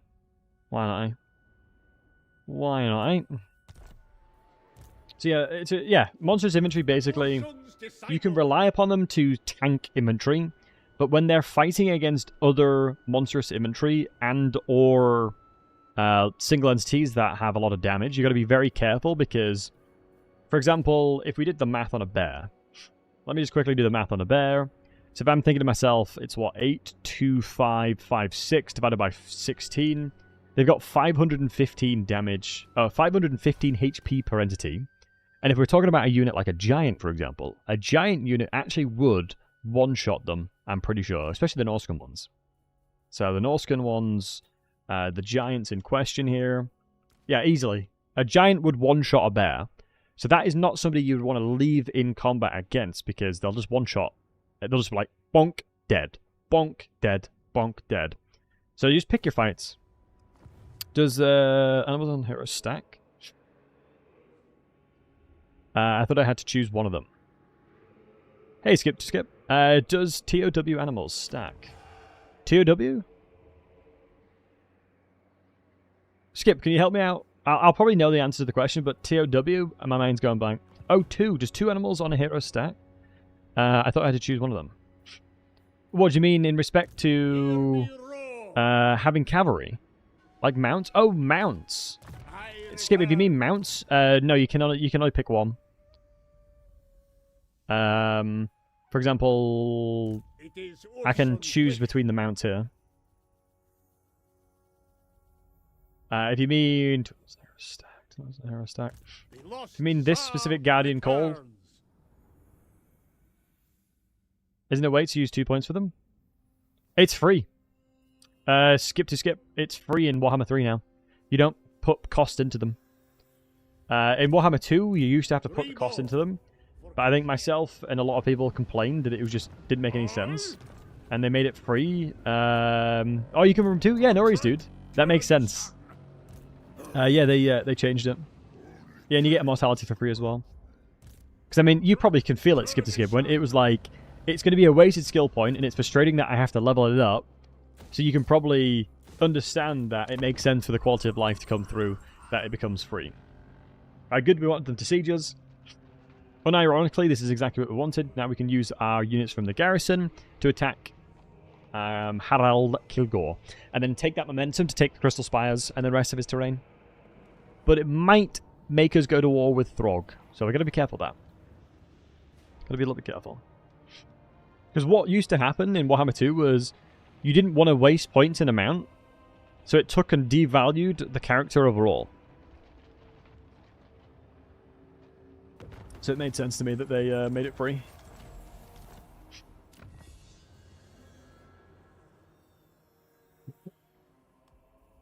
Ursun sends us a Got the gift. corruption reduction.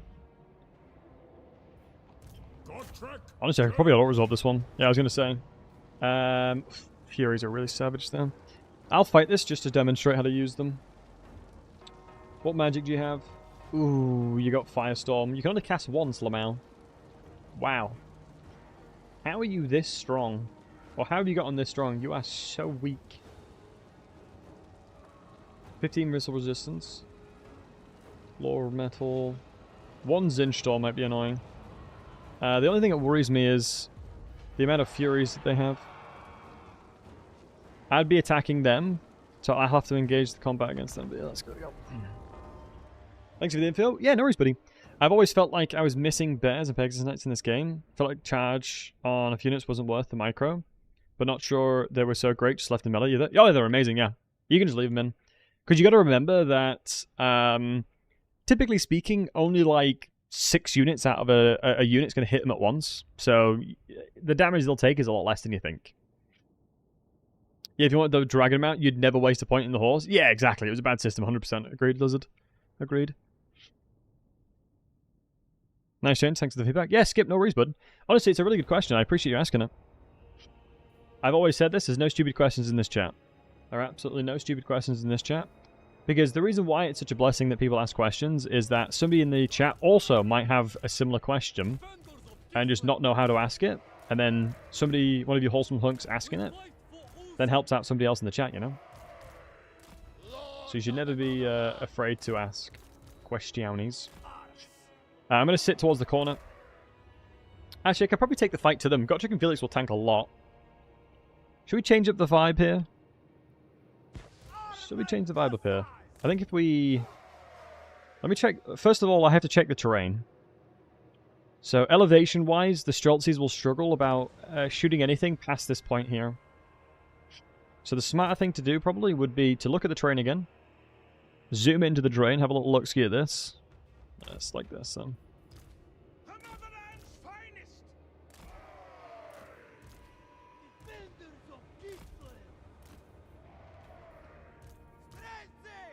Something like that will be fine. Thought of an adapted checker box. Because the main thing is killing the Furies before they become a problem against me. As we have an insanely strong front line. And what I can do, if I check a box them like this, I can put these heroes individually in front of the gunpowder units to make it so that they won't be interrupted. And then hold a defensive position on the sides.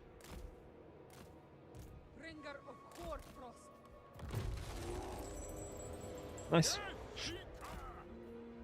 What I'll do is just use magic, because demonic units have physical resistance instead of armor, so... Absolutely suck against Zinch units. I think most people do, because Zinchian units are really frustrating to fight, because blue horrors are so cost-effective. And what Zinch does, typically speaking, is has a barrier, so they'll out-trade you most of the time. The only people and the only factions that do well against Zinch are, like, the Elves, for example. as the elves have insanely high range.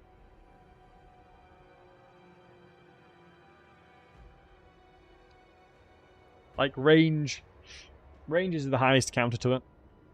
Or range is the biggest counter to all things Zinch. That's why Teclis has a really nice stat location. So this is me adapting to the battlefield and seeing what the AI is doing. I'm preemptively moving my units to the left flank there. Because my Streltsies will cover the middle flank.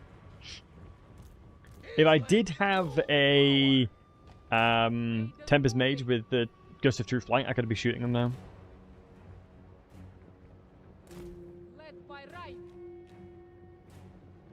So we have a really nice crossfire here. I'm going to turn you guys around just in case. Depends on how long it takes Harold to get closer. But that is a wild stat line, and we're also really far away from each other because we know that he can cast one of the firestorms, so we're just keeping an eye on the fact that he can cast a firestorm. And then here we go, this is what we're looking for. And then since we have preemptively set up our armies properly here, it should be quite easy to destroy him. Yeah, this is just... Oh my goodness, he's absolutely destroying my mage.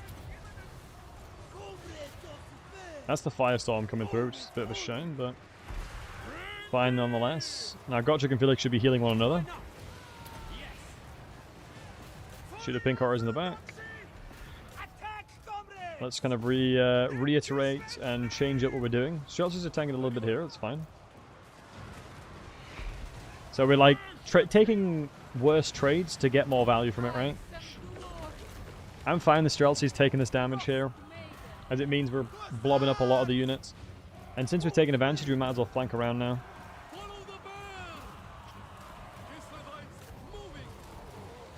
Might as well get these units activated as well. Good, General's dead. Another cast coming through soon. Shoot next to you, you shoot you. And a garbage unit like the dervishes are now holding up 3 of their ranged units. And yeah, Gotchik and Felix are just healing each other, so that's fine. Beautiful. I'm going to try the lizard mod that lets you go hunting for dino eggs and has no dino units. Oh, that sounds sick. That sounds dope. Nice. So not as pretty as it could have been, but we got her done. We got her done. You guys have no little taverns? Yeah, Gotchik and Felix are insanely strong. Especially for dwarves. I honestly rushed Gotchik and Felix as the dwarves. Because they're that good. Skaven tanks with kids? That's not Skaven. A Dowie box is a Dowie box.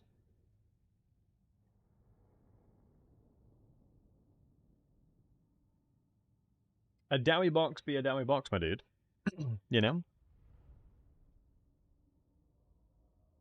Lost Calm, Jurassic. Maybe I should play it. I'm going to imagine it's not very balanced, though. I imagine it's probably not very balanced. If I was going to hazard a guess, I would imagine it's pretty much not balanced at all. But that's the fun. That's where the fun can happen. Yeah, we absolutely crushed this army, geez. We literally hardly lost anybody. And since it's my main army that took a lot of the damage, we can take replenishment from the fight. Take replenishment from the fight and start laughing. 10%, beautiful. That now means he has given up his terrain now. God, it's so annoying. Wait, can Gotrek go underway stance? No, he can't. He can't. How far do I need to be?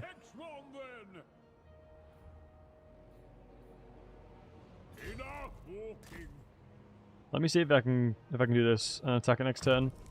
I'm not going to be too afraid if he can bring anything else, because I'm going to bring Death Frost as well. Hey, Tian. I mean, in ages, how fares thee? Thy fares well. How art thou? Hope you're doing well, buddy. Right, so, what do you have left here, lad? A timely arrival. One settlement. Are you in this settlement currently? Yes, you are. Wait, where's your secondary army? Boris, ursus himself. Are you part of the province? No, you're not. I Yeah, I'm less inclined to care about you then. Forward to this. Done. Let me get peace and then start focusing on, Can't go underground, that's a grudging, I know, right? Ursus Absolute grudge, disciple. indeed. Do we start trying to beat up Grimgor now? I'm just afraid if we start fighting Grimgor, one of them's going to fight me, and I would love to know who before I fight. Boris, ursus himself. Let me move towards Grimgor. Nice. How did you find the balance? Bracket? Oh yeah, good question. What top tier faction most hated tedious faction for you to play? I guess this goes for chat as well. So what's my most tedious faction to play? I guess in some ways Bretonia, because you've always got to remember how to do the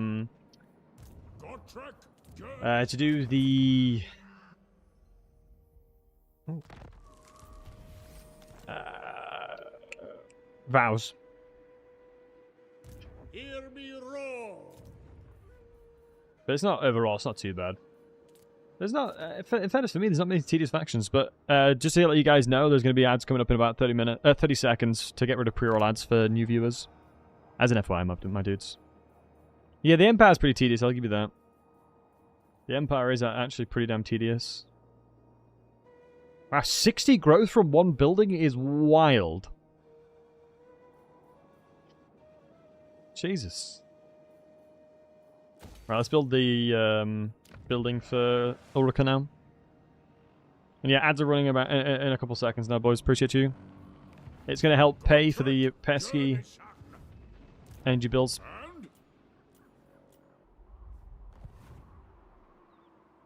Keep thinking new viewers from getting hit with an ad is brilliant.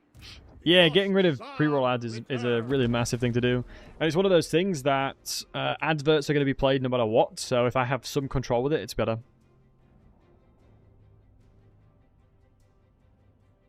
Oh, you meant the best one as well, Tian? Oh, my favourite's the Dwarves, 100%. The Empire desperately needs a rework. I think the main thing with the Empire is that it's outdated. It doesn't necessarily need a rework, it more so needs to be updated to the pace of the game.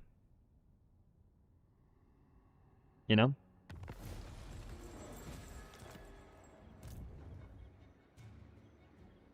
Fighting Ashangi is boring and tedious.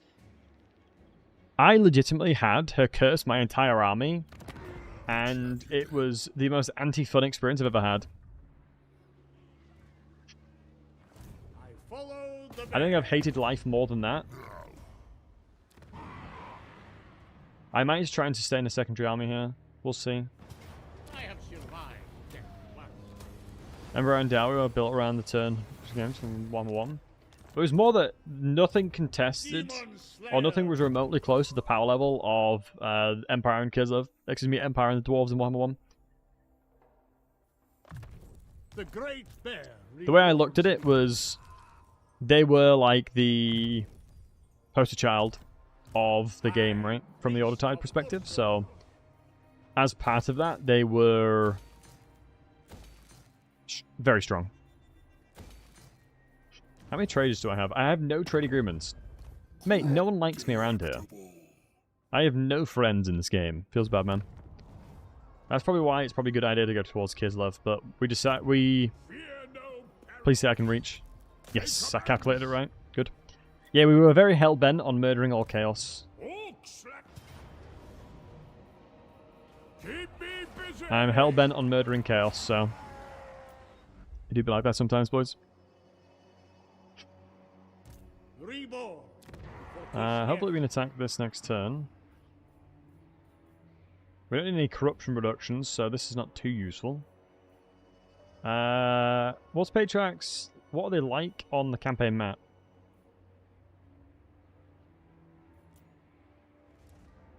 Damage building, wound, and hinder replenishment.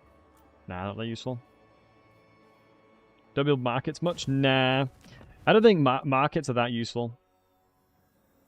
The markets are only viable inside of, like, Kislev, Prague, settlements like that. I don't think it has value outside of it. Like, 100 money compared to 50 from the farm, and I get recruitment reduction and growth from the farm. It's not a lot of money. Like, look at this. 1,000 to get 100 back. 1,455 to get 150 back. So an additional 50. 1,940 for another 200 back. It's so garbage, the money. But yeah, you have to have Prague or Kislev for the markets to be worth to build. As it's not a lot of money otherwise. Is there any unit I can get into Gottric's army? No, I don't think I have any regiments right now that can do that.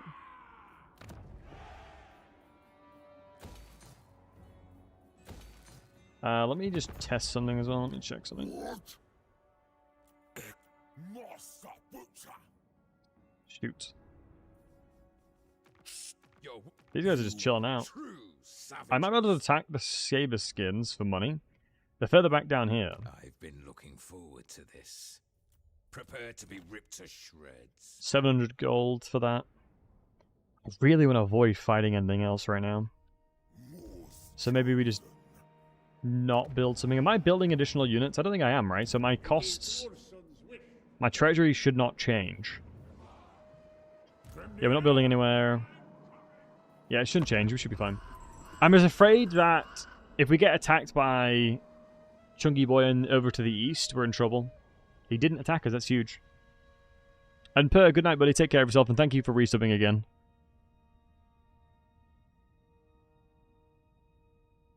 Let's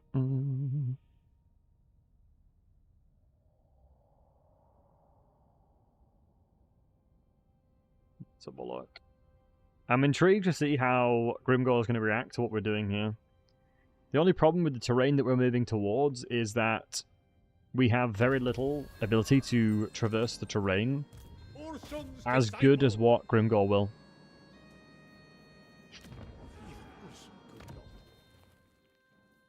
Yeah. Yeah, you have to have a capital, so it only becomes valuable at tier 4, right? Tier 4, getting tradable resources plus 30% is pretty useful, but for specifically Boris, nobody likes me enough to trade with me. I have no one that wants to trade with me, so I don't really get a lot of value from that, unfortunately. Nice. Getting those bears in there, insane. They print off nothing but value. We get bears in there. Mages leveled up again, which is huge. Ice Sheet honestly makes sense because of the amount of range units we have. We can slow units down.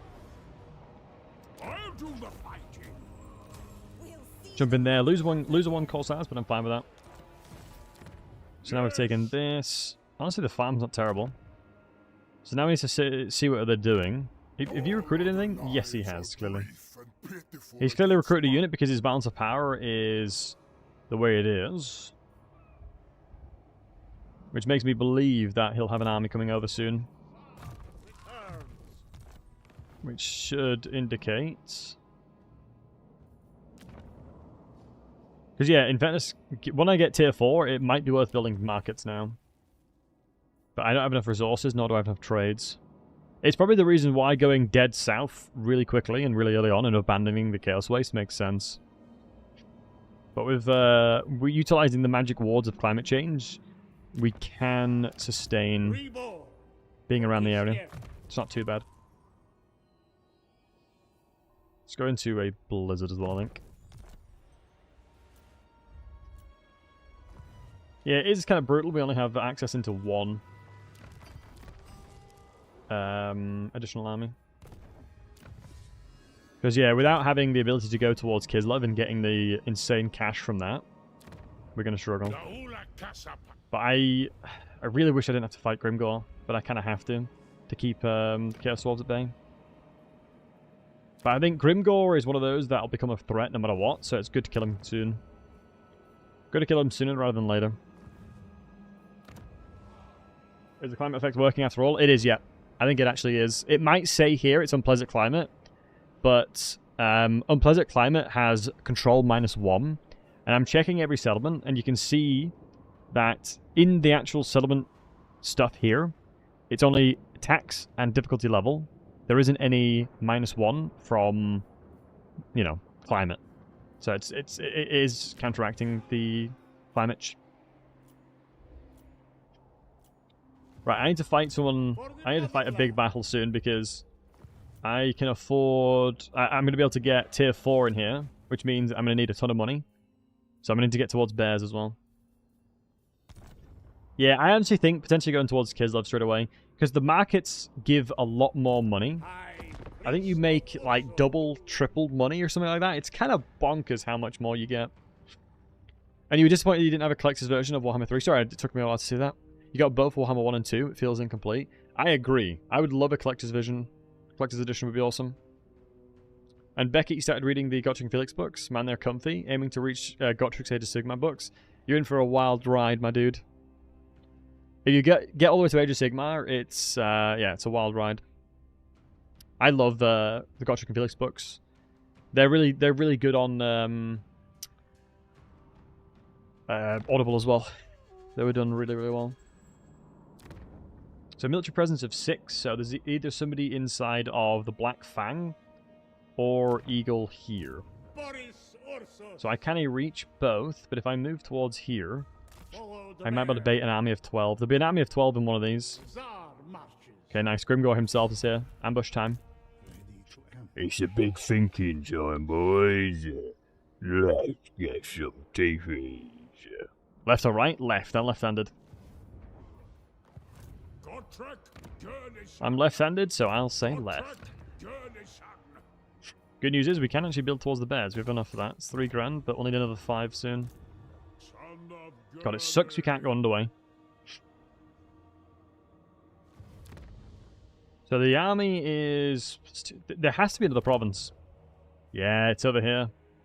Military presence of 4, which means there's an army of 12. I think the smartest thing for me to do is delay my assault against them. And wait for them, and then we'll take another settlement once we've killed his army. Who is he wagging against? I don't think it's me, because I'd see the green around my settlement. It would have had a pop-up as well. Because my capital's here. So, yeah. Can you roll the wheel? No, we don't have the wheel on for this campaign, lad. Diamonds are forever indeed, and then we'll go... Yeah, the diamonds are actually worth it, because they'll generate enough money. Here he is. Bossman himself. So that's the army that we saw the balance of power shift for. So this is what we'll have to deal with.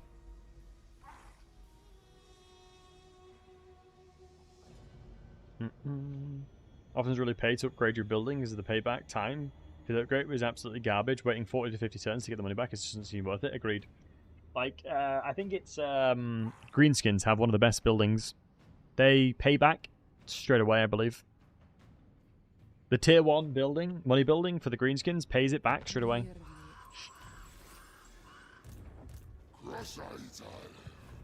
Oh, wow. Grimgor's just sitting in here, ready to be murdered by me. He was not reborn for this. Alright, let's show you guys why Grimgor sucks. Look at that, low casualties.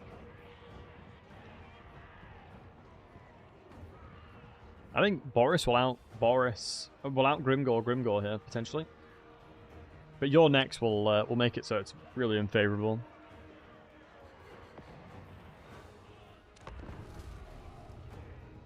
Let's get in there and get stuck in, shall we, folks? Campaign kind of seems that you'll be infinitely expanding until you hit Cathay in one direction and the edge of the map into the other. Pretty much, Claybones, yeah, pretty much. Honestly, pretty much. It's very strange in that it works in that manner because the smartest thing you probably should do is just go straight to Kislev and protect and kill Throg and kill Throt. And then align yourself around Katerin before fracture becomes a problem. Because in that context, you'll probably be allow Kislev to be the strongest it can be. What I honestly can do is just sit down hither. So what I'm going to do is grab you. Let me just look at the terrain. Yeah, happy with that.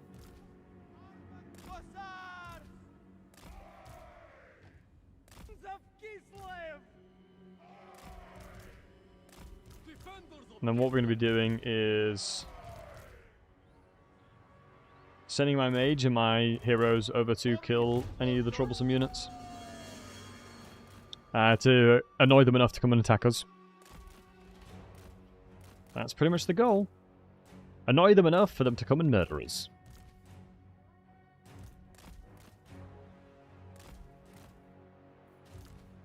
If Boris goes in here... I honestly think Boris can just run in. I'm pretty sure he's at a point now I can just send him in, because he's got 80 melee defense. My, Patriarch, not so much.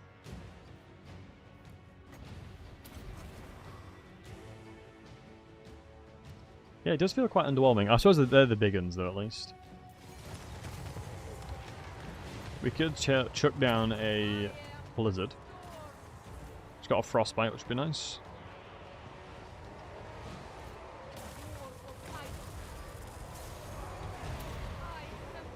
How'd you get Boris, Crispy? Catherine. Excuse me, a Catherine quest battle is how you get him, matey. Boom, look at those stonking stats.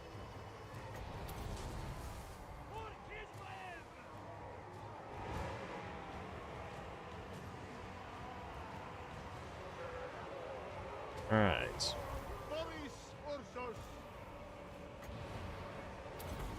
Nice, we've annoyed him enough. There's a mod. Do I still have it copy and pasted? No, I don't. How many messages have I done in the chat? Can I see? Yeah, there you go. If you want to get him straight away, you can use that mod, and it'll give you one. It's that one, right?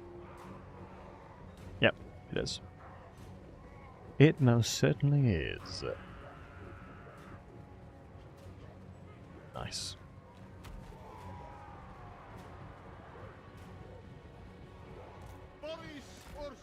Do you think? Do you use the fearless hero, the woman vampire? I think. Yeah, I normally do, but right now I can't. I can't afford her. She's an expensive lass to get, I tell you.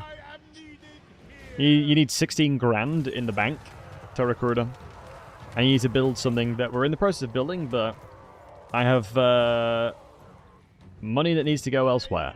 You have to hold Eringrad, Kislev, and Prague for 10 turns in the RSC to get the quest for Boris. Yes, you do, Tubushi. Exactly.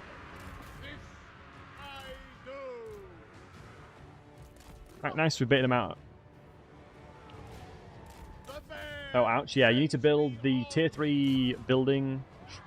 Ooh, these are big. Oh, no, they're not. So, really fun fact about the greenskins. This is one of my favorite things about greenskins. If any of the greenskin unit has big in its name, quite literally, it's called something big. Guess what, boys? It has anti-large. Which is true. Love the greenskins. Love how simple they are. She's voiced by Shadowheart's our girlfriend, which is neat. Oh, really? That's dope. I mean, Katherine's voiced by Lazazel. I wonder if Warhammer was the gateway to them getting, like, loads of jobs. Dope, so. How are the greenskins in 3? Any of the gobbos are great. Any of the gobbos are really good. And I'll prove it. Look, we'll prove it. If you don't believe me, I'll prove it. Look, let's have a scan. Let's have a scan. Okay, scanning through. Nothing has big in its name, so there's no anti-large. Nothing has big in its name. Oh, Orc Biguns. Yeah, you guessed it. Anti-large. Savage Biguns. Yep, we guessed it. Anti-large. Let's have a look at the cavalry, shall we? Let's have a look at the cavalry over here. Let's have a look. Let's have a look. Let's have a look. Oh, it has big in its name. Anti-large. Anti-large. Anti-large. It's not a tutorial quest, right? It's an IE. What, for Boris? No, you need to do a RSC specific campaign. It's not in the Mortal Empires yet, I don't believe. They moved Skarsnik from Scrolling and Goblins lost a silver shield. I mean, Gobos were OP though, my god. Goblins with silver shields were too much. Goblins are already are still overpowered. Goblin Big Boss, checking mate. It's War Boss, it's not Big Boss. Oh, Goblin Big Boss.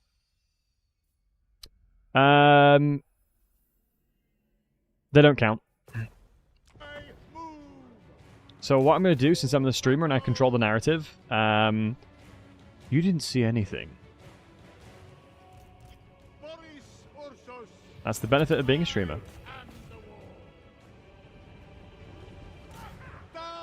Mod check, exactly. See? Layman Poo understands. Nothing happened.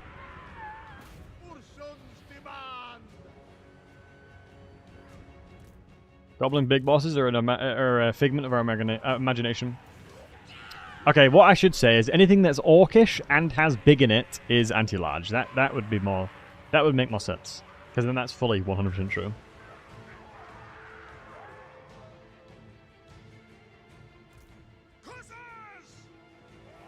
Big guns in its name? True. No goblin has big guns? Yep. Has to be an orc.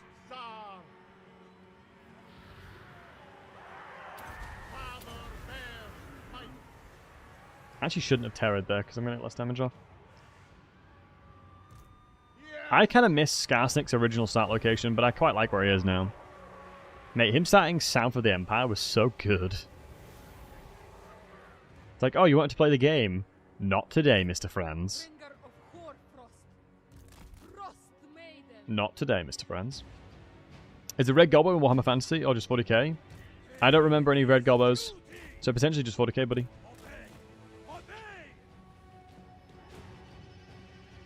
That'd be good. Like our big boss. Right, everyone's just spreading fake news now. Everyone's just spreading fake news.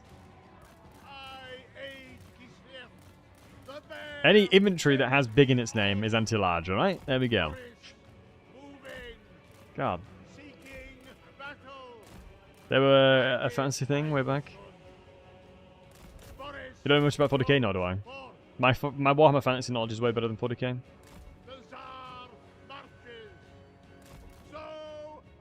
Skaven out real Inquisition?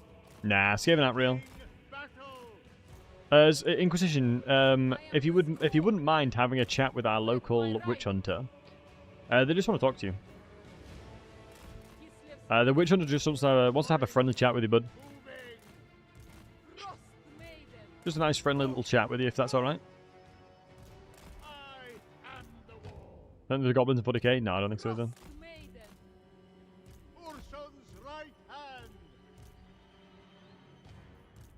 It wasn't me, it was the one armed heretic, I swear.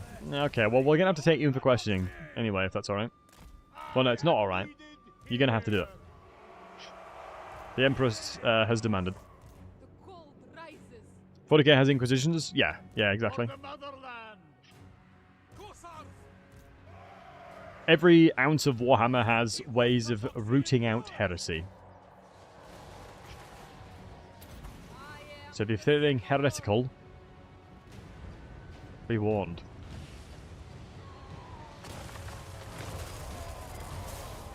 I like how it staggers. I really like it does stagger. I'm curious to see how good the unit spawns. How strong is this unit that spawns? Relatively solid stat line, honestly.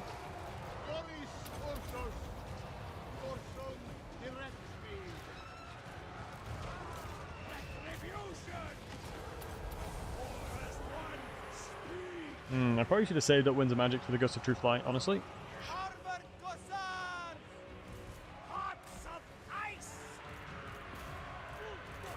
And we'll just use the bears to cycle charge around over the back. Chuck that down. I'm honestly going to ignore Grimgore. Imagine this. Imagine being Grimgore and being... What is he? 38 speed, Lamel. What, Grimgore, you want to come and fight me? Come on, Grimgor. Maiden. Seeking opportunity. Oh, I shouldn't have got too close. Forefront. Good old Grimgor being useless. Power of winter. For the ice. Gotta love him. There's an Inquisition in Fantasy in Celia. I mean, that's Celia's Dogs of War, right? Oh, I should have netted him. That's what I should have done. Very well. Frost maiden. Daughter of ice. Nice, heal up tons. Ice. I'm gonna kill the rest of his army. I honestly don't need to bother with trying to kill Grimgor. There's no point trying to kill Grimgor. Southern Realms, yeah, I thought so. I think Dogs of War would be a cool DLC, but there's probably cooler things you can put in the game. You definitely expect it to be something. Spain, basically, yeah.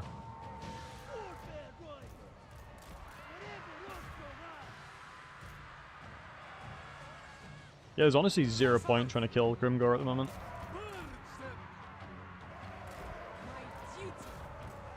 Because his army's going to betray him soon enough. Is he unbreakable? No. He can become unbreakable, I believe. Grimgor can get unbreakable, can't he? Quite easily. Does Grimgor get unbreakable through his tech? Through, like, his skill tree? Red line? His red line? Do you mean yellow? Yellow, I was gonna say. I'd be like, insane if it gave him unbreakable. Through his yellow, red line, buffing his troops. Guided by ursus. To battle. Frost maiden. Kislev doth endure, my boys.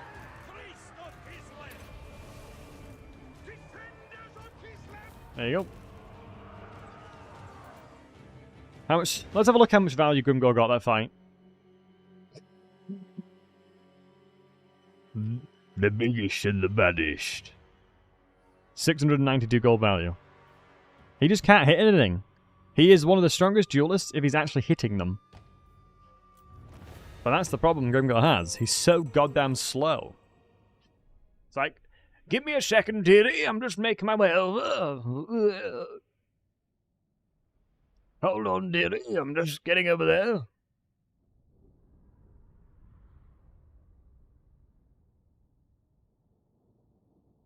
Red one goes faster. That's amazing. Honestly, you'd need to paint him. Yeah, you'd need to paint him purple at this point. He would need to be painted purple at this point. I think unless he was painted purple, it wouldn't work.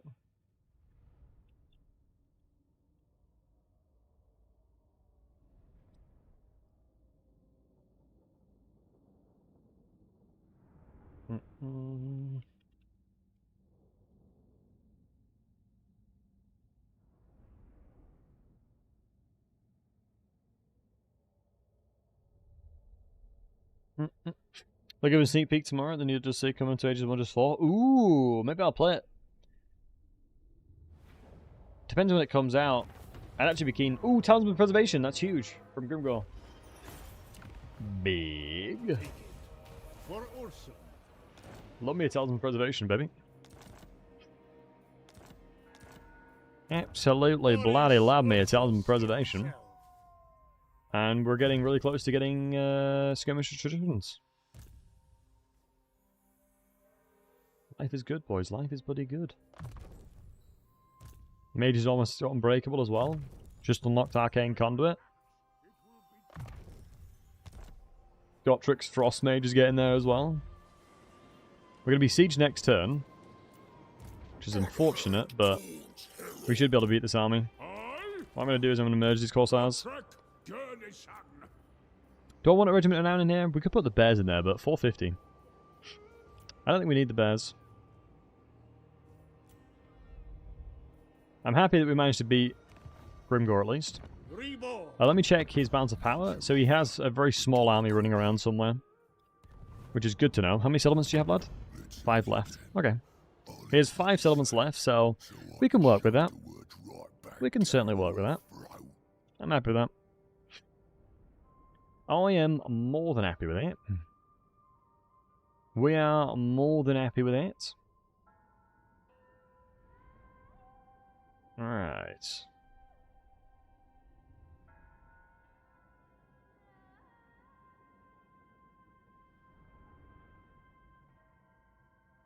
Bum bum bum bum bum.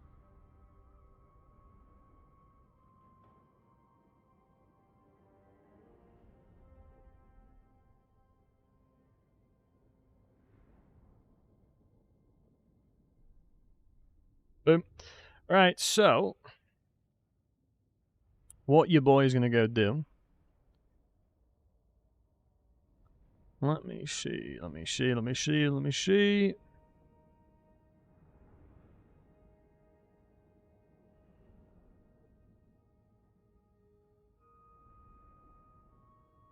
Bum ba dum bum dum bum bum.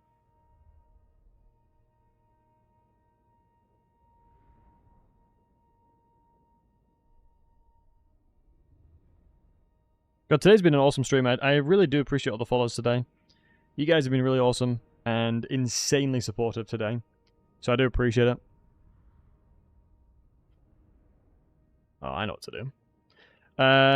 What we're going to do is fire you beautiful, wholesome hunks on over to Axo, who's playing Baldur's Gate 3. Absolute legendary guy. Love the dude to bits. We do a Baldur's Gate with him. But that's going to be me for today. Appreciate each and every one of you fine, beautiful folks for watching. You guys are amazing. You guys are breathtaking as always. Love you too, Ronan. Much love to you, my dude. Thank you all for the insane amount of follows today. Thank you for the resubs. Agent, thank you for the raid, and Line, thanks for the raid. Thank you very much for getting the follower goal. We smashed the follower goal today, boys. You guys are amazing as always. And remember, don't forget that you are breathtaking. You are indeed beautiful. And I appreciate each and every one of you guys. We're going to be hanging out. We'll try and do the Power World stream tomorrow, and try and get you guys on that. But the only problem is it might have to be relatively early, just to test it out. So on Discord, I'll probably let you dudes know about the crack about that. By all means, if you enjoy Haxo's content as well, give him a follow. He's a great guy. And cream the raid with these emotes, yeah. But for the YouTube side, we're going to send you guys over to Sneak Gaming. Super cool dude as well. They're playing Drycha. So yeah, guys, take care of yourselves. Have a wonderful morning, evening, night, wherever you may be in the world. You're awesome. Thank you for supporting the channel. And Matty, Cetra, copypasta indeed. Always has to happen at least once in the stream, hey? Yeah, guys, take care of yourselves. Have a good one. And we'll be back tomorrow around the same time for some more Boris. Bad time to join. Indeed, cools. See you later, buddy. Take care. And yeah, guys, on the YouTube side, thanks for watching. Appreciate y'all. Take care of yourselves. And have a good morning, night, evening.